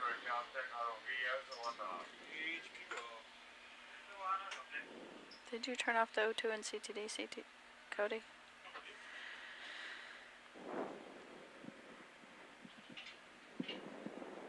So as the vehicle comes out of the water, they turn off HPU, so high pressure, and all of the lights and sensors and things like that. Keep the vehicle up and powered up until it gets on deck, because I do a series of deck checks after the vehicle's on deck just to make sure everything's still working.